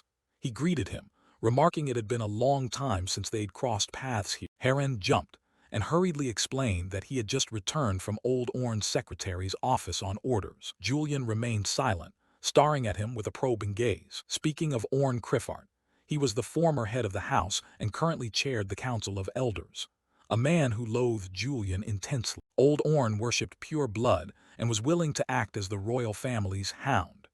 He bristled as Julian's fame began to eclipse the four great houses. Julian smiled and told Heron not to worry. Whatever happened at Old Orn's office probably had nothing to do with it. About to leave, Heron suddenly called him back to ask about Lady Milna's keepsake. Julian stopped. It was the soul stone necklace he had secretly taken and asked Heron to hold for him. Heron looked genuinely worried, repeatedly asking whether it was really safe for him to keep such an important item. Julian explained that although he wanted it back, now wasn't the time. If the Dawn Order sniffed that he had a soul stone, it would cause major trouble. He asked Heron to hold on to it a while longer. After saying that, Julian bade farewell to go test a few other weapons, not forgetting to ask Heron to send his regards to the housemaster. Heron was sweating profusely. He hesitantly suggested that the two of them attend the family meeting together. He tried to persuade Julian that, after all, he was still a member of House Criffart. Hearing this, Julian gave a mocking smile and reminded his cousin that he was only from a cadet branch. Seeing Heron fall silent, Julian added, asking if that derogatory label hadn't been assigned to him by people like them. An uneasy feeling began to churn in Julian's chest. He wondered if it was the anger rising from some deep instinct within him. Heron lowered his head.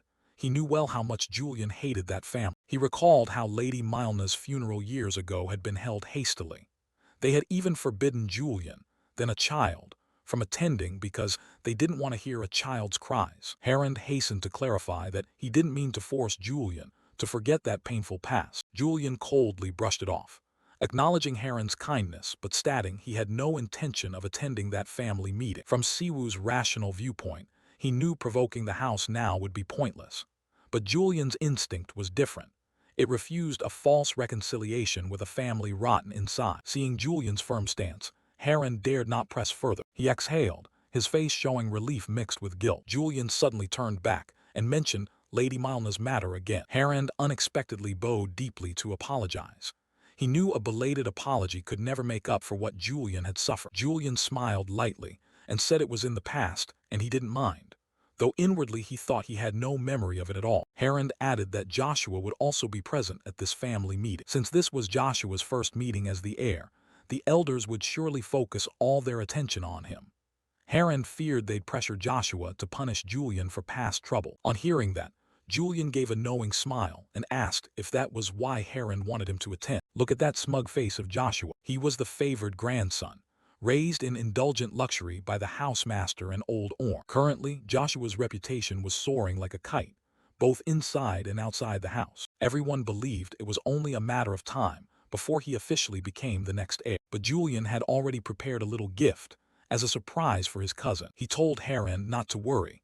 There was nothing to be concerned about. As he walked away, Julian scoffed, saying that lately the brotherly relationship between him and Joshua had made some very deep progress. Haran stood there bewildered, completely failing to grasp what Julian was insinuating. The sound of hurried footsteps echoed down the palace corridor. Joshua strode angrily, his face scowling as he cursed Julian a bastard. He stood before the meeting room door, trying to regain his usual composure. Inside, old Orn had recognized the presence of his favored grandson. All the most powerful elders of House Criffart were already seated at the table, awaiting a drama about to unfold. Chairman Orn spoke in a cold voice, asking everyone to settle so the meeting could officially begin. He glanced around with a stern face, unable to hide his habitual displeasure. Joshua sat there, sweat beading on his brow.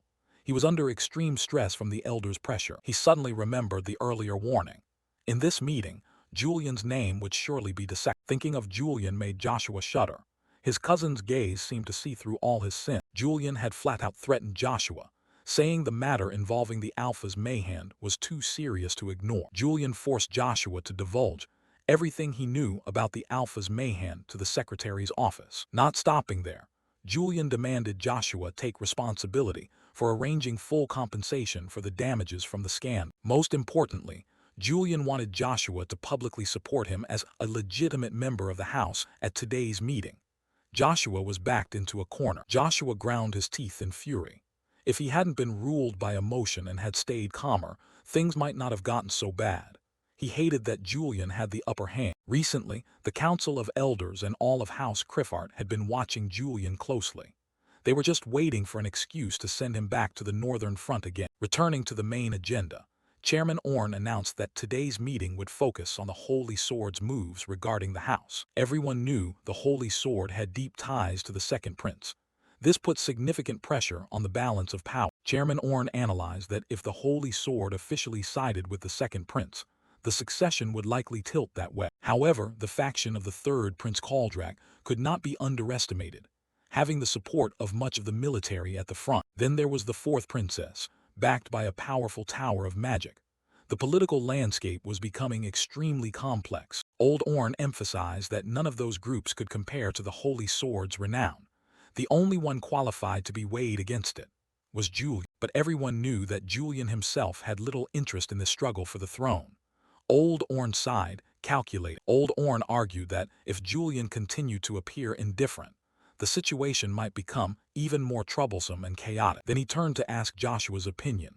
After all, this was the first time Joshua had attended such an important meeting. Old Orn understood Joshua was probably trembling, but still wanted to hear him speak as an outstanding member of the House. Joshua took a deep breath and sprang to his feet. He knew there was no turning back. He recalled Julian's threat. Don't get any stupid ideas. If this reaches the secretary's office, you're finished. Wearing a fake smile, Joshua began his plan to use their tactic against them. He murmured, if that's the case. He spoke up, saying that since everyone was mentioning Julian, he too had a few words to say. Joshua proclaimed loudly that the House should take this opportunity to officially recognize Julian as a legitimate member, rather than keep him in the cadet branch. The proposal stunned everyone in the meeting room. An elder couldn't contain himself and shouted, asking Joshua if he knew what he was saying. But behind that smile lay a malicious scheme. Joshua thought to himself that he would ruin Julian's reputation by praising him to death, turning him into a target for every other faction.